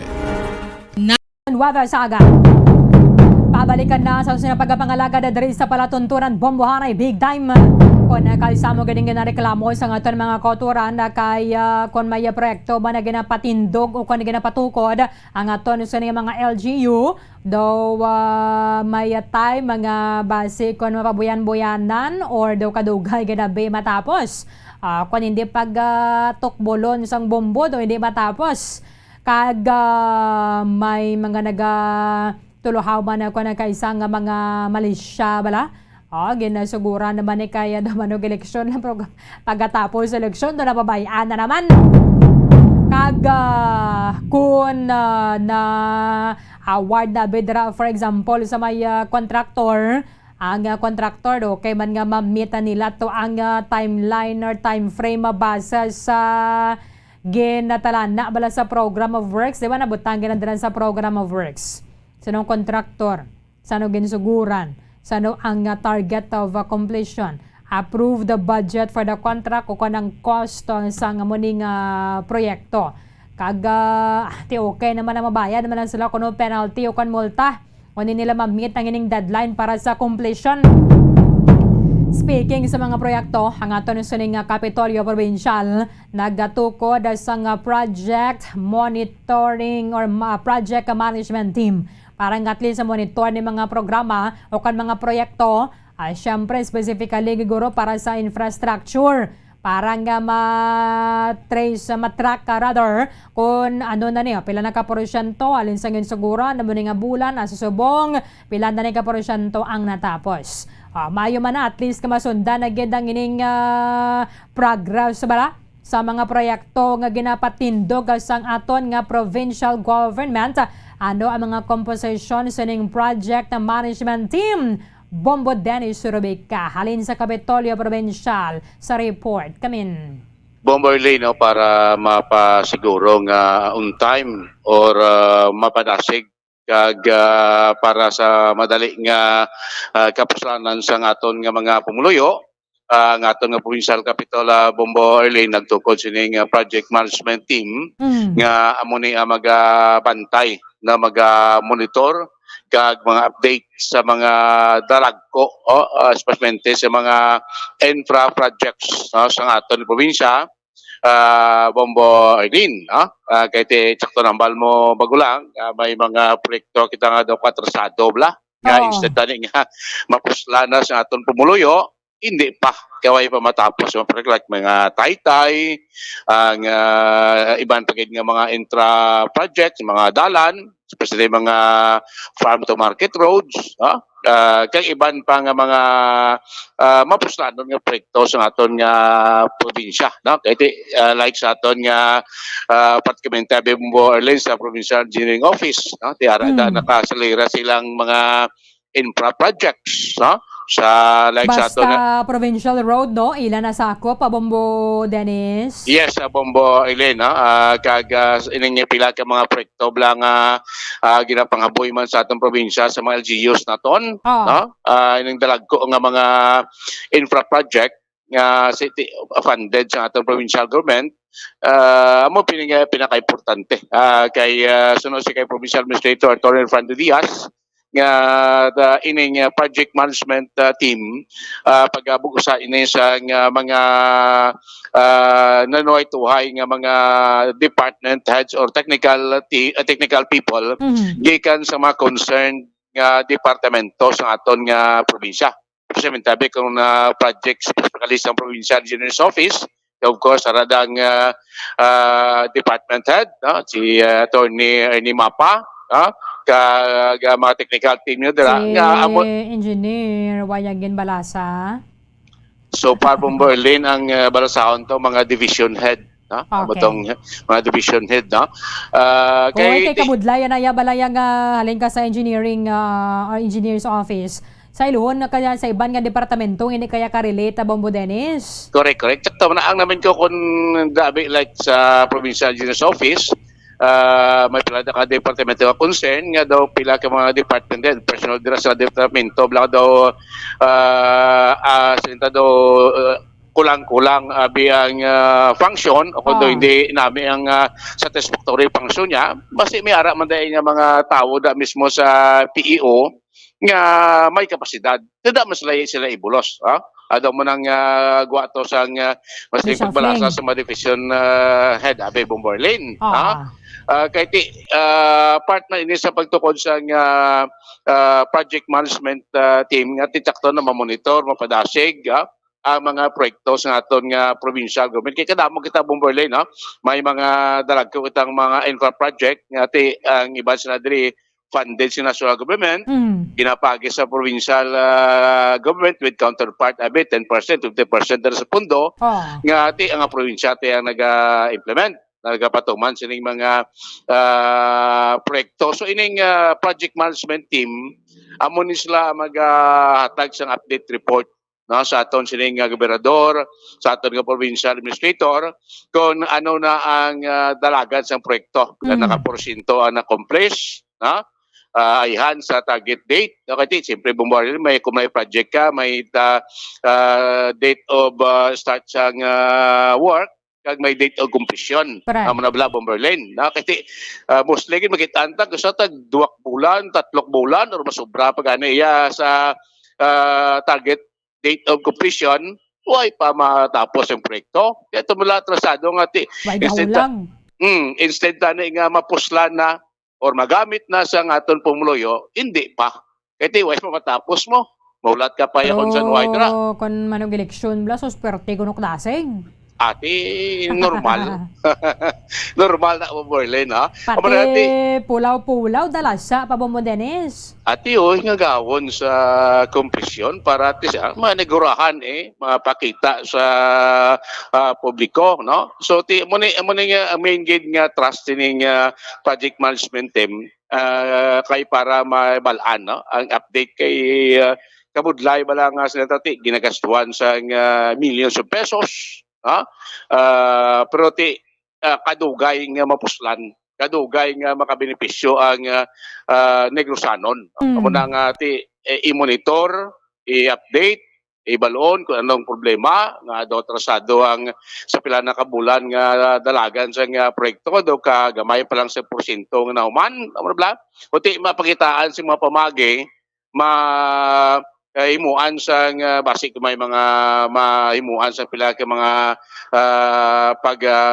pagiligwat gamay sa plano para mapadasig ang proyekto mo na bla. So muna purpose nga dapat i-monitor, no? Ining mga proyekto sa aton nga probinsya. Dito sa probinsya, of course, sa mga LGUs dapat may ari man balaan taman yung mga proyekto para man sa kayuhan ka benepisyo sa pumulo. Galing kita mo sa atrasado, pwede kong daw kontraktor nga daw iyaman. Wow, sus. Bis nga sa lang kabulan man to sang publiko sang flow sang trapiko nga tuman kinay kalabot pag lakbulan, no? Kay ti atrasado ang katabogin ako na ginapa-subcontract nila brada. So nang subcontractor to pigaw man malabang mo Dennis? Correct.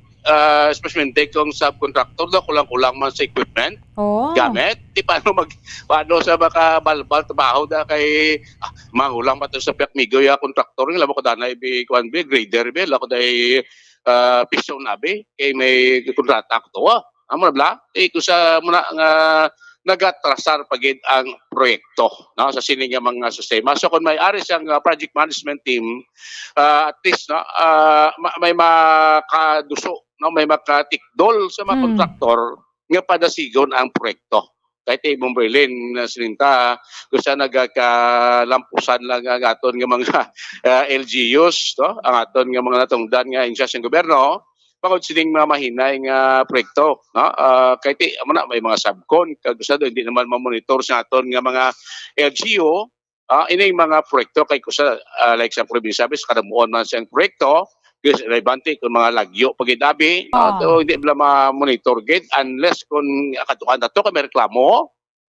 Kay na ito pila bulan na wag yapon lakat ang trabaho pero kung may ara concerned project management team, no, so ini sila kung di na natuon nga departamento sang provincial government naton nga proyekto, mainly sila na nga departamento ang mag-monitor gid, no, kay sukton na sila sa atong gobernador, sukton sila sa aton nga provincial administrator kung ano na ang update, no, sining mga proyekto nga ginagastuhan millions of pesos sa aton nga provincial government. Matanta Bomberlane ang kabahin, no, sa pagpayag ni Provincial Administrator Attorney Refrando Diaz. And in fact, subong nag-form na kita sa project management team that is composed of representatives coming from different departments of the provincial government nga magtutok sa sina nga project.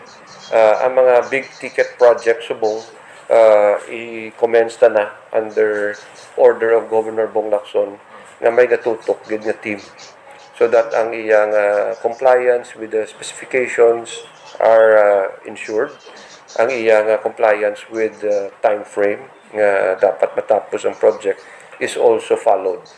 And if there is a slippage, dapat corrections or catch-up measures should be proposed by the contractor to be approved by the governor. Ang aton project management team is also going to be composed.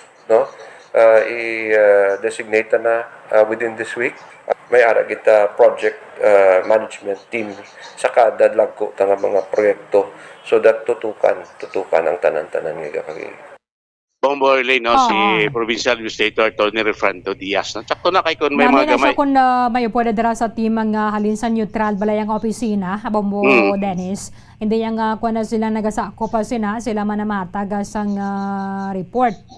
Or sila langgit bala sa team. Yes, so kaya mo na nga ba to Neto Diaz nga ti compose initial na to ay nga mga department heads or mga technical team sa nga na to ay nga mga departamento sa ato province. Sakto mo na bumirma. Pero nabi kon farm to market road dapat dira si OPA and dira si Provincial Engineer's Office. Yes, na muna compose na sa kung ano ang connected nga mga departamento sa probinsya so da makuha sa mga personnel nga mag-monitor kaya siyempre kung dalan ang Provincial News Office kanina nga practice dalan farm to market road of course idalom sa OPA Bombay Lane dumanta gani di ba may mga latest itong nagliligat nga kadamo sa mga irrigation projects sa OPA o kung siyang national DA. Tukod ganito. Oo, pila tuktuig nga nagliligad nga endorse OPA from the national DA nga project. So ulit tukiban so nagkatulog. No? Pero namin pagid na Bombo Dennis kung do may citizens group baladra sa team. For example, labi ang community dito nga nasakupan adra ang project may isa man dito ya ka representative diri sa team. Parang mismo na yan sila itong makakita kung ano gito ang progress na mo. Correct, sakto na Bomberlane, no? Like sa concern LGU, may private group dira o from the barangay nga mag-monitor man para ti ma-counter check kung ang report nga gaalapot diri sa Kapitolyo, sakto sa aktual dito nga senaryo. Bomberlane, sakto na nga proposal na. Sobra sa tatlo bala mo Dennis ang members. Mayo na yan kaya at least sa binutuhay, hindi na yan gagabutungay mo. Kung magbinutuhay ka mo, dapat waki gid na kay parang ang majority ma-determinar mo. Pero kung even ka mo, kung magpatas ka mo to karaway na tiebreaker. Correct no. Sakto na. Importante may arab na tawag nga daw mas third party Bomberlane kay may maka-counter dira hindi to 30% pa man na report to 40-50% now gamay lang nga lagan sang proyekto sa tis may na punong barangay bala Bombo Dennis ng barangay for example ang nga proyekto gina-construct sa muning barangay ilakip man nila dira sa team ang barangay official. Yes. Kay sila ginato yan makapanilag report niyo dang duad-duad-adlaw ng obrado isa ka semana to kay isa man sila to magsipot. Sakto na kay like sa mga project ang barangay Bombo Arlene isa man sa mga nagapirma mo na acceptance bla okay na project ni 100% completion na pirma dang barangay punong barangay nga ni proyekto para sa barangay tapos na amo na bla pwede pa kani Bomberlane kung mayroon sa private citizen or private group nga maka-monitor nga maka-part man nga maka-signatory sa nga report nga ginapasa diri sa aton sini nga probinsya pwede ta na ma-suggest kay Governor Lacson nga tining monitoring team Gov Lacson nagamati ganang sa bombo why na aga pa na pag-sign on niya. Kung kaisa kasi travel si Gov pa San Carlos gamamati gid Ati kay ti Alinka Diaz Bacolod pa San Carlos kaway man niya bugto signal to na. Wapo man signal ta. Labot pa kita sa Oriental mo Dennis. Yes, at sakto na po mo rin doon naman mo the last few years nga daw grabe itong silente sa Oriental. Daw kada saksmana, tatlo kadwa ta magbalik dito sa Oriental until Dumaguete. Sus ka namin isang signal ta. Na? Monitor way bugto. Dira sa mo na nga sinaton ti Muslim mga pa nato na. Government offices natin, government official team Muslim bumbog ba nang monitor dato pero sining project management team no gabay pa no may third party diri malakip no para sa nata ma-counter no ang mga report nga ginapadangat no sa aton sining provincial government bombardiering. Sige. So, Thank you, Ged. Yes. Thank you, Ged. Yes, mga balita update report kikan sa Kapitolyo Provincial. Inis Bombo Dennis Rubica para sa mabansang radyo ng Pilipinas. Consistent overall, number 1 sa Bacolod. Basta Radyo. Bumbo! Maraming salamat kay Bombo Dennis Rubica. Mayon ko naman ng atikang sang Kapitolyo Provincial kay may mga proyekto gimana ko na kay sang mapoya-buyan-buyanan na bala. Okay, di mapagatok bulo ng kontraktor kay why na sa nga pondo kay ang nag-obra galing sa actual nga proyekto, subkontraktor. Ang subkontraktor, gamay man lang nga kapital ang mga dalan ni bala, kung especially kung namo ni balang ginaobra, mas manami ginikon madasig man siya matapos. Kay kahuol sa mga motorista, kung na pwede pa man lang gidyang mapadasig nila matapos sa mas madali nga panahon mas mayo gid. Kaya teko na kaysa ang reklamo sa mga pumuluyo, mayo man yung kung lapit eleksyon. No? Kadasig matapos sa mga proyekto, pero kung natapos sa ganito, naguntat naman ang ilang trabaho. Timayo pag ginakumayupo dira sa may team, mga hindi lang balahalin sa mga departamento dira sa Kapitolyo, mas mayo man kung may involvement ang community, kay Guava Lacson, may involvement dira ang community, may representative sila sa team. It's either barangay official or mga people's organization. Kung nasilin man na yung barangay ginatukod ang mga proyekto, it's either may barangay kagawad na dira or mga citizens bala mismo mapili sila dira sang ila prok chairman abi or so naman nga representative nila nga makatagwan sa nga feedback kung kumusta ng construction sa nga muna nga proyekto. At least kumbaga may halin sa neutral ground bala nga mo na makasubmit sang report. Kag sila gidya ang nagapanilag sang progress mo sang amo na nga proyekto nga gina-construct kay ato sila kada adlaw gidya didto. Kun departamento ti makadto sila didto kun manugpasa naman na sila sang sang ilang report. Ti mga pumuluyo gani kung isa ginapagin na lang nila diri sa aton sa Bombo parang mapadangat sa igtalupangod sang mga tungdan nga mga hensya sang gobyerno o kung sa Kapitolyo abidara for example kati probinsya nga na istoryahan ta nga mo ning taytaya diri do kadugay na ni do man gyapo na tapos kapila na ni gindagaan isang kapila na ni gindagaan isang itom nga baboy do man gyapo na tapos dumduman ko na nung taytay sa may kawayan. Tayo sa may Kawayan area, dabla, may to kaya DPWH 3rd Engineering District, tapos nila dayon to, hindi mapalpak na tong pilote, abe mo. Duwag ito ka mga tayta, dito ka pila na nila to padagaan do sa albularyo, to ay magyapon na tapos, hindi na to magdulot ang pilote, kay bato na to sa dalom. Ayo, very powerful grabe ang mga kauturan nato, especially mag-submit sila diri photos pala or videos and kita palagyan man nga kita diri para nga mapadangat sa mga ahensya sang gobyerno kung ano na nga progress. Kung ano pa gid ang mas mahimo bala para mas pa-improve ang proyekto. Kaya ti kita diri bululigaya kita tanan para kung matapos man lang temprano mas mayo gid. Kasi palay ko ng lingan, lipay mga kalabay sa may taytay dira sa may banwa sa nga Kawayan. Finally, natapos na ginmano. Speaking sa proyekto, isa ni sa pinakadako man ng infrastructure project. Actually, nalakip ni sa Build program sa Duterte administration. Pero why natapos? Nagligad, nagloan ang aton nga national government sang 56.6 million pesos o kung 2.96 billion pesos para sa pre-construction work sang Panay Guimaras Negros Bridge. Panay, tabok ka sa Guimaras, salin sa Guimaras, matabok ka diri sa Negros.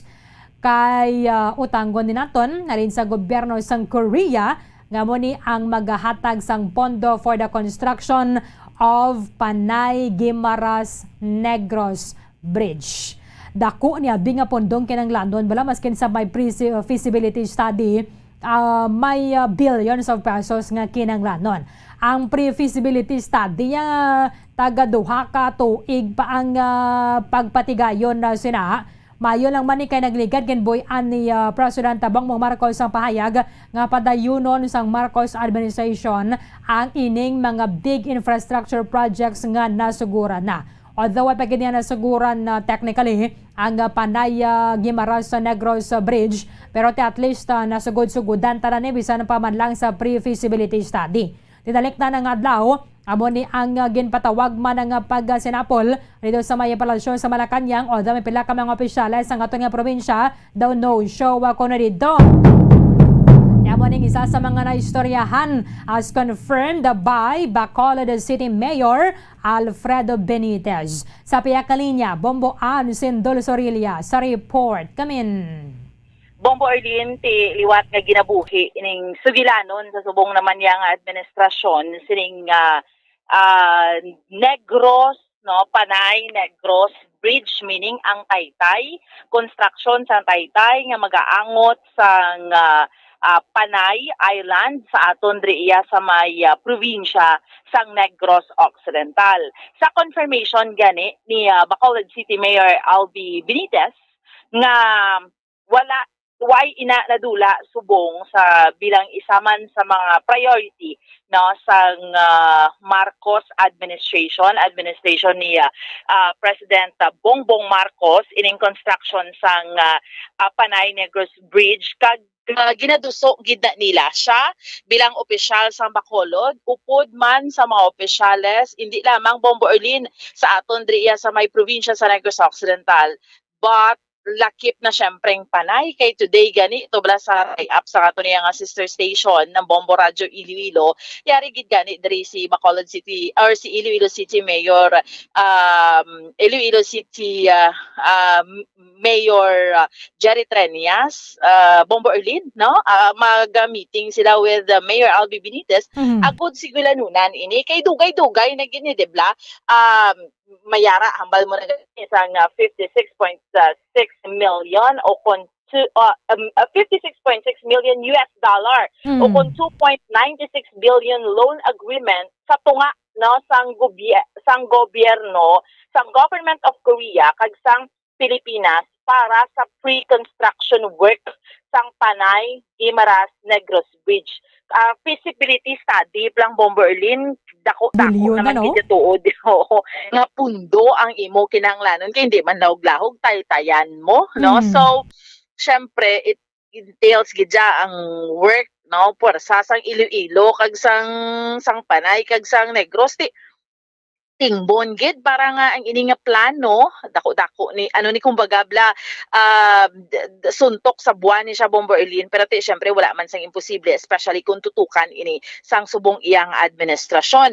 And of course aside sining Taytay nga ning binilyon ka pesos ning ginasigilanunan naton halin sa pagsugod pa lang gidya sa pre-construction work sugod pa lang na sang feasibility study tun-an halin ang magatuon halin iya sa Korea or sa luwasang pungsod Bombo Arlene ang tanan nila nga mga eksperto. Of course, aside from this, Chinese man ko no mumuan. Oo, pati Chinese do damo man yang interesado Bombo Arlene, may Korea, may China, no.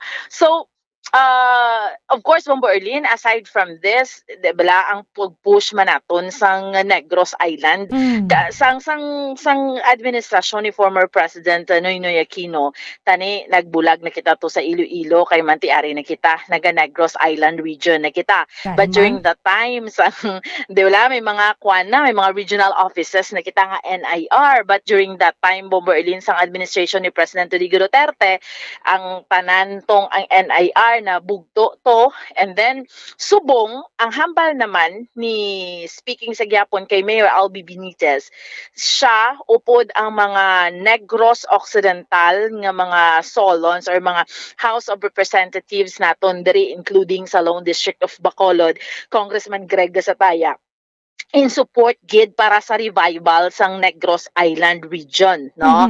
So suno gani Bomber Erlin, no, sa confirmation again ni Mayor Benitez nga kinahanglan ng establishment sang subong expanded nga Negros Island region through ini sa executive order expected ini within the year sa subong nga tuig. Kay suno diri sa confirmation man kahapon ni Mayor Albi Benitez, he had a chance to talk to Department of Interior and Local Government Secretary Benjamin Abalos Jr. para sang resumption sang NIR plus gin-expand ini siya. Kaya suno sa alkalde, ang prime mover na ibalawan naton sang Visayan Black, nga ang mga lawmakers sa diri sa Visayas have agreed to include Siquijor. That's why expanded, Bomber Erlin, sa sining proposed new region. Originally included ni sa NIR ang Negros Occidental, Negros Oriental, and Bacolod. The lone highly urbanized city sa aton iyang sa island naton diri, pero ang Siquijor mas lapit siya, Bomber Erlin, sa Dumaguete. The capital of Negros Oriental. Kumparar mo, sakop siya tuod to sang Cebu, Bomber Erlin, pero layo naman siya sa Cebu City nga sa ang regional center nila ang Central Visayas, no? So that is why gin-include diri sa NIR ang Siquijor kay mas lapit siya, so is expanded. So duhani ang Taytay, ang Negros Island ginaduso gid sa mga opisyales naton sa Bacolod kag sa probinsya sa Negros Occidental sa present administration ni President Bongbong Marcos, kag open arm man diri ang bag-o nga presidente sa Pilipinas. So we'll see kung within the year matuman man gid ini. Sa dugang nga pagpahayag, pamatiyan naton, Bomber Erlin, sa konfirmasyon ni Mayor Albi Benitez. I had a chance to talk to Secretary Abalos for the resumption of the national and the Negros Island region.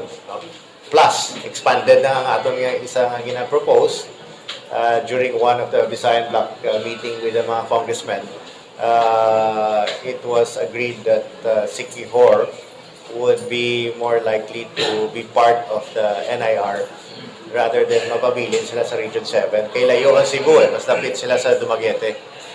So, ginstoryahan na to ang mechanics kag ang process on how it will be drafted as an executive order for the signature of the President. So, mayari kami nga kinahanglan ipadala ang resolution, ihatag sa ila, ihatag kay Sec. Abalos, and hopefully we will see the resumption of the NIR soon. How soon, Mayor? How soon? Well, ang target ko within the year, no? So, hopefully, muna matabo. Yes, the storyan man, and that has always been a topic ever since, no? And,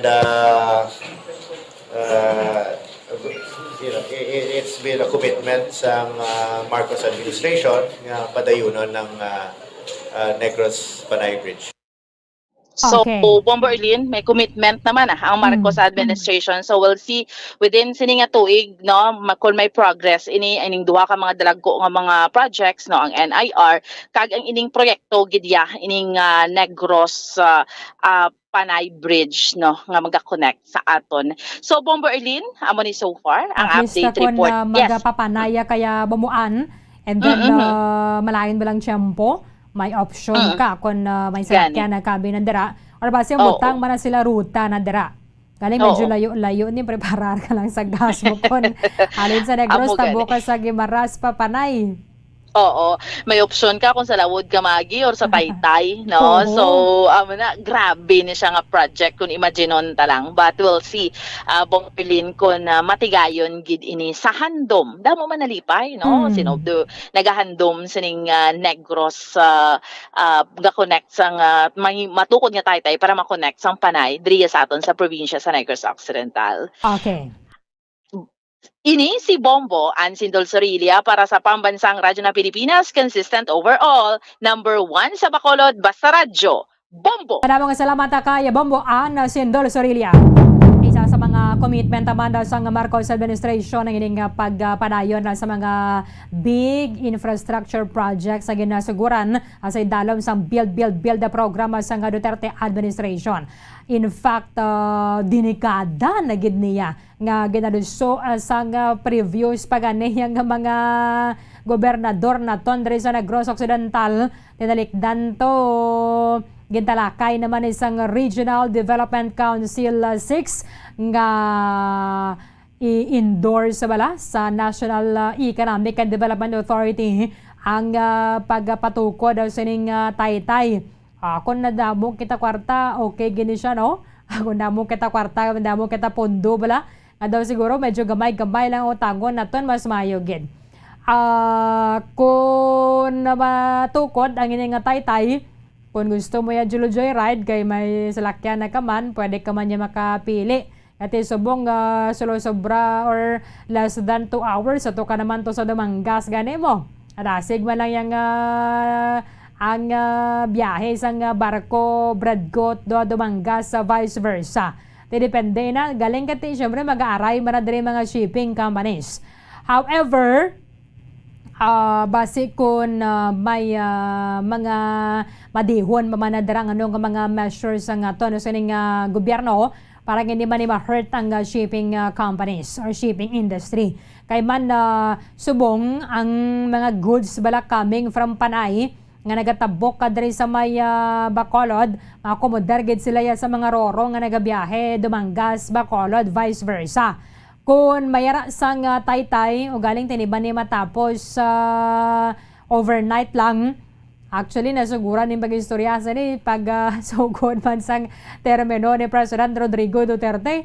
Natapos sa termino ni President Rodrigo Duterte, natapos pa ng pre-feasibility study. May pre-feasibility study, may feasibility study pagid.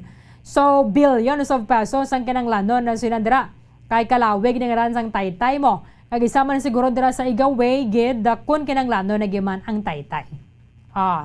Kung napatindog kita sang sining Taytay, mapatakas ayan nato na ginutang ta. Mapatakas nato na ginutang ta kun o ano kadugay. Ang return of investment sa sining proyekto nga makatranspaser siya ang income dira sa ginabayaran naton nga utang. I'm sure kung matigayon ini, and then nabuksan na siya maskin pagani sa pribado o kung pampubliko ng mga salakyan, for sure may mga toll fee na dirabla. Magalabaya ka dira mabayad kaya toll fee mo. Pero sa mga NLEX, SLEX nila may mga ginabayaran na sila. Kaya ang lado na hindi mo na pwedeng libre lang kay kada ko sa kutangon nato na dire ko na hindi matigayon gid. Hindi pwedeng gaway kita na dira may ibayad. Siguro main ka magasto na kita diri pila ka gatos ka bilyones para nga matapos sa ining Taytay. Kaya hindi niya siling niya nga white tubig ang patindugan. So yung bilyon ni ganing ini mga white tubig. Kung duta lang yung patindugan, tanong pag ginaya ng dagat ang patindugan naton na Taytay. Table bantayan lang na nato na. I'm sure may mga pagatuunan dira, ano gini siya bala ka feasible, ano gini siya ka viable, ano gini siya ka practicality wise sabi and financiality masarangan ni naton or kinang ladon gid man ining Taytay or okay pa man kita sa sining mayra sang fast craft and then naroro na nagalayag Bacolod Iloilo vice versa. Pero kung mayara man gid lang kita ikasarang ti ano ginadbi ang pagmamato kasi nadra sang mga naglain-lain nga mga grupo kon para manini sa kayuhan sang Panay, Guimaras kag Negros. And then kung matigayon na gaban ning Taytay, tindi man ang mga produkto from Negros sa Malabay sinidri. Iba niya kung gusto man niya nila yang halin sa Panay mapasibo sila, matabokan na lang sila pa Guimaras pagadto diri sa Negros. Ano kay dugay makadto ka naman to pa Dumaguete ka naman joyride ka lang alin sa Nubaan dabla pa Dumaguete ka naman tabok ka naman to sa may Cebu. And dalin man sa Cebu, ti gusto mo magtabok sa Panay at dire ka na lang malabaya sa sining Taytay. 10 minutos ang nabilin antes ang alas 10 aga. Kulabos na nga nga tiyampo diri sa palatunturan Bombohanay Big Time. Iban nga mga impormasyon ka mga balita, bantayan na ninyo sa Bombohanay sa Udong. Dali kitamang sa matudod nga numero 1. Upna na kitabwa sa muman sa gihapon nga oras sa katapusan ang inyong walagad si Bombo Erlin Bayonita para sa Pambansang Radyo ng Pilipinas. Consistent overall number 1 sa Bacolod, Basta Radio Bombo! Matapos nga nagbalatian ang bugo sa kalibutan dulot sang coronavirus disease, isa naman sa karon kabalatian ang bulos sa ginakahadlukan worldwide, ang monkeypox. Ano ang ginatawag na monkeypox? Well, sunod sa World Health Organization o kung WHO, ang monkeypox ang isa ini ka infectious disease nga dulot sang monkeypox virus. Kung maghambal naman kita monkeypox virus, isa ini ka orthopox virus nga mo ang ginatunaan sa mga sintomas nga daw kaangay sa smallpox apang less severe. Ang monkeypox ginakabig nga less contagious kag mangintunaan sang less severe nga mga balatian kung ikumpara sa smallpox. Simuloan nga ang smallpox na eradicate na ini sa tung 1980 apang ang monkeypox nagapadayon nga nagaduging sa mga kapungsuran sa Central kag West Africa. Sa karon, mayara duha ka distinct clade ukon subtype, ang West African clade kag ang Congo Basin clade nga amuman ang ginatawag Central African clade. Ang monkeypox ang ginakabig nga zoonosis. Ukon isa kasahi isang balatian nga naghalin sa mga sapat padulong sa humans. Mga sapat kaangay sang squirrels, ilaga, amo kag iban pa. Human to human transmission is limited. Monkeypox is transmitted to humans through close contact with an infected person or animal or with material contaminated with the virus. Base pa sa key facts ng World Health Organization ukon WHO nga ang monkeypox virus mahimo ini matransmit ukon malaton sa iban pinaagi sa bodily fluids, lesions sa panit ukon internal mucosal surfaces kaangay sa mga naghalin sa baba ukon tutunlan sang pasyente, respiratory droplets kag mga contaminated objects ukon materials kaangay sang beddings. Samtang base naman sa fact sheet sang Mayo Clinic nga isa ka medical center sa Minnesota, USA, nga kun matapikan ang isa ka tawo sang monkeypox virus, ang initial symptoms amo ang paghilanat, paglingin sang ulo, nagahinubag ang mga lymph nodes kag pagadasnan sang pagtinubo-tubo sang mga rashes sa lawas tubtob nga magmangin flat patches ini. Amat-amat nga magaulbo o kon mangin nodules tubtob nga magbinitog-bitog kag mangin pus-filled blisters. Ini nga nagalabot sa 5 tubtob 7 ka adlaw. The rash heals by scabbing over. Makabig na nga infectious ang isa ka pasyente sa pagsugod pagid lamang sang paghilanat sini. Samtang pamangkot, may bulong na bala ang monkeypox? Well, dugang pa sa fact sheets ng WHO ng vaccines nga ginusar sadto sa pag-eradicate sang smallpox sa bugos sa kalibutan amuman karon ang ginatublok sa mga tao batok sa monkeypox kag ang antiviral agent nga gin-develop para sa smallpox treatment nangin lisensyado naman para sa treatment sang monkeypox. Newer vaccines have been developed of which one has been approved for prevention of monkeypox. Bacolod Number 1 Basta Radio Bombo. Sa tunga sang kadulom, may kasanag nga magtuhaw agon mangin gabay sang imo pagpanglakaton. Ini bala pagbuot sang kahitaasan, ukon natabuan lang. May waligno gidayhan? Kung ang isa ka patay hinali nga mabuhi, makasiling ka pala nga ini isa ka milagro ukon kahimuan sang siyensya. May impyerno gidayhan? Ini nga pala mangkutanon, pagasabton sa sini nga palatuntunan. Mga misteryo sang kabuhi. Mga misteryo sang kabuhi. Kasaysayan nga hindi mapatiyan. Apang nagakatabo. Kung kamo may kasaysayan nga daw hindi ginaandan, ipadala lang diri sa atong palatuntunan. Mga misteryo sang kabuhi. DYWB Bombo Radio, Mandalagan, Siyudad sang Bacolod. Kag inaamon pagatagan sang kabuhi diri sa Mga Misteryo sang Kabuhi.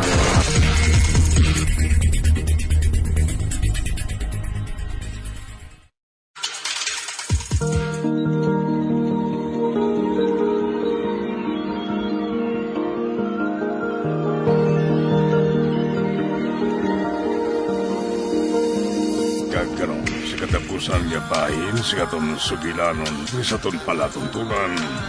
Mga misteryo sang kabuhi.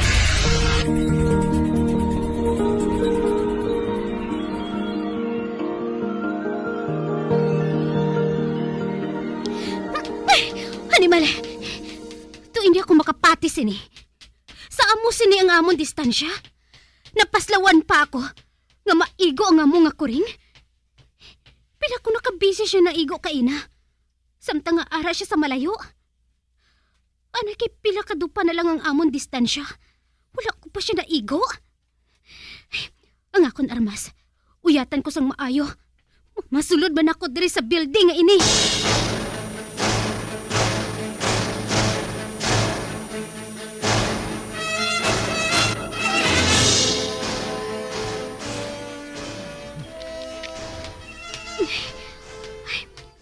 Madurom diri sa sulod.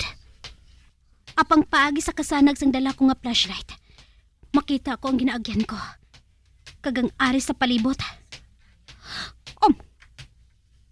Ano ining ari sa salog?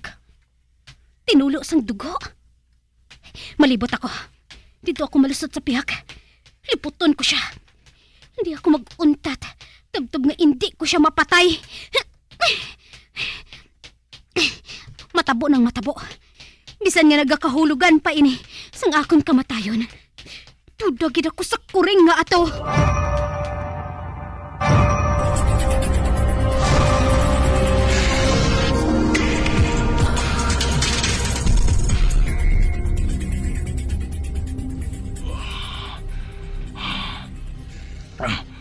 Nagapalang luyan ako. Tungkol sa mga igo ko sa bala. Nakaibala ako. Kamay mo ko ini ikamatay. Apang, hindi ang mga pilas ngayon nagapasakit sa akong buot. Ang pinakamasakit ang mong kamaturan. Ginahandom ako nga patyon sa tinuga. Nga ginapakamahal ko. Mahimo ko siya nga patyon kung gusto ko. Apang hindi ko mahimo. Alin din sa kinapanaguan ko. Makita ko si Jessa na nagabadulong dire. Wala na ko sa mahimo pa. Gapoy na ako katama. Kag nagangot-ngot pa ang akong mga pilas. Piliton ko nga hindi makatugas ang kahod. Bisan jutay. Madasok pagad ako diri sa ginapanaguan ko nga ini.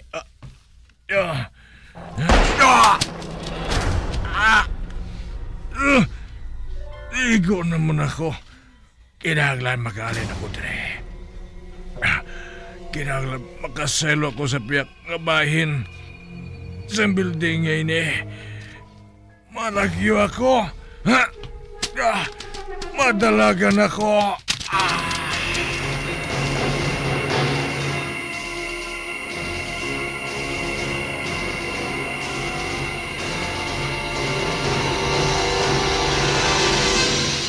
Animal.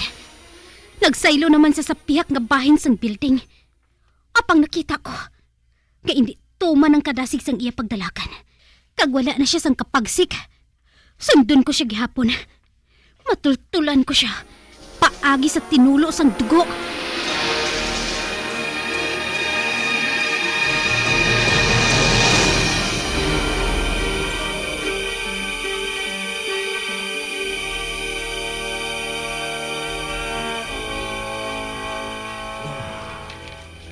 Naluhay ako sa kaugalingan ko. Kag nahadlok ako. Tungod na kay balo ako nga hindi madugay. Mapatay gid ako sa asawa ko. Sa kadamos ang tao nga mahimo ko makasumpong. Ang asawa ko pa. Kaya hindi ko mabatas nga sakiton. Ang asawa ko pa subong ang nagalagas sa akon.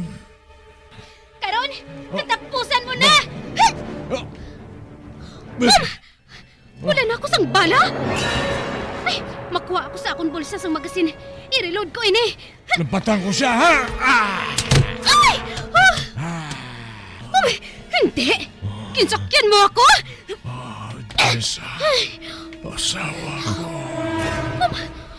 Ang kuring, nagatulog lang siya sa akon. Kag makita kong kasubo sa iya mga mata. Hala! Wala niya ako ginano. Sa baylo, nagpalayo siya sa akon. Hindi ako makahangop. Ngangagin pabayaan niya ako nga mabuhi.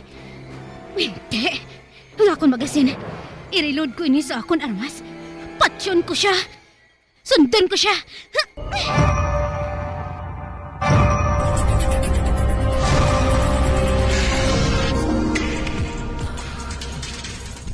Ato siya.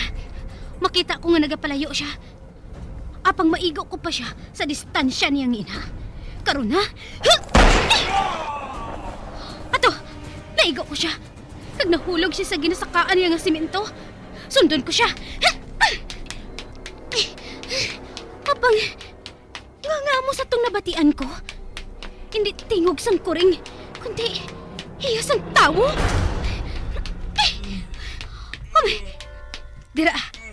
Dira na yun nahulog. Dira siya na yun nahulog. Diyos ko! Ang naghapaon sa simento!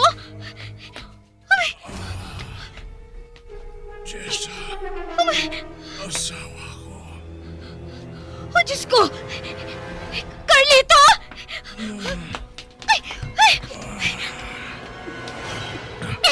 Wala ko, Jessa. Mahal. Nga mahal.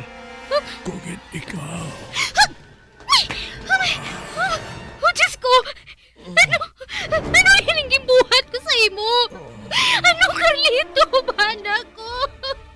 Wala ko sala. Ano ba lang natabo? Palihog, sugiri ako! Nga nagsubong kasi ni! Nga, Carlito! Amo bala ini ang rason? Kung nga hinali ka lang nagbago. Sugod sing nag-abot kalin sa inyo?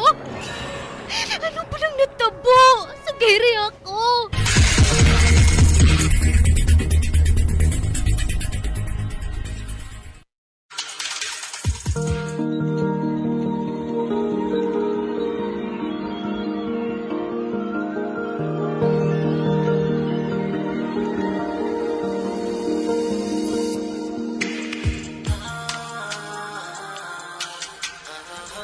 Oh my God! Nga wala mo akong ginsugiran. Kung tani nabuligan ko pa ikaw. Kung tani, may nahimo pa ako para sa imo. Agad nga mabuligan ka. Mahal. Nga mahal ko ikaw. Jessa. Mahal ko man ikaw, Carlito. Hindi. Hindi pabayang. No, please! No! Hindi ako pagbayae. Hindi kami pagbayae, Carlito. Hala.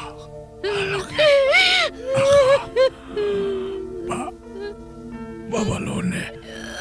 Ako sa mahalak.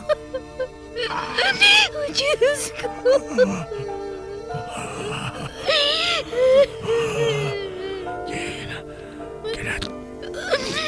Nawa na ako, Jessa. Carlito!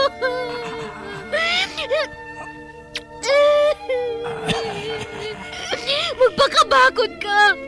Buligan ko ikaw! Mabuhay ka pa! Dalun ko ikaw sa ospital! Carlito! Carlito! Oh, Diyos ko! Diyos ko! Nagdunglay ng liog niya! Kagula na siya nagaginawa! Patay na siya! Carlito!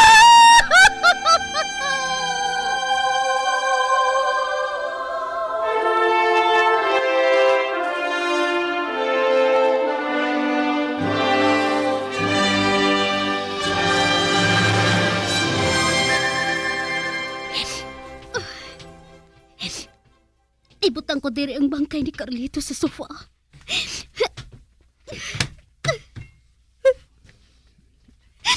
Mami? Mami? Anong natabo kay Daddy? Kim, anak. Wala na si Daddy mo. Ano? Ano nga wala na? Patay na siya. Hindi. Nga napatay si Mami, haw? Sinong nagpatay siya? Sino? Kim, anak. Hindi ka pa makahangop sa buong. Inday Gisa, diin ko ibutang si Inday Jenny. Ba? Nano si Ayaya? Anong natabo kay Jenny? Manang, dire siya ibutang sa pihak ni Daddy niya, Manang. Uday. Pe, ano ba lang natabo sa bata mo, Day? Ngaga mo sining kahimtangan niya. Manang. Nagaaga dito siya nabutang sa sulod sang sako. Pero nagaginhawa pa man siya, Day. Hindi magani ako makahibalo magpatag ng Apang manawag ako sa headquarters. Ma-report ako sa natabo nga ini.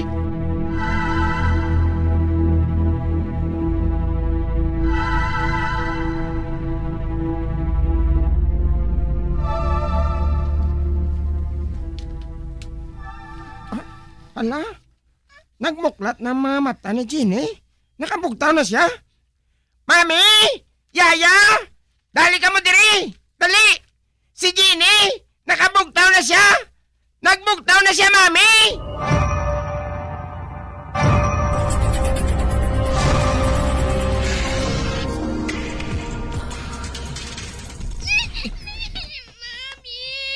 Shh!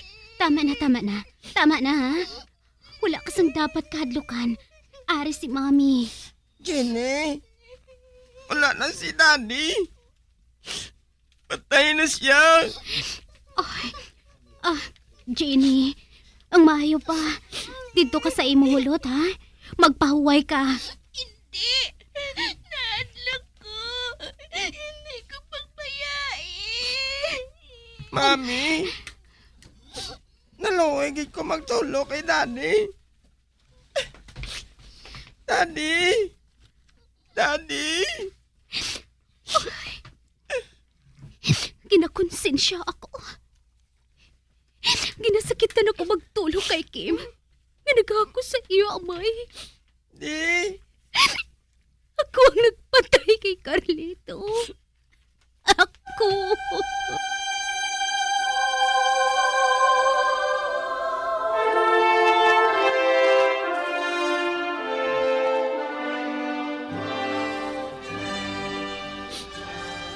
Pa? Hinali lang ang nagmuklat ang mata ni Daddy? Kikalain sa iya panulok sa akon? Nadlok ako? Gusto ko nga magsinggit. Habang hindi ko mahimo. Hala? Ano ina? May nagwa nga itong nga bato sa bibig ni Daddy? Kag daw may nagatulod sa akon? Ako niya kuhaon ko ini? Kag tunlon? May kun ano nga persa nga nagasugo sa akon nga kuhaon? Kuhaon ko? Bagay sa akon mga bibig?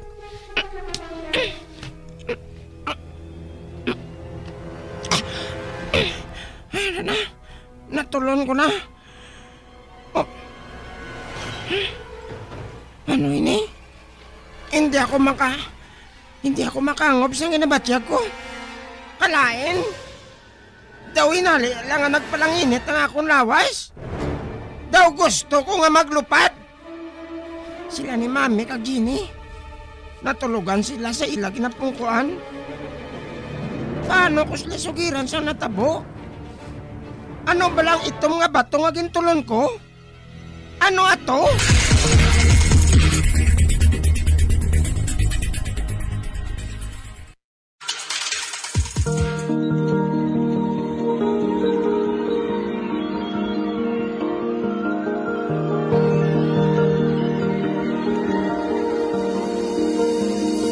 pag-abiyan. Dili natapos na ton matahong kasaysayan kaysa ton palatuntunan mga misteryo sa kabuhi. Number 1! Bombo Radio Philippines. Patuloy na number 1 sa drama. Basta Radio Bombo! Ano ang masaming nga rason sang pagsakit sang aton tiyan? Ang pagsakit sang aton tiyan, ang bangod sa sahi sa pagkaon nga aton masami ginakaon. Suno sa oncologist nga si Dr. Isaac David Ampil II, ang masami nga pagsakit sang tiyan ang bangod sa hyperacidity. Suno diri, ang pagsaka sang acid ang nagatuga sang pagsakit sang tiyan. Ini ang ginatumod nga sinisikmura o kung stomach ache. Ang usual nga ginatunaan sini amo ang pagkaon sa mga pagkaon nga mataas sa acid content, kaangay sang citrus fruits, kaglabaw sa tanan, ang spicy food. Ang iban nga sources amo ang alcohol, coffee, kag masami ang pagpagutom. Ang stomach pain, ang bangod man kung kaisa sa ulcer kung sa diin ginadigest sang acids ang lining sang stomach. Apang agud masiguro ang gintunaan sang stomach pain, mas maayo nga magpakonsulta sa doktor. Ang pagpanipilyo ang isa sa mga pinaka-importante nga tikang. Agod mamintinar ang matinlo nga hygiene sa isa ka persona. Apang makapila-bala ka beses ini ginahimo sa isa ka adlaw.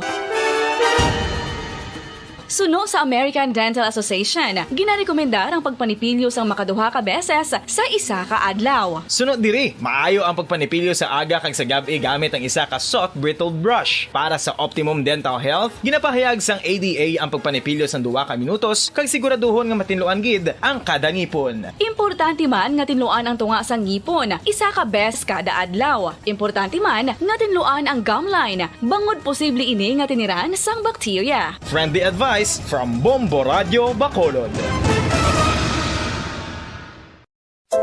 Luyag mo bala mga kabumbo nga mapanubo ang imo nga bugat? Nakasiguro ka bala nga nagakaigo ang imo nga pamaagi? Isa sa masami nga ginahimo sang iban nga mga luyag magpanubo sang bugat amo ang starvation diet ukon pagpagutom. Ini ang hinali nga pag-utod ukon pagpanubo sang intake sang calories sa gina-consume sa kada adlaw. Ginapinsar sang iban nga epektibo ini nga strategy sa madasig nga pagpanubo sang bugat. Apang nakahibalo-bala kamo nga ang hinali nga pagbaylo sang pinaagi sang pagkaon ang makatuga sang suli nga resulta? Naibaluan nga ang pagkaon sang tuman kadyutay o kon pagpagutom ang hindi maayo nga ideya kag ini ang makatuga agud nga magdako na gid ang bugat. Suno sa mga doktor, ang pagbalansi sang pagkaon sang manubo sa calories nga diet ang pinaka-epektibo nga makabulig agud mapanubo ang bugat.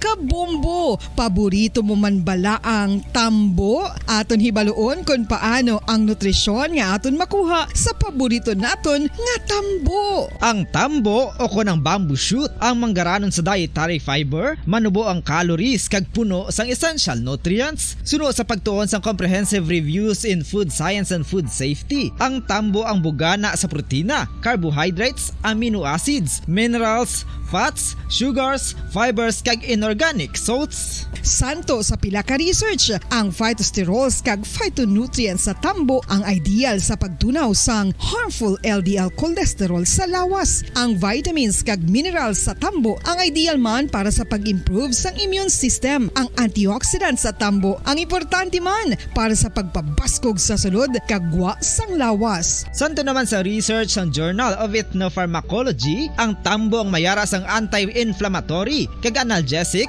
o kon pain-killing properties.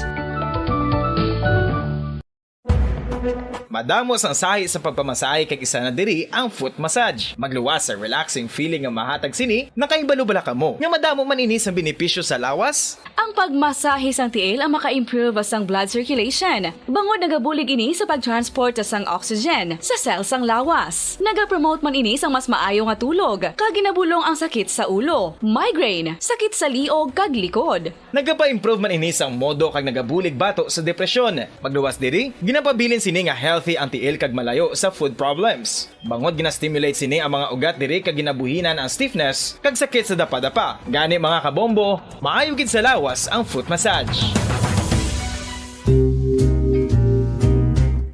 Pamangkot, sino sa inyo ang may tanom nga saging nga sab-a sa inyo balay o kun uma?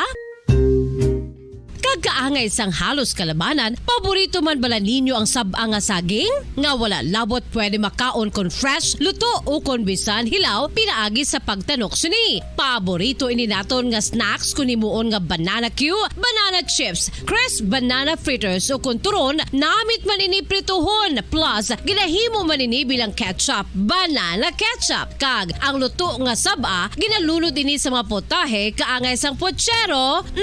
Yum yum. Well, sa mga utod naton dira nga hindi kumpleto ang ila adlaw kung hindi makakaon sang luto nga saging nga sab-a, good news! Bangod tuman kadamo gali ang makuha naton nga benepisyo sa pagkaon sang sab-a nga saging. Ang saging nga sab-a ang mahimo matawag Cardava banana. Gina-classify ini botanically bilang Musa acuminata ex balbisiana, isa ini ka hybrid cultivar nga native diri sa Pilipinas. Ginatawag man ang sab-a bilang praying hands. Bangod daw kaangay sang mga kamot nga nagapangamuyo ang kortes ni. Yari ang pila ka mga surprising health benefits nga mahatag sang sab-a nga saging. Number 1, manggaranon sa potassium ang saging nga sab-a nga kinahanglan gid sa aton lawas para sa pag-function sa mga nerve cells kag muscle cells. Kalakip na diri ang aton nga korason. Mas sa minaton mabatian nga kun daw malupog ang isa ka tawo, bangod nagapalang luya ang iyang nga mga tiil kag tuhod, ginapakaon ini sang sab-a nga luto, ang Cardava banana. Naghatag man ini sang mineral nga importante sa pag-regulate sa aton blood pressure, fluid balance kag makapaayo man sa aton nerve and muscle function. Uy, agud nga mapaiway ang pagbatsyag sang muscle cramps kada tapos exercise, magkaon sang saging nga saba to avoid cramps. Manggaranon man ang saging sang vitamin C kag B6. Kalikip na ang magnesium, potassium kag magnesium rich nga saba banana makabulig sa aton lawas to regulate healthy heart rate besides lowering blood pressure. Ang isa ka tawo nga palakaon sang sab-a nga saging naganubo ang risgo nga magkabalatian sa korason. Sa karon nga may pandemic, mapuslanon gid ang pagkaon sang sab-a nga saging bangod napamatud-an nga makapaboost ini sang immunity bangod sang ginaangkon nga high concentration sang vitamin C sa pagpamahaw kun aga upod ang pagkaon sang saging. Makapa-kickstart ini sa aton nga immune system kag makaamlig sa aton nga lawas batok sa mga infections, dala na ang pagpabakod sang antioxidant sa aton nga lawas. Gani wala labot sang apple, mahimo man mahambal. A banana a day keeps the doctor away and does your body a bunch of good.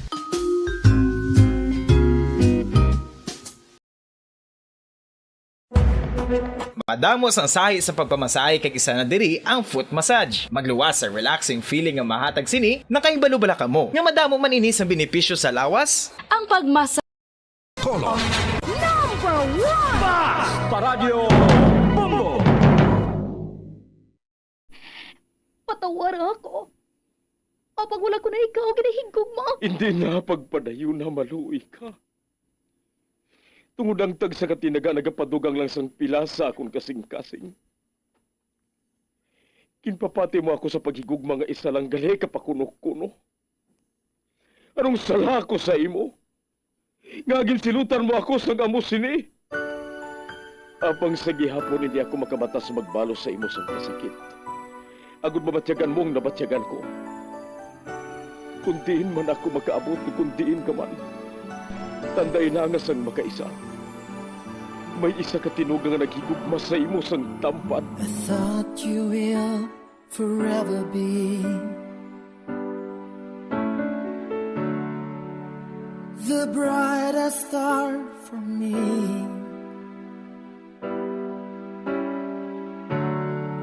And I promise I will stay in love with you till the end. Once there was a love. Sa tag sa kakabuhi sang tawo, kag sa tag sa kabahin sa iya kasing-kasing, may isa kahandumanan nga matahong. Masadya, masakit, kag makahalamot nga durot sang paghigugma. Kung kamo may handumanan sa paghigugma nga hindi malipatan, ipadala lang diri sa aton palatuntunan Once, there was a love. Kay ina paghahatagan namon sang kabuhi para sa inyo kalingawan. Once, there was a love.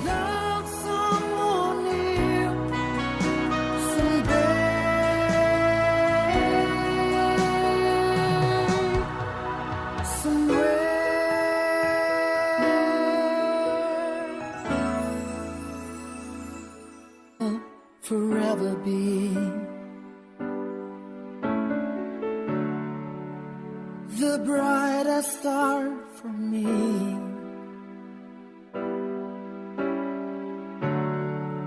And I promise I will stay in love with you till the end. Kagkaron, sa kasugpon sang kasaysay ni Lynette, ngayaman ginpasakop, kagaton man ginatagan sang kabuhi, diri sa atong palatuntunan. Once, there was a love sa kasaysayan. Gugma, sa husto nga panahon. Is this goodbye? I hate to say, be back in his arms, forget me. As my life goes on, I know I will love someone new. Malinong na ang balay. Nagakatulog na sila ni Mama kag ni Papa. Madiretsyo na lang ako sa kwarto ko kag manibin. Dogin lapyo gid ako sa lakat namo ni Kenneth.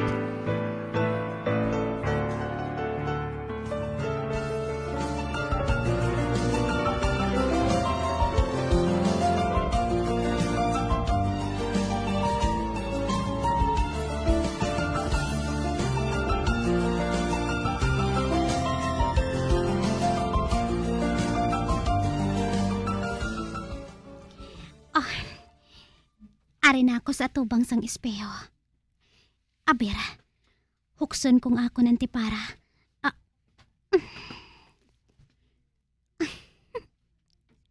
Hindi ko pa malimtan ang ginhambal ni Kenneth sa akon. Do sa buang balako mo. Kag nga ang mapati ako sa ginhambal ni Kenneth, no? Nakahibalo man ako nga hindi ako matahom. Anay ka. Kaibalik ko ng ako ng tipara. Mahigda na ako kag magbasa sang akong paborito nga pocketbook.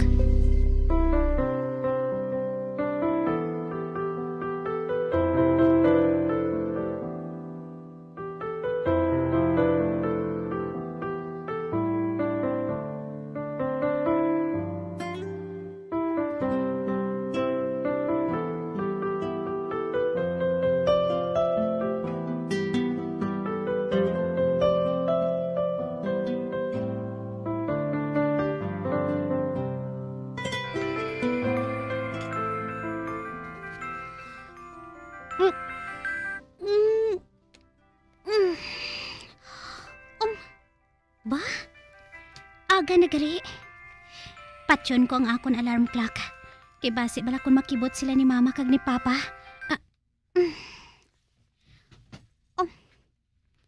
Alas 6 pa lang gali isang aga, oh. Mga 1 ka oras pa kag mag-abot si Kenneth. Ang maayo pa.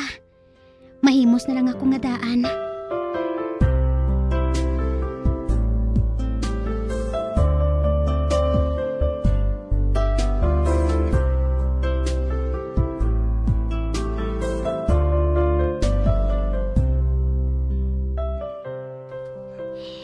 Minutes na lang.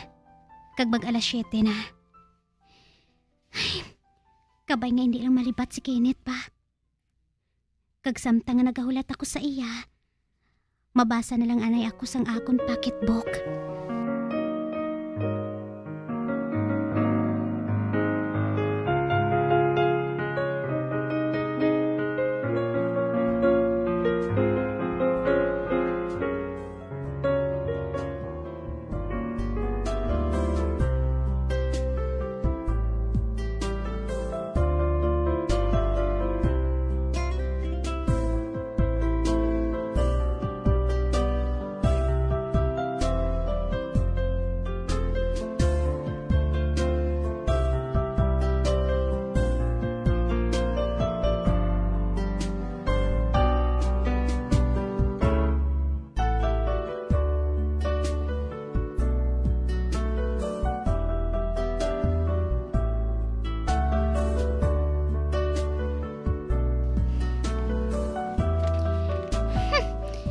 Suya ko eh.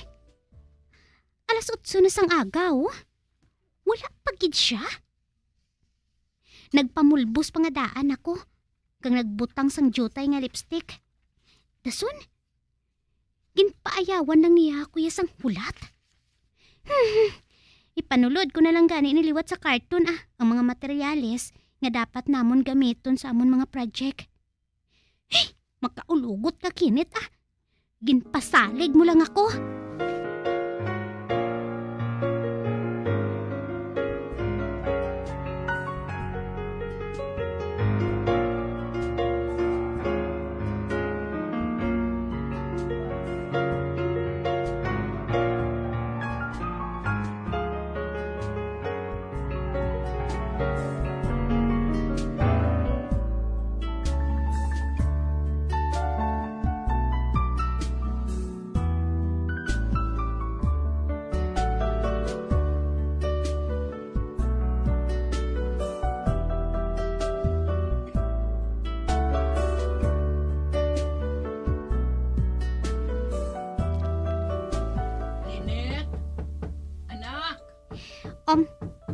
Ma! Sulod lang! Bukas ina, ma!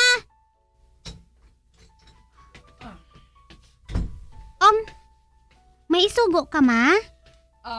Wala. Pero may nagapangita sa imo sa idalom.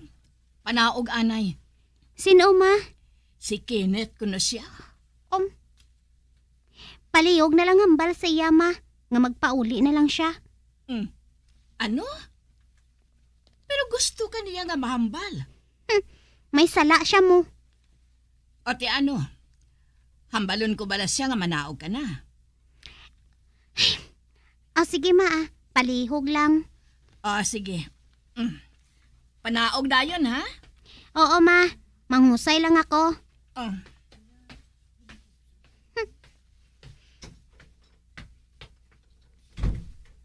Alas 10 na sa relo ko.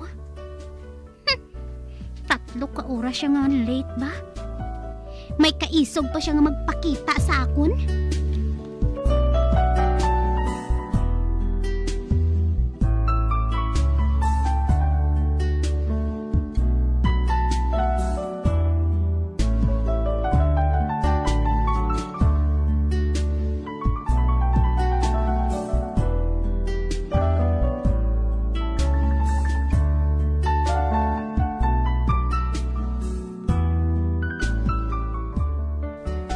Kanami sa imo, no?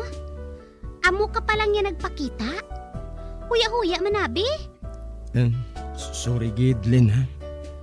Wanabi. Hindi ka na lang magpangita sang rason, Nakahibalo man ako nga hindi importante si imong project naton. Isa lang ang handom ko. Kag ina, amo ang magdaog kita. Gani kung tani man lang, mabuligay kita, Kenneth. Abi mo? Kung nagapangakig ka? Nagapula-pula, ginang guya mo. Wala, kinpisil niyang nawong ko. Ote, obvious bala? Obvious, Ged, nga hindi ka seryoso sa project naton? Nga naman. Una, masako ka sa pakigsosyalan sa mga friends mo. Kag subong, 3 ka oras ka nga late. Pero makabatas ka pa nga mag-joke? Kag sino naman ang nagsiling nga nag-joke ako? Matuod man ang ginahambal ko. You're impossible! Suya ko Malantaw ako sa bintana. Tanawon ko kung anong ginabuhat niya.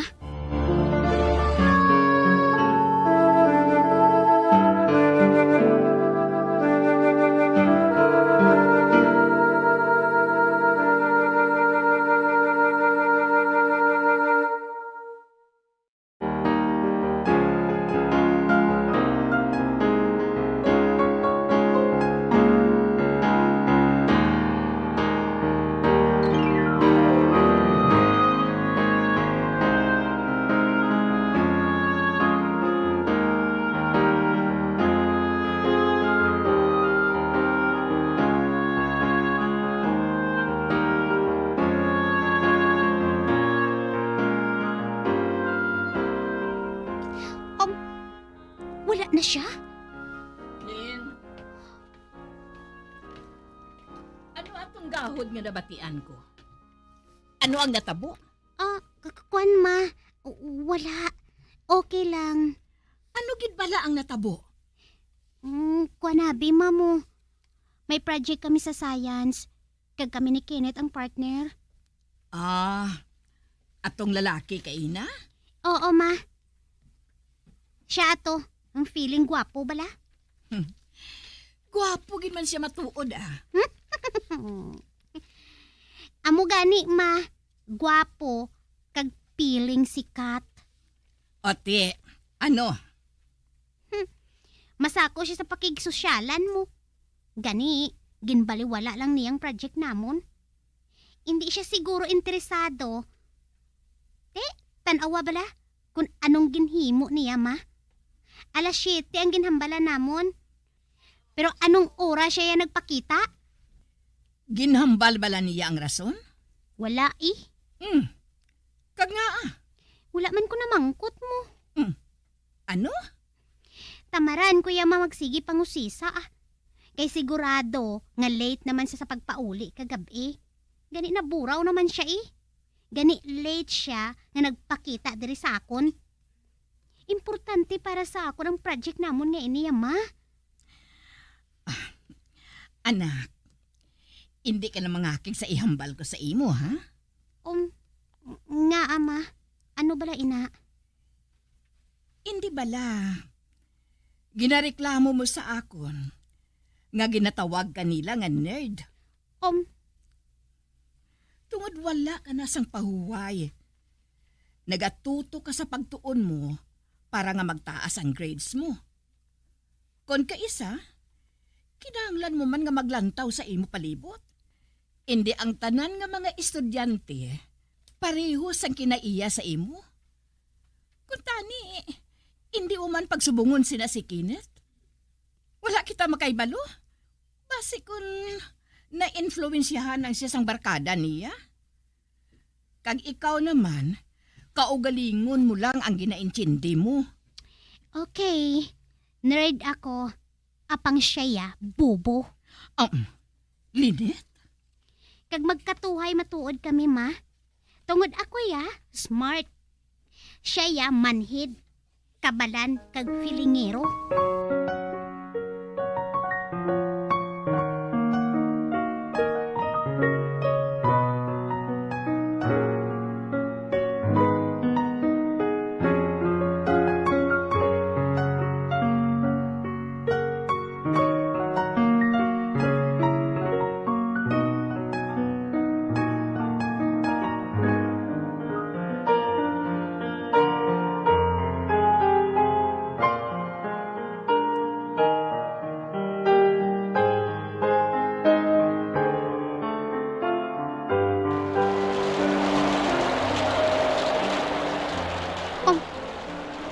Katudugid sang ulan ba?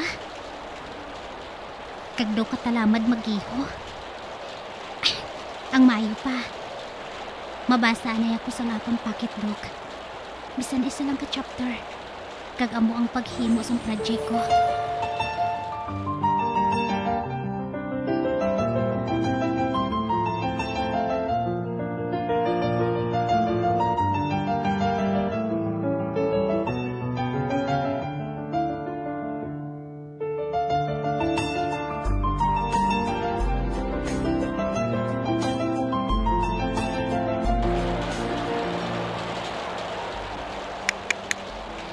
Wala ginagahulaw ang ulan ba?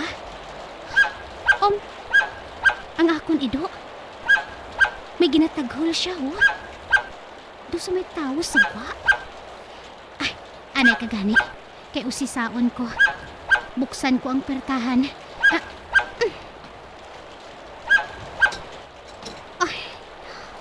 Hi. Hala, si Kenneth. Nagasuksok siya sang kapote. Kag may ginauyatan nga bulak. Ano yung ginabuhat mo diri? Flowers for peace offering ko sa iyo.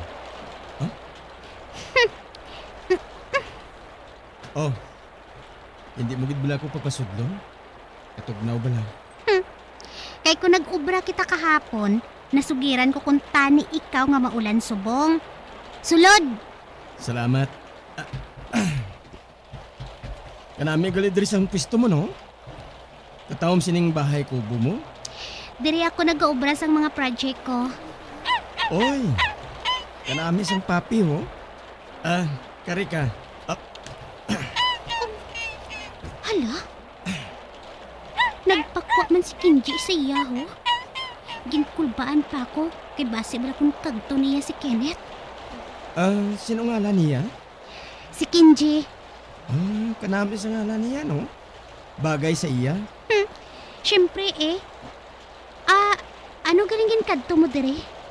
Para makigpis sa imo eh. Diri ka man pala nagapaligad sang oras mo sa kubo nga ini? Oo. Amo ini mga equipments mo?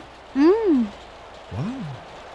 Kanami sa mga instruments kag posters nga nasapit sa dingding. Mahuyugon ka gali sini? Gusto ko nga mangin meteorologist. Wow. Wala man siguro sang malain. Kung ginahandaan mo ang imo pala aboton, hindi bala? Gusto ka. Daw kaseryoso gid sa imo katama sa mga bagay nga ini.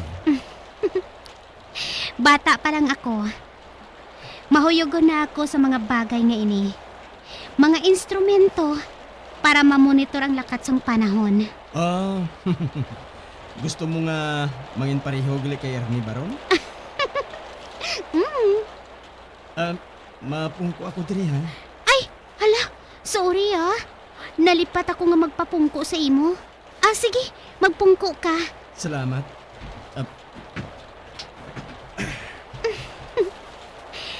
Kahibalo ka. Lain man ang tawo nga naga-report bahin sa panahon. Kaglain man ang tawo nga amo ang nagakuha sa mga data nga gina-report sa mga reporter. Hala, grabe gid tulog niya sa akon. Wala siya makahibalo nga ginapasiplatan ko siya. Ay, Tani, kung nakahibalo lang ako nga maabot siya, nagpang-aliglar man ako sa kaugalingon ko. Ikaw ya? Ano naman ang plano mo sa kabuhi mo? Ambot. Pero handom ko nga mangin Major League Baseball player. Hindi gani. Amo gali? Oti, ano subong nga itong buhaton? Okay lang sa imo? Kung sugura naton ang pagbuhat ng project naton? Wala sang problema. Okay. Madali lang gid ha. Kay himuson ko ana yung mga assignments ko.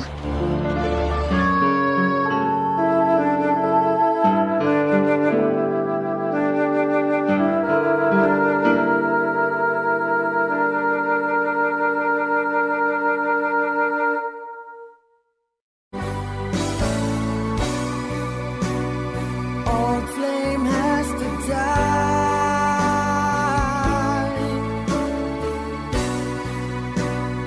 No more tears to cry. Never cry. Just these broken hearts. Goodbye. Goodbye. Is this goodbye? Mga biyan, sundagin ninyo sa pagpamati ang mga kasugpon sang kasaysayan ni Lynette, nga yaman ginpasakop, kagaton man ginatagan sang kabuhi, diri sa atong palatuntunan. Once there was a love sa kasaysayan. Gugma sa husto nga panahon. Direksyon, Marnie Mungkal.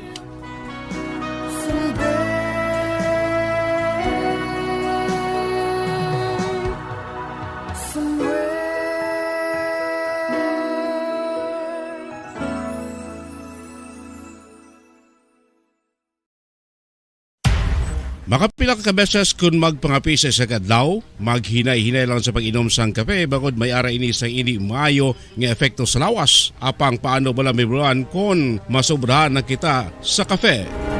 Nahibaluan nga ang 400 mg sang caffeine o kung kapin-apat katasa sang brewed coffee sa isa ka adlaw ang makabig pa nga safe para sa pila ka mga healthy adults. Apang, dapat naman ini nga haganaganon kung makabatyag na sa mga sintomas nga nagapahibalo nga nasubrahan ka na sa kape. Ini ang ginalakipan sang pagsakit sang ulo, hindi makatulog, anxiety, kag masami nga ginanerbiyos, kalakip na ang paglingin sang ulo, pagka-irritable, masami nga pagpangihi, pagpalangurog sang unod, kag pagdasig sang kuba-kuba sang dughan. Gani mga kabombo, hagan-hagan lang sa kape. Mga carcinogenic foods o kuntigi nga mga pagkaon mangintunaan sang cancer.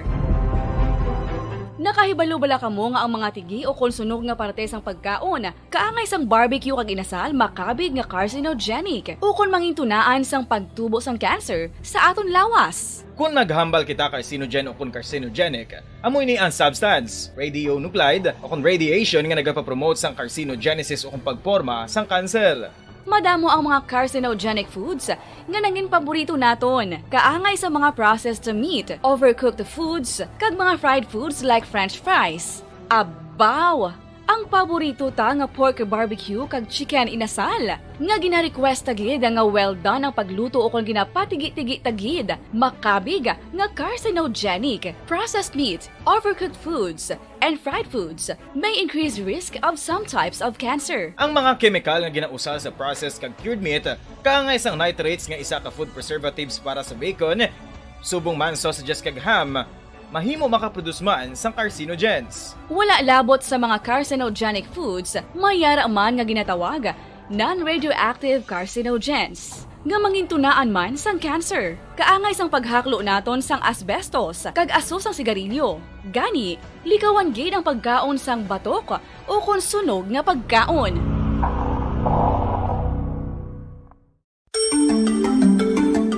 Matapos nga nagbalatian ang bugos sa kalibutan dulot sang coronavirus disease, isa naman sa karon kabalatian ang bulos sa ginakahadlukan worldwide, ang monkeypox. Ano ang ginatawag na monkeypox? Well, sunod sa World Health Organization o kung WHO, ang monkeypox ang isa ini ka infectious disease nga dulot sang monkeypox virus. Kung maghambal naman kita monkeypox virus, isa ini ka orthopox virus nga mo ang ginatunaan sa mga sintomas nga daw kaangay sa small Radyo Bacolod. Number 1! Basta Radio Bombo! When I'm dead, my dearest, sing no sad songs for me. Plant down no roses at my head, nor shady cypress tree. Be the green grass above me when flowers and dewdrops wet. And if you will remember, and if you will forget. Recuerdos, mga handumanan, nga ginkalimtan apang nagapanagilot sa kaisipan. Agud buhion ang mga hitabo, agud liwat, nga magpatyag sang kamingaw. Ukon kalipay. Recuerdos, sa kasaysayan. Rosie. Kay raming mang balakid sa iyong daraanan, sadya mang matinig ang kailangan mong lakaran. Ubod man ang bigat, ang iyong pinapasan. Huwag kang mag-alilangan, kayang-kaya mo yan. Kagkaron sa kasugpon sang aton sugilanon diri sa Recuerdos sa kasaysayan. Rosie. Huwag kang umatras, huwag kang huminto, huwag kang mapagod, huwag kang sumuko. Alam mo naman sa dulo nito, ang pangarap mo'y naghihintay sa'yo.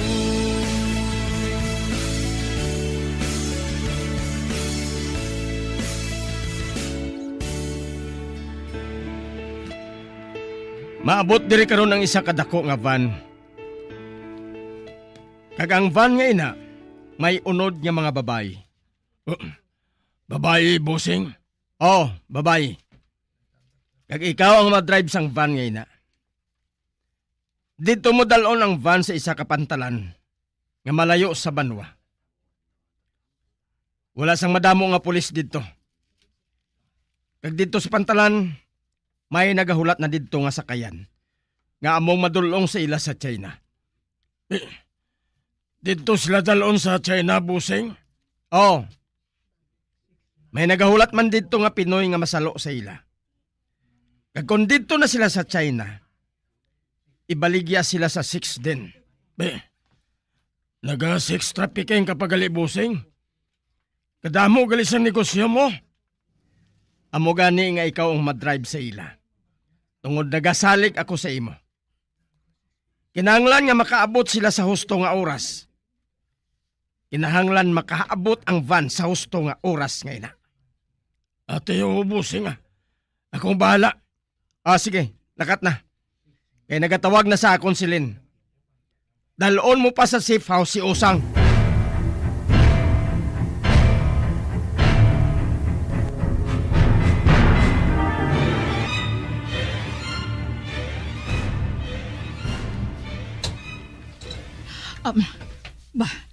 May nagsulod.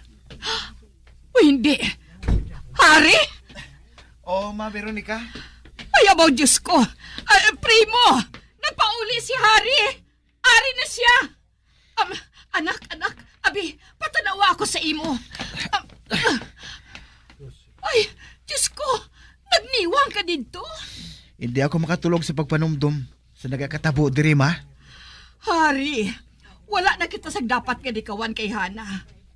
Mapakasal siya sa lalaki nga iban kang hindi sa imo. Wala ko sang labot sa iya. Kagamoy ng rason kung nga nagpalagyo ako. Si Rosie, Ma, anong natabo sa iya?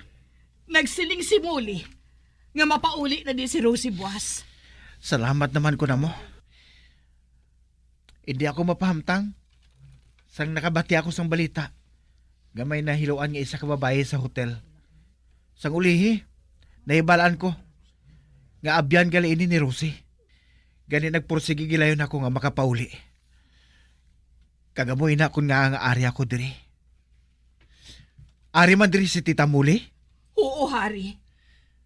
Siya ang naghandom sa pagpatay kay Rosie. Kag sa abyan sini. Apang nakauna sa pag-inom ang mga abyan ni Rosie. Gani una siya nga nahiluan. Ano? Ay, abaw, Diyos ko. Primo? Oo, Veronica. Nakaibalo ako nga may labot si Molly sa natabo. Makadto ako kanday Rosie kung mag-abot na siya. Maayo, Hari. Sugiran ko ikaw sang gusto matabo ni Molly. Ibaligya niya ang kabayo. Ano? Si Rosie lang ang makapamatod si Natay.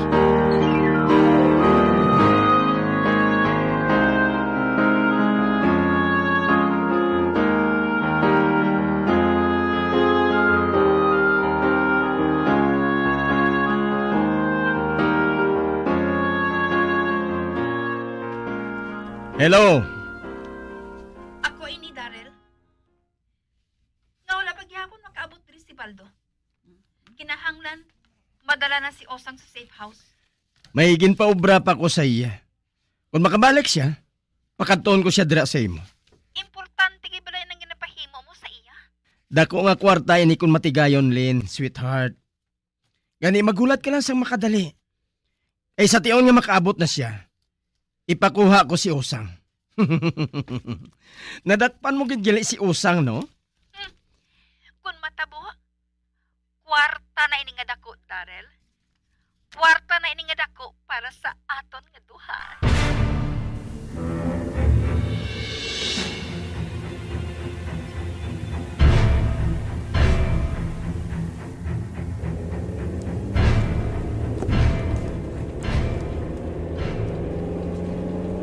Daw hindi maniningdalan pa kadto sa pantalana nga ginadulungan naton sa mga babae nga ginakarga sa van. Mabalik kita sa banwa. Ano? Nagbuwang ka na bala? Madamo dito sa pulis. Basi kung inspeksyonon kita dito. May hapitan na ako sa makadali. Anay ka bala? Doon sa malisa kay mo sa ginsugo sa ato ni Boss Daryl ah. Anong alisaman? Kalma ka lang daw, Soy. Nakaibalo ako sang nabuhat ko. Ay nga, gipadulog mong van. Dali lang bala kay matawag ko kay Boss Daryl bala. Sige. Tawag Ginsibam ko agay. Lipay,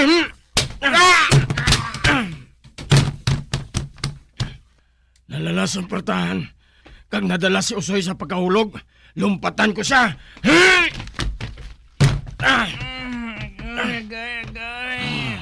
Katigas sa imo katulugon.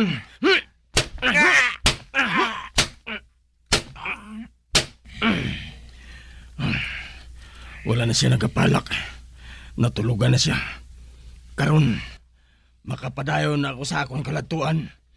Ikarga ko sa van si Usoy.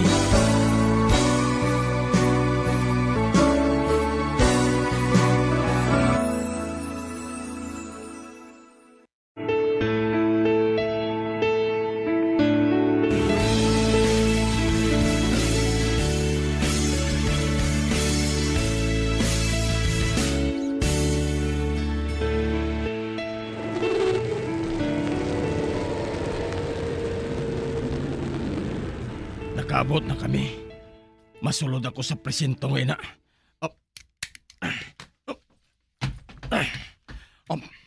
Ato si Sargento.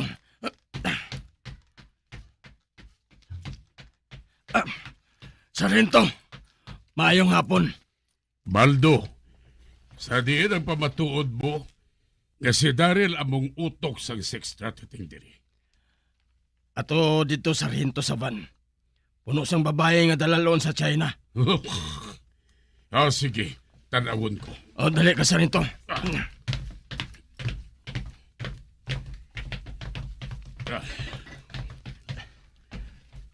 Sige na, buksi na. Sargento.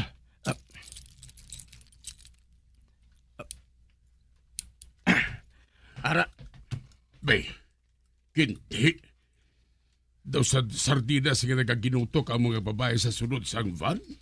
Sargento. Kag wala pa sina makahibalo si Daryl. Ani kinahanglan nga masikop mo siya.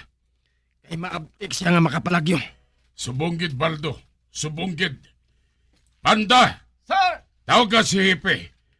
Kinahanglan nga makahibalo siya nga dako nga isda ang masikop ta karon. Go!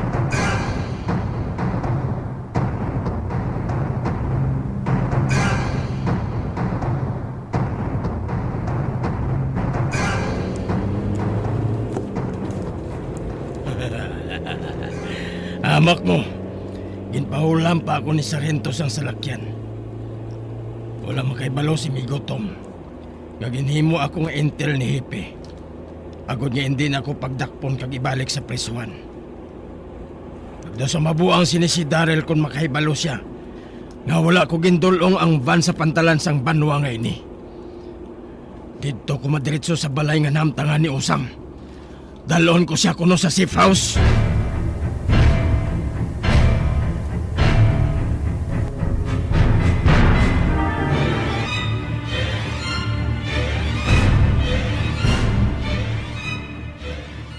Wala nagasabat si Baldo sa akong pagpanawag kundi na sila. Among man si Usoy? Ulit singa. Makatilaw gid kamo karon sa akon. Hindi. Pulis car? Kag nagalibot sila sa akon balay? Ano ini? Anong natabo? Daryl! Magsungka ka na! Ipataas sa imong mga kamot! Kinalibutan ka na namon! Ano bala ini? Ano ini?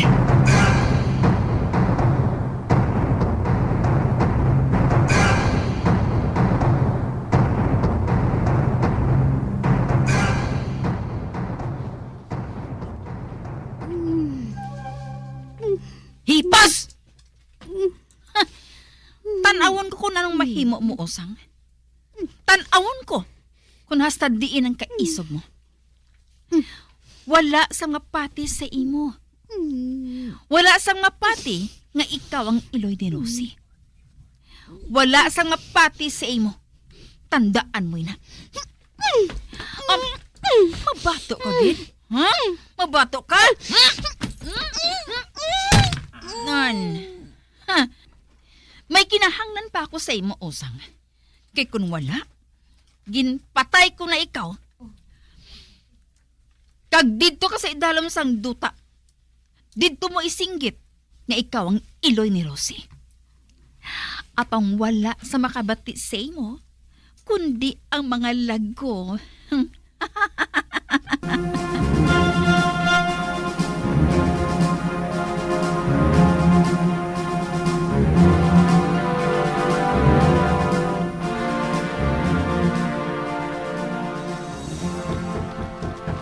Oh, si Baldo na ini. Oh, Baldo? Oh, ako si Baldo. Ginsugo ako ni Boss Darrell nga makuha kay Usang. Magsunod ka sa akon. Ato siya sa kusina.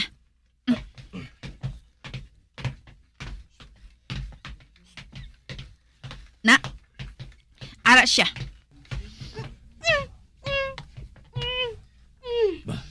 Si Usang ini, siya gid matuod. Ang ginapangaluyagan ni Migotom. Hulag dayon, Baldo. Dalo na siya sa safe house. Magbulag ka dayon. Ate, oo. Mawapod ako sa pagdulong sa iya. Paturon ko nga makaabot siya dito.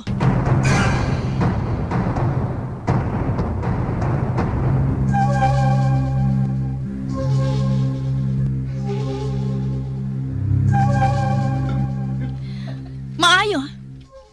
Naluyagan kong safe house ngayon eh. Mabudlay ini nga matultulan. Sige. Mapungkuha siya sa bangko ngayon na. Kagapuson sang maayo. Ate, okay ah.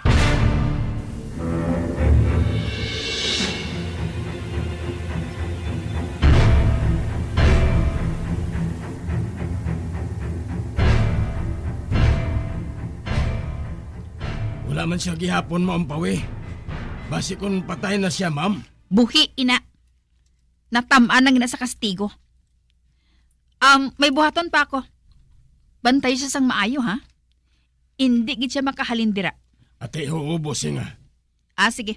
Mahalin na ako. Pero mabalik ako sa hindi madugay. Oo, mama. Salig lang sa ako na. Ay. Naghalin siya. Kag nabilin ako dire. Maayo. Magapaminsar ako sang maayo. Siya gali si Usang. Siyang babae nga ginluwas ko sa lalaki nga buot maghalit sa iya dito sa may suba. Nga ginapamunitan ko sang amon sudan ni Migotom. Ano karon ang buhaton ko? Kag ang babae nga to nga ginatawag ni Darrell nga si Lynn. Ang laom ko ang ama ni Usang amo si Muli. Ang babae nga ginahigog man ni Tom. Kag among gintunaan sang iya pagkapreso. Kinahanglan nga mapatod ko ini. Kag si Darrell, nasikop na bala sa mga pulis? Sadya ginikaron mo.